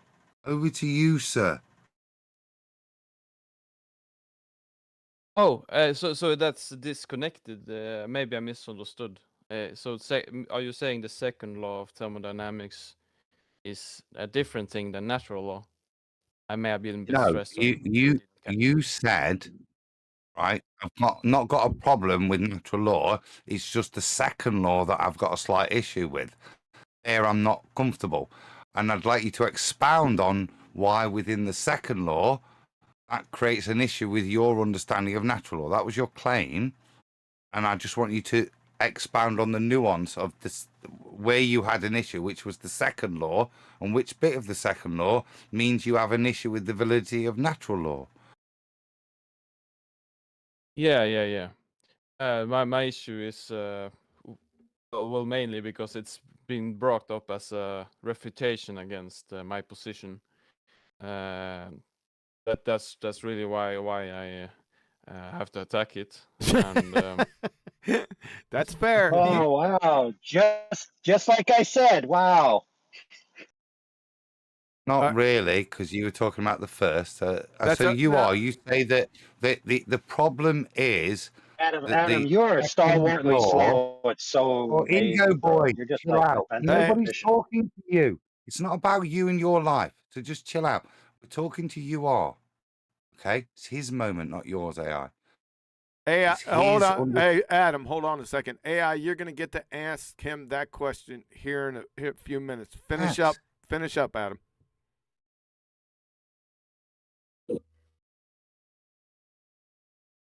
I forgot where we are. We're at the point of the second law, weren't we? And your opposition to it. So do you want to just elaborate on why the second law is problematic to you? Adam, he already stated it twice. He said that I know, but with apologies to me then, AI's constant interruptions, whilst I'm trying to hold a conversation with Yara as means I've missed. So can you bring it back then, QE, to the point of pertinence? Yes, he's already stated. You asked him twice. He's already stated that he must deny. I'm paraphrasing. He must deny the second law of thermodynamics because it is in violation of his worldview, is what he stated. Lovely. So why then is what I'm asking. That's why he gave you the reason. Why? And you are just as a sub point, which may help you fill it in. Why would your worldview take precedence over the second law, the natural law? Oh, good point. Yeah, interesting question. Yeah. Yeah. Because I mean, I think the first law is more important, and I think it's in violation of creation. Well, I guess we went over that already, but my understanding is that creation needs like a supernatural creator. Supernatural nature, as in, he doesn't only have one nature, which means he's beyond identity, to my understanding. Created the universe, nothing. I mean, he was nothing, and then he became something. Well, that is a violation of the first one. Oh, so there's your philosophical disconnect. Yes. Yeah. Go ahead, QE. This is the point of the ontological. This is the point I've been working to. Pick it up now, because that's the disconnect we've been waiting for. That statement. Yeah, it goes against.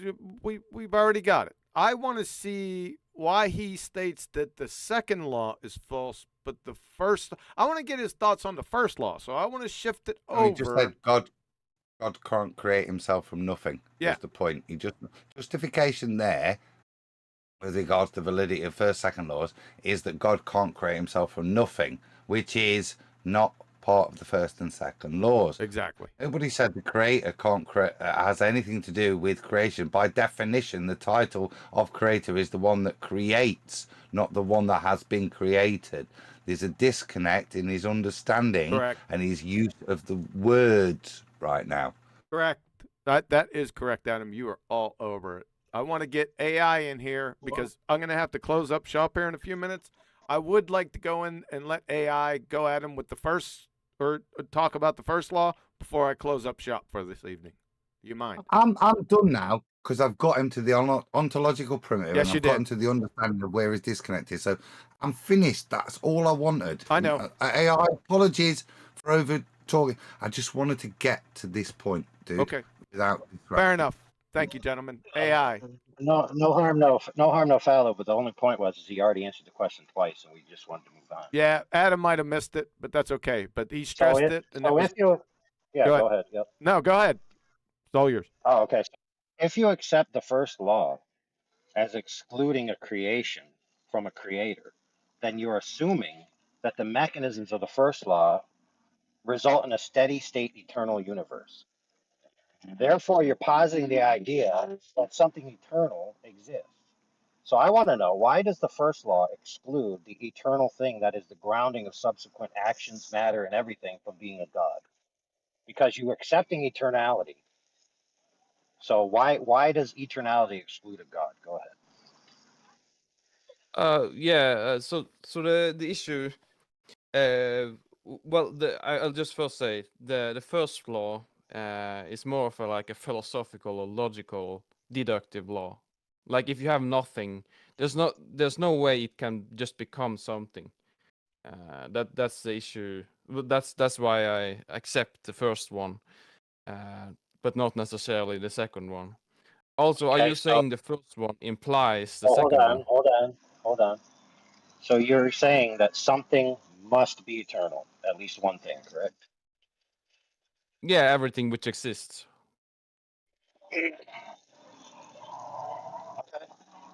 No, that can't be. That violates the second law. So there's a problem here. There's a disconnect. And I think it's between natural, it's the ontological primitives. It's where Adam wanted to take him the first place. I already took him there, Adam. It didn't matter, right? Because then he leaves go the second law, and then it all falls apart. I don't want to go back over the same real estate again. We'll just be in a never-ending circle. Follow? All right. Yeah, but I do think he seems to be repeatedly making this claim on behalf of others that if they think God created, then something's coming from nothing. But the idea that God's creating isn't something coming from nothing. It's everything coming from God. Right. So you still end up with an eternal grounding agent. The problem is that you've foregone that purely based on philosophy because you want to exclude a God. And so you must abandon other natural laws.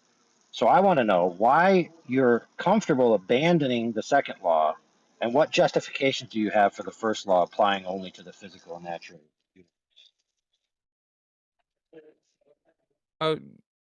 Yeah. Well, the first one.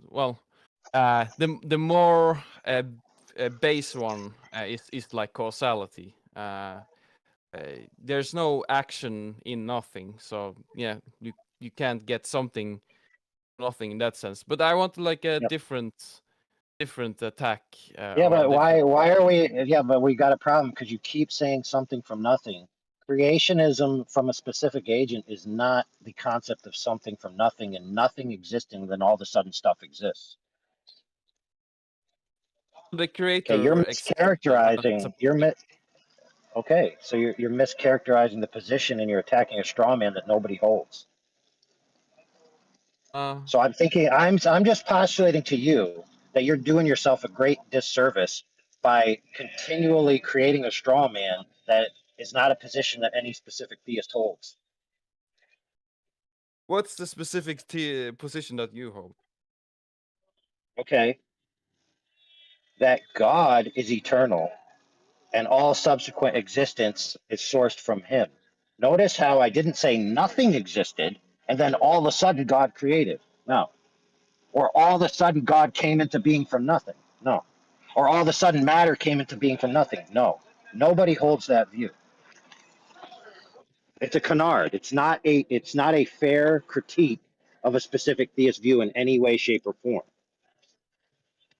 All right. Does God have a specific nature? Yeah. I'm not sure. Okay. Dude, this is apologetics for you to not have to do. The second you ask that question, it's about you not dealing with questions you've got to deal with. Okay? Focus on your atheistic logical viewpoint and work that to conclusion. Don't put questions to AI for him to prove he's God. Work through your bullshit logic that's falling apart that you're struggling with. Right. Well, at least, well, yeah. So that the issue is, of course, second law, yeah. But like the second law, like the reason I'm denying it because, I mean, a different reason is if you have absence of evidence, that doesn't mean there's evidence of absence. You understand what that means? Yeah, what Dude, I'll tell you where you sound like you are right now to me. You've got a Big Bang, inflation, and then a contraction to have another Big Bang. You've invoked an infinite regress fallacy, which still doesn't deal with the bigger philosophical problem of who put that there to keep banging and inflating and compressing and banging and inflating. Deal with your that issue. That sounds like you're saying, how much time has there been? But then I'd say, since when? No. Like It that's the same sounds thing as like saying, how much distance is there to my finger? How much distance is there to my finger? It sounds like my interpretation of me trying to put the best explanation I can give to the mitigation you're giving to not deal with the question. So I've tried to summarize it for you. You can have an ever expanding and compressing, then re-expanding universe as you'd like it, as many times as you want. That's called a regression fallacy. Deal with the problem of the thing that keeps making itself bigger and smaller to ease your cognitive pain. I don't believe in Big Bang. I don't believe in Big Bang is exactly that. Right. What causes the Big Bang? Other than everything. I don't believe in the Big Bang. No, lovely, but that's what you're invoking to deny, to not have to deal with the Big Super chat, super fluid, super duper.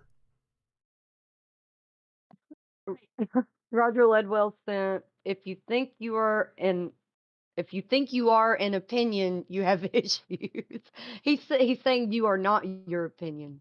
But there we go. And Phoenix Rising sent, over time, you wanted to end 20 plus minutes ago. He's stuck in a cognitive loop. Peace. Yep. Thank you for your super chat. Yes, he is. I think he can work through it though. Thanks for the super chats, guys. I'll be honest though. I'll rather hone my arguments from my side first. I mean, if it is truly illogical, I suppose I'd have to change sides. But right now, I just think I'm missing a lot. Even though I'll also be honest. Well, hold up, dude. Do you just realize what you just told us? You've just said to us it's either truly illogical or the arguments I'm presupposing I don't understand. That's the two paradigms you hold, right? Which means you can go away and learn the arguments that you've apparently got, yeah, or you're truly illogical. They are your words you've just put to us, dude. Listen to how lost you are. Nobody tonight. Didn't respond to. Listen and listen. Wow. No, shush. Listen and listen. Nobody has attacked you tonight. We've been very calm. I've not heard the R word, and I don't mean radius here, in relation to you. Everybody's been very patient to explain. You should now have the good grace, realize what you've just said and how bad your position is, and to just say to people, thank you for the learning. I'm going to go away and back up anything I can say in the future, which is what you've just admitted to us. You cannot say anything now because you don't know anything. You've just admitted it right now. All right. Sorry. Don't be sorry.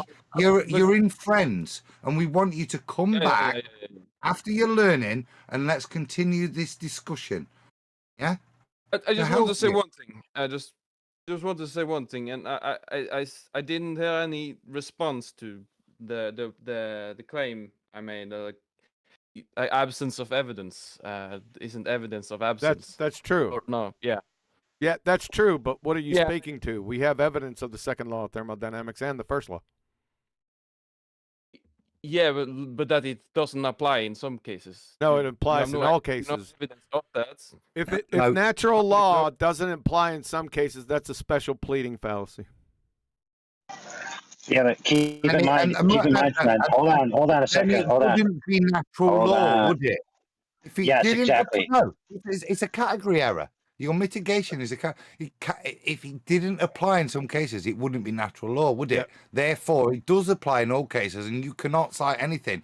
So you to imagine something that's never been demonstrable, which is where we were an hour ago, it's back where you are, which is why you should stop talking now and go, thank you for the education. Why is it natural law? Is another point, yeah, after that. I'll tell you why, friend. If you say natural law doesn't apply in all cases, and your argument requires the first law, right, which, by the way, you used in a straw man, then you have nothing. You literally have nothing to offer. I'm sorry. Like, how do you know it is a natural law to begin with?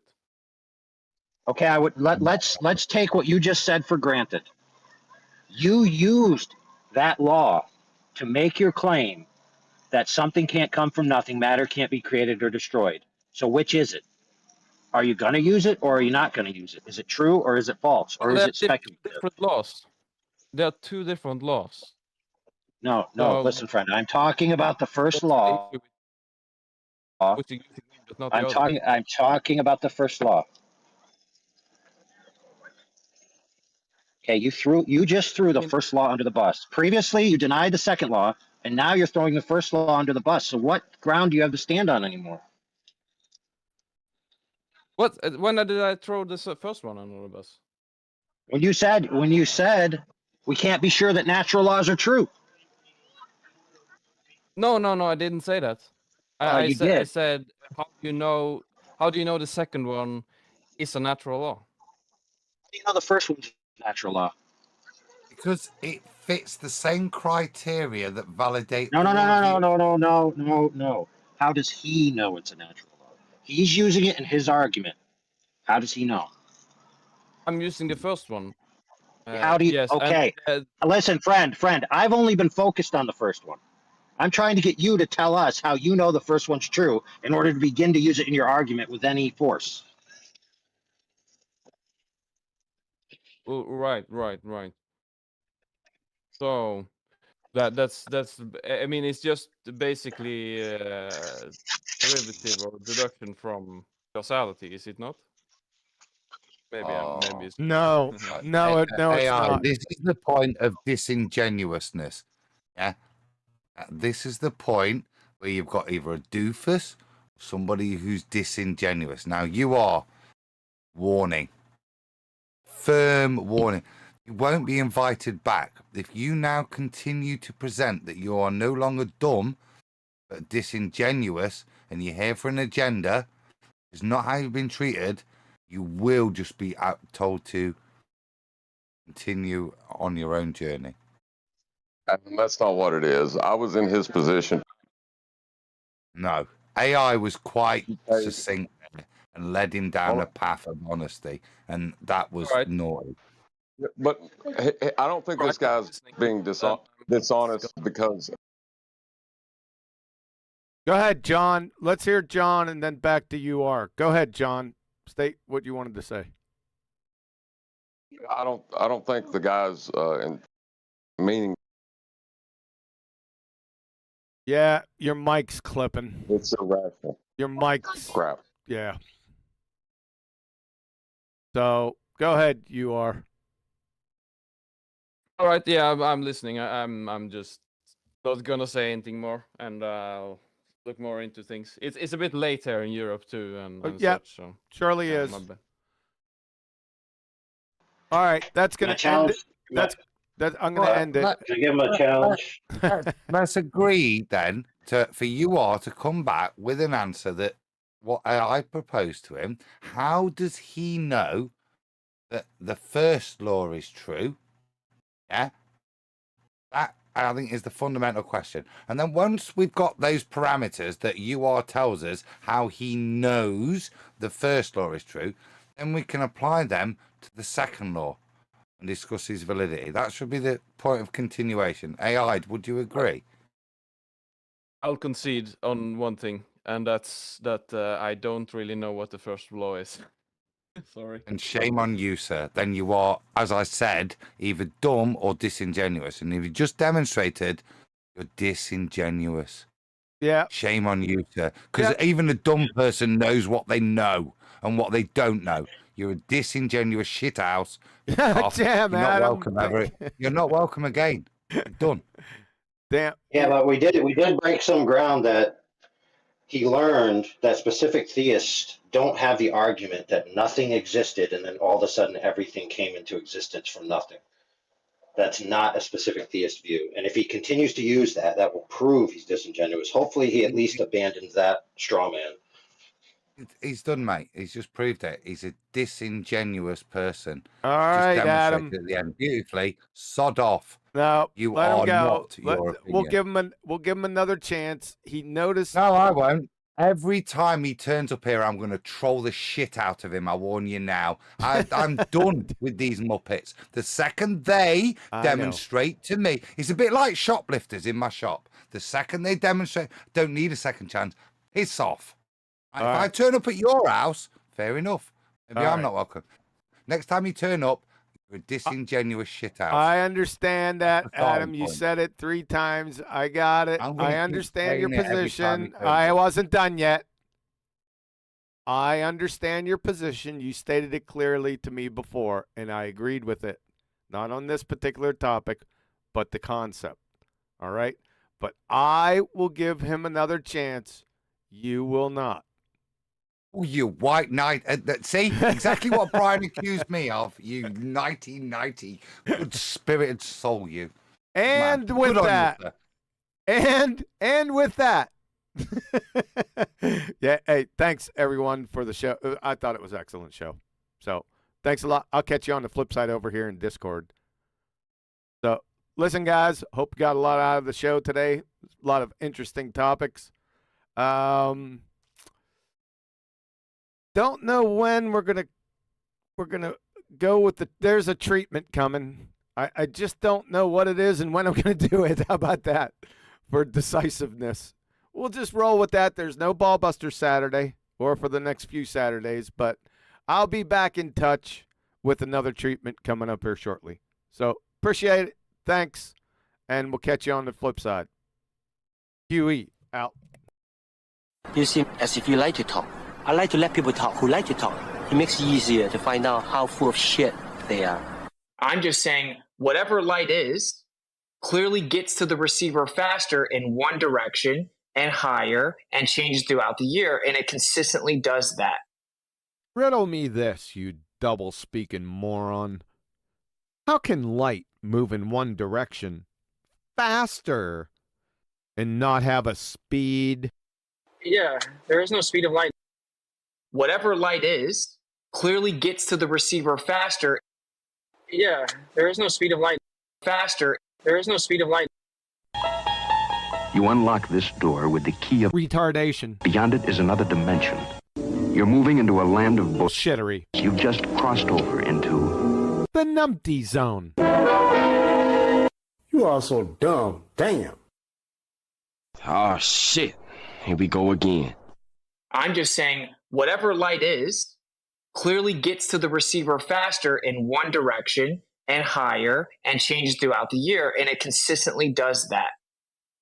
No, there's not a journey because there's nothing traveling. What the light is already there.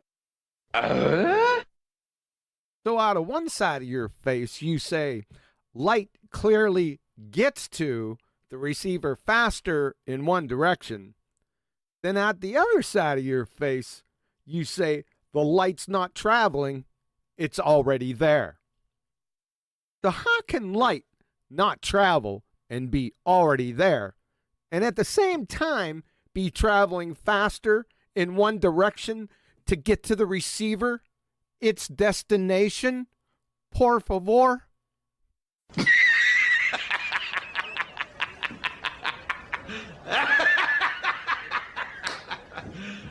You serious?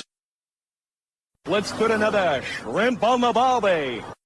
So we have the Respawn Remedial Retard, double-speaking lion sewer rat, shits at 60, guns a-blazing, out-of-the-gate ether argument from FED episode 1702 from 8 months ago.